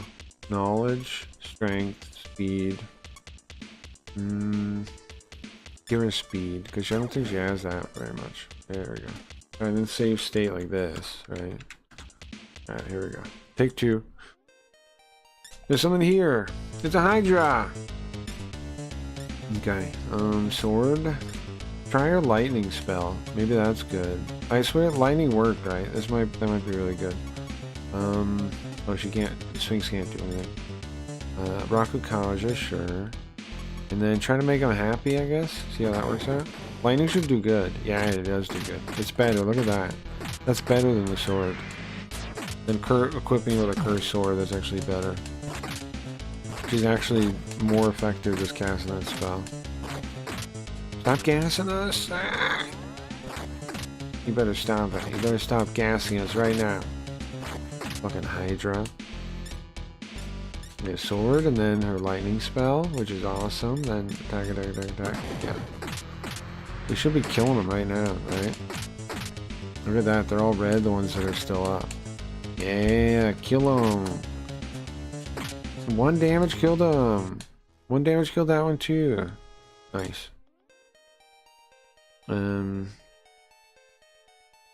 Your eyes pass over the water and it spread. The water spreads out as far as you can see. It's better. We need Undyne. That's where we need Undyne. Right there. Because it said in this cave. I didn't know this cave was it, but it said Hydra guards the cave. And then it said, you need Undyne to get the thing. So, we're in the cave. We're in the cave. I didn't know this was the cave. I didn't know. There was no name on any of these caves. But, we've done the thing. We beat the boss. We just need Undyne now. And come back here. We're way better? Yeah, we're way better, yeah. So now we're still same goal, but we beat a random thing. That was kind of a boss, kind of not, right? That was kind of a boss. It wasn't a real boss, but it was like a mid-boss or something kind of deal, where clearly harder than they normally are. And a checkpointy thing, like a mid-boss, I guess you call those, right? Yeah, I don't know. I'm thinking about what game to play next again. Ground Lancer is not a bad idea, right? Neither is Tales of Destiny, I think. Maybe we try to narrow those two. Maybe there's a game that will have more popularity in the algorithm I'm not thinking of, though. Maybe Breath of Fire 3. You think that is it? Well, you know, I know you want to see that one. I want to play that one, too. I don't know. I don't know what would be good for the algorithm at all, man. Maybe don't worry about that, though. But maybe do. I just don't, I mean, I don't even know. I don't know YouTube, man. I don't know what, like, people have seen, like, there's videos of. The Mega 10 thing I kind of stumbled on, you know? I kind of stumbled on it from Leafy's stream, actually, not even my own. I learned about that from Leafy's doing well. Does the Zeo work good on these guys, or no? Yeah, hope. Yes, nice. Nice.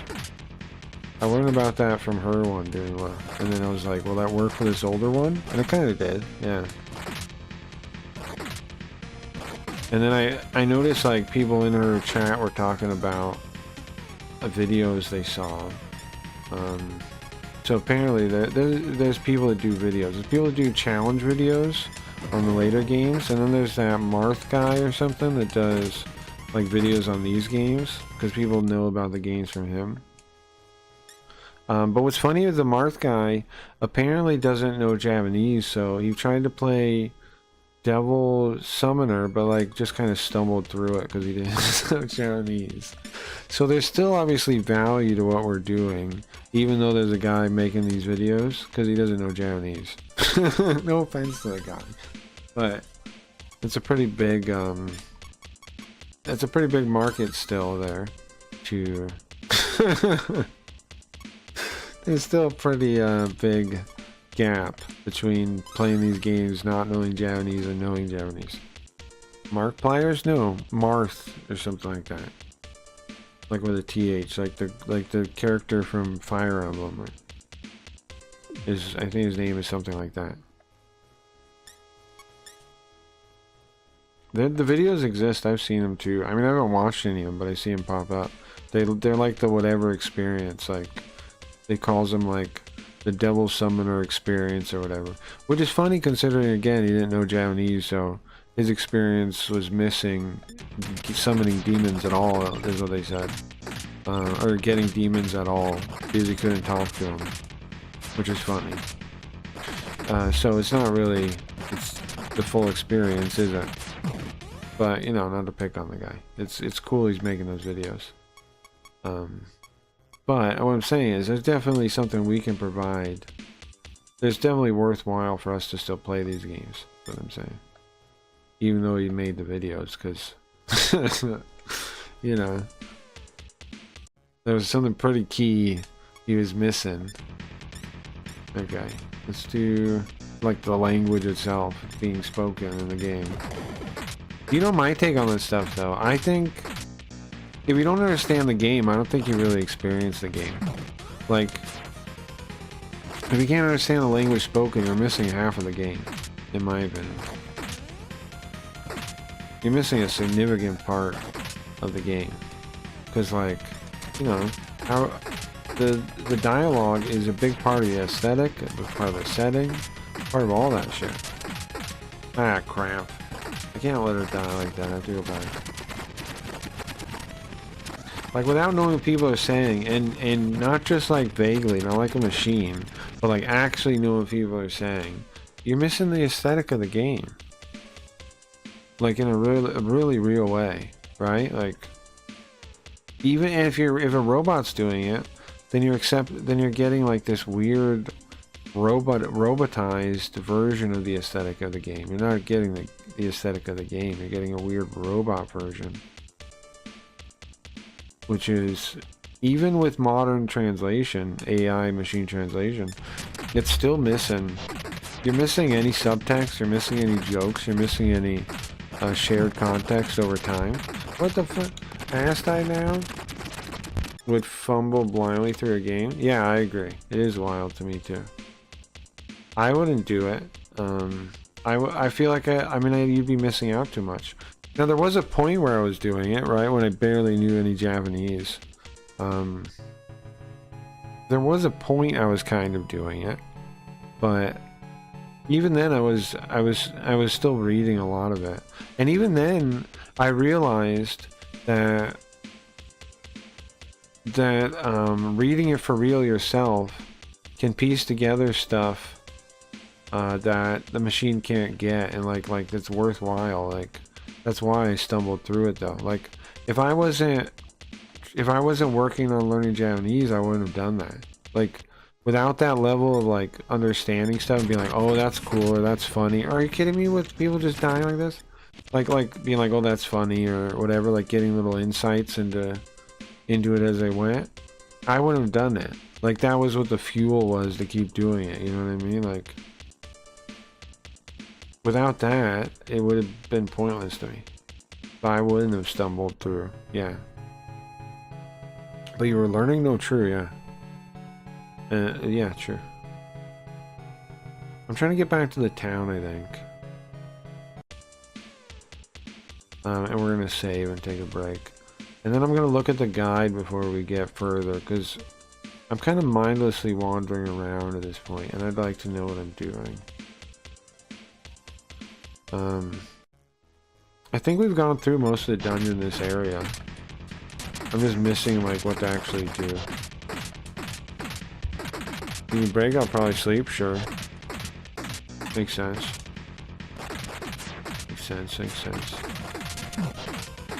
So I'll either see you before I end the stream, or come on.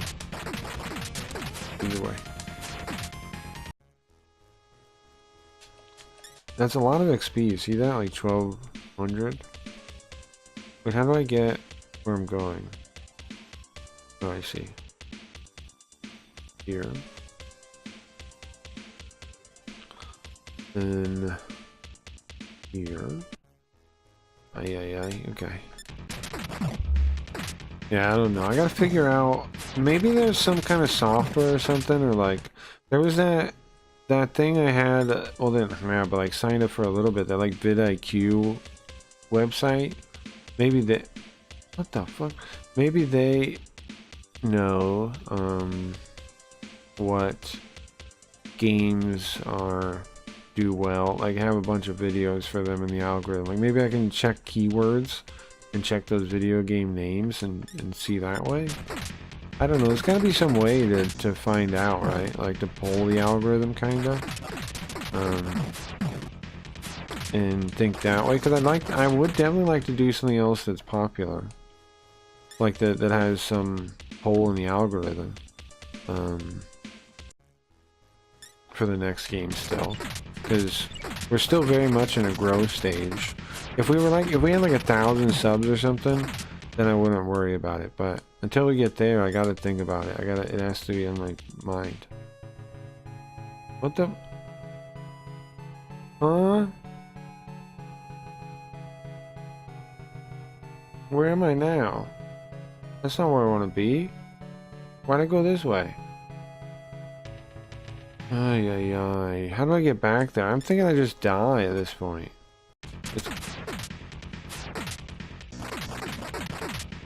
How do I even get back to this fucking thing? What's up, Koji? My sleep is fucked lately. I feel ya. Feel ya, man. Feel ya. I'm just lost in this goddamn maze. Okay. If I use the teleport spell here, there's no, like, teleport back to town spell, as far as I know. Wait, there's two different spells, though. Hold on. There's Trust, like that one, and then there's this one. Trust Start. Does that one work? Where does that take me? Nice, okay. That does... okay, there's 2 different spells. One does take you back to the save point now. Okay, nice. There's no healer guy here, though, is there? Unless this is one. Oh, it is one. Okay. Alright, perfect. Perfect.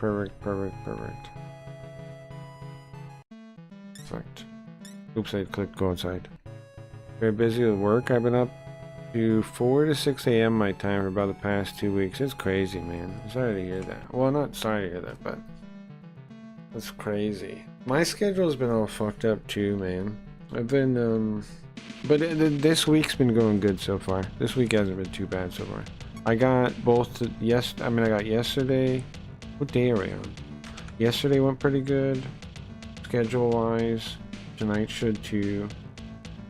I'm gonna take a break and I'm gonna take a break, and then we're gonna come back. Need to get something to eat, and then go for, you know, however many hours. Yesterday's went pretty good. Today should go pretty good too, I think. We'll see. But yeah. Now Craggy's on too early. Well, I do both, Koji. I'll be on later tonight. It isn't always though. Like what was it? Tuesday I fell asleep. The problem is, like, sometimes I'm like staying up to try to fix the schedule. Tuesdays is not the intended schedule. Yesterday's is more like. I was up till 6. Stream was on till 6 a.m. my time yesterday. Should be today too. Should be today too. Let's see. I'm trying to do both. I'm trying to do an early stream and then the night stream and stop at 6 a.m. That's the plan. So I should be around still in times you can catch it. But I'm taking a break now. Couple of days going to bed at 8 a.m. like Craggy. Sure. But bro, I'll be on. I mean, I'm gonna be. Here's my schedule. My ideal schedule now, guys, is for my hours. You got to convert to yours. Is like starting 6 or 7, right? Stream for a couple hours. I don't really know exactly where the break is gonna be. It just is wherever, and then come back on after eating and getting other stuff done, and then stream until 6 a.m. my time. That's the ideal schedule. I know I haven't been totally hitting that, but that's what I'm aiming for. That's what I'm aiming for, and it should be good today. I think I'm gonna hit it today.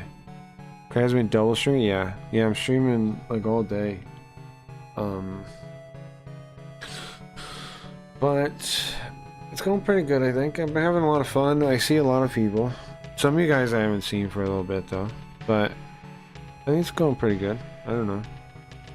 It's hard to tell, man. So speaking of, we gotta figure out some like scam day kind of shit that'll like really play in the algorithm. To really help us kind of grow. That'd be amazing. I know Assassin's Creed Shadows coming out soon. We can play that like Oni game on PlayStation that I want to play. It's like a little JRPG with like a very Japanese, old school feudal Japan kind of aesthetic. And you can like turn into a werewolf or something, or a demon or something. Seems pretty cool. Seems pretty cool. Well, I want to play that and not pretend it's Assassin's Creed Shadows, but like do the kind of scam day a little bit around it.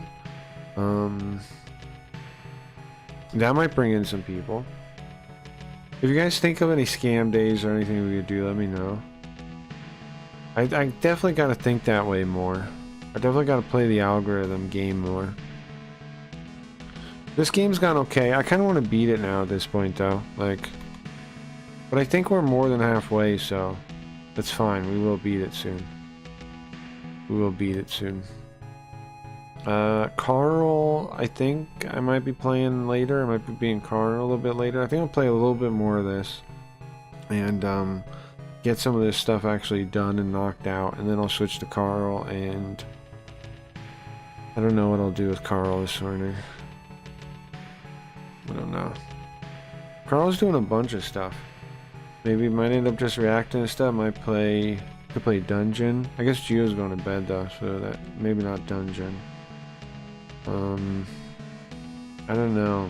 Carl doesn't really have a game. I want to start playing Judge Dredd versus Death with him, and then RoboCop. Carl doesn't really have a game right now though. Could play a racing game too. I don't know. I'll think. I still got time. Alright guys, thanks for hanging out, and nice to see you, Koji. And I'm still gonna be up later, man. In general, I'm just trying to get the schedule right. That's all. It's, you know, but I've been having trouble sleeping, so it's been all over the place. But that's the ideal schedule, so I should be in some hours you can catch for sure. But yeah, I'm gonna get something to eat. I'll be back in a little bit. If you go to sleep and I don't see you, have a good day or a good night. I'll see you tomorrow. If anybody wants to come by tomorrow. So later, guys.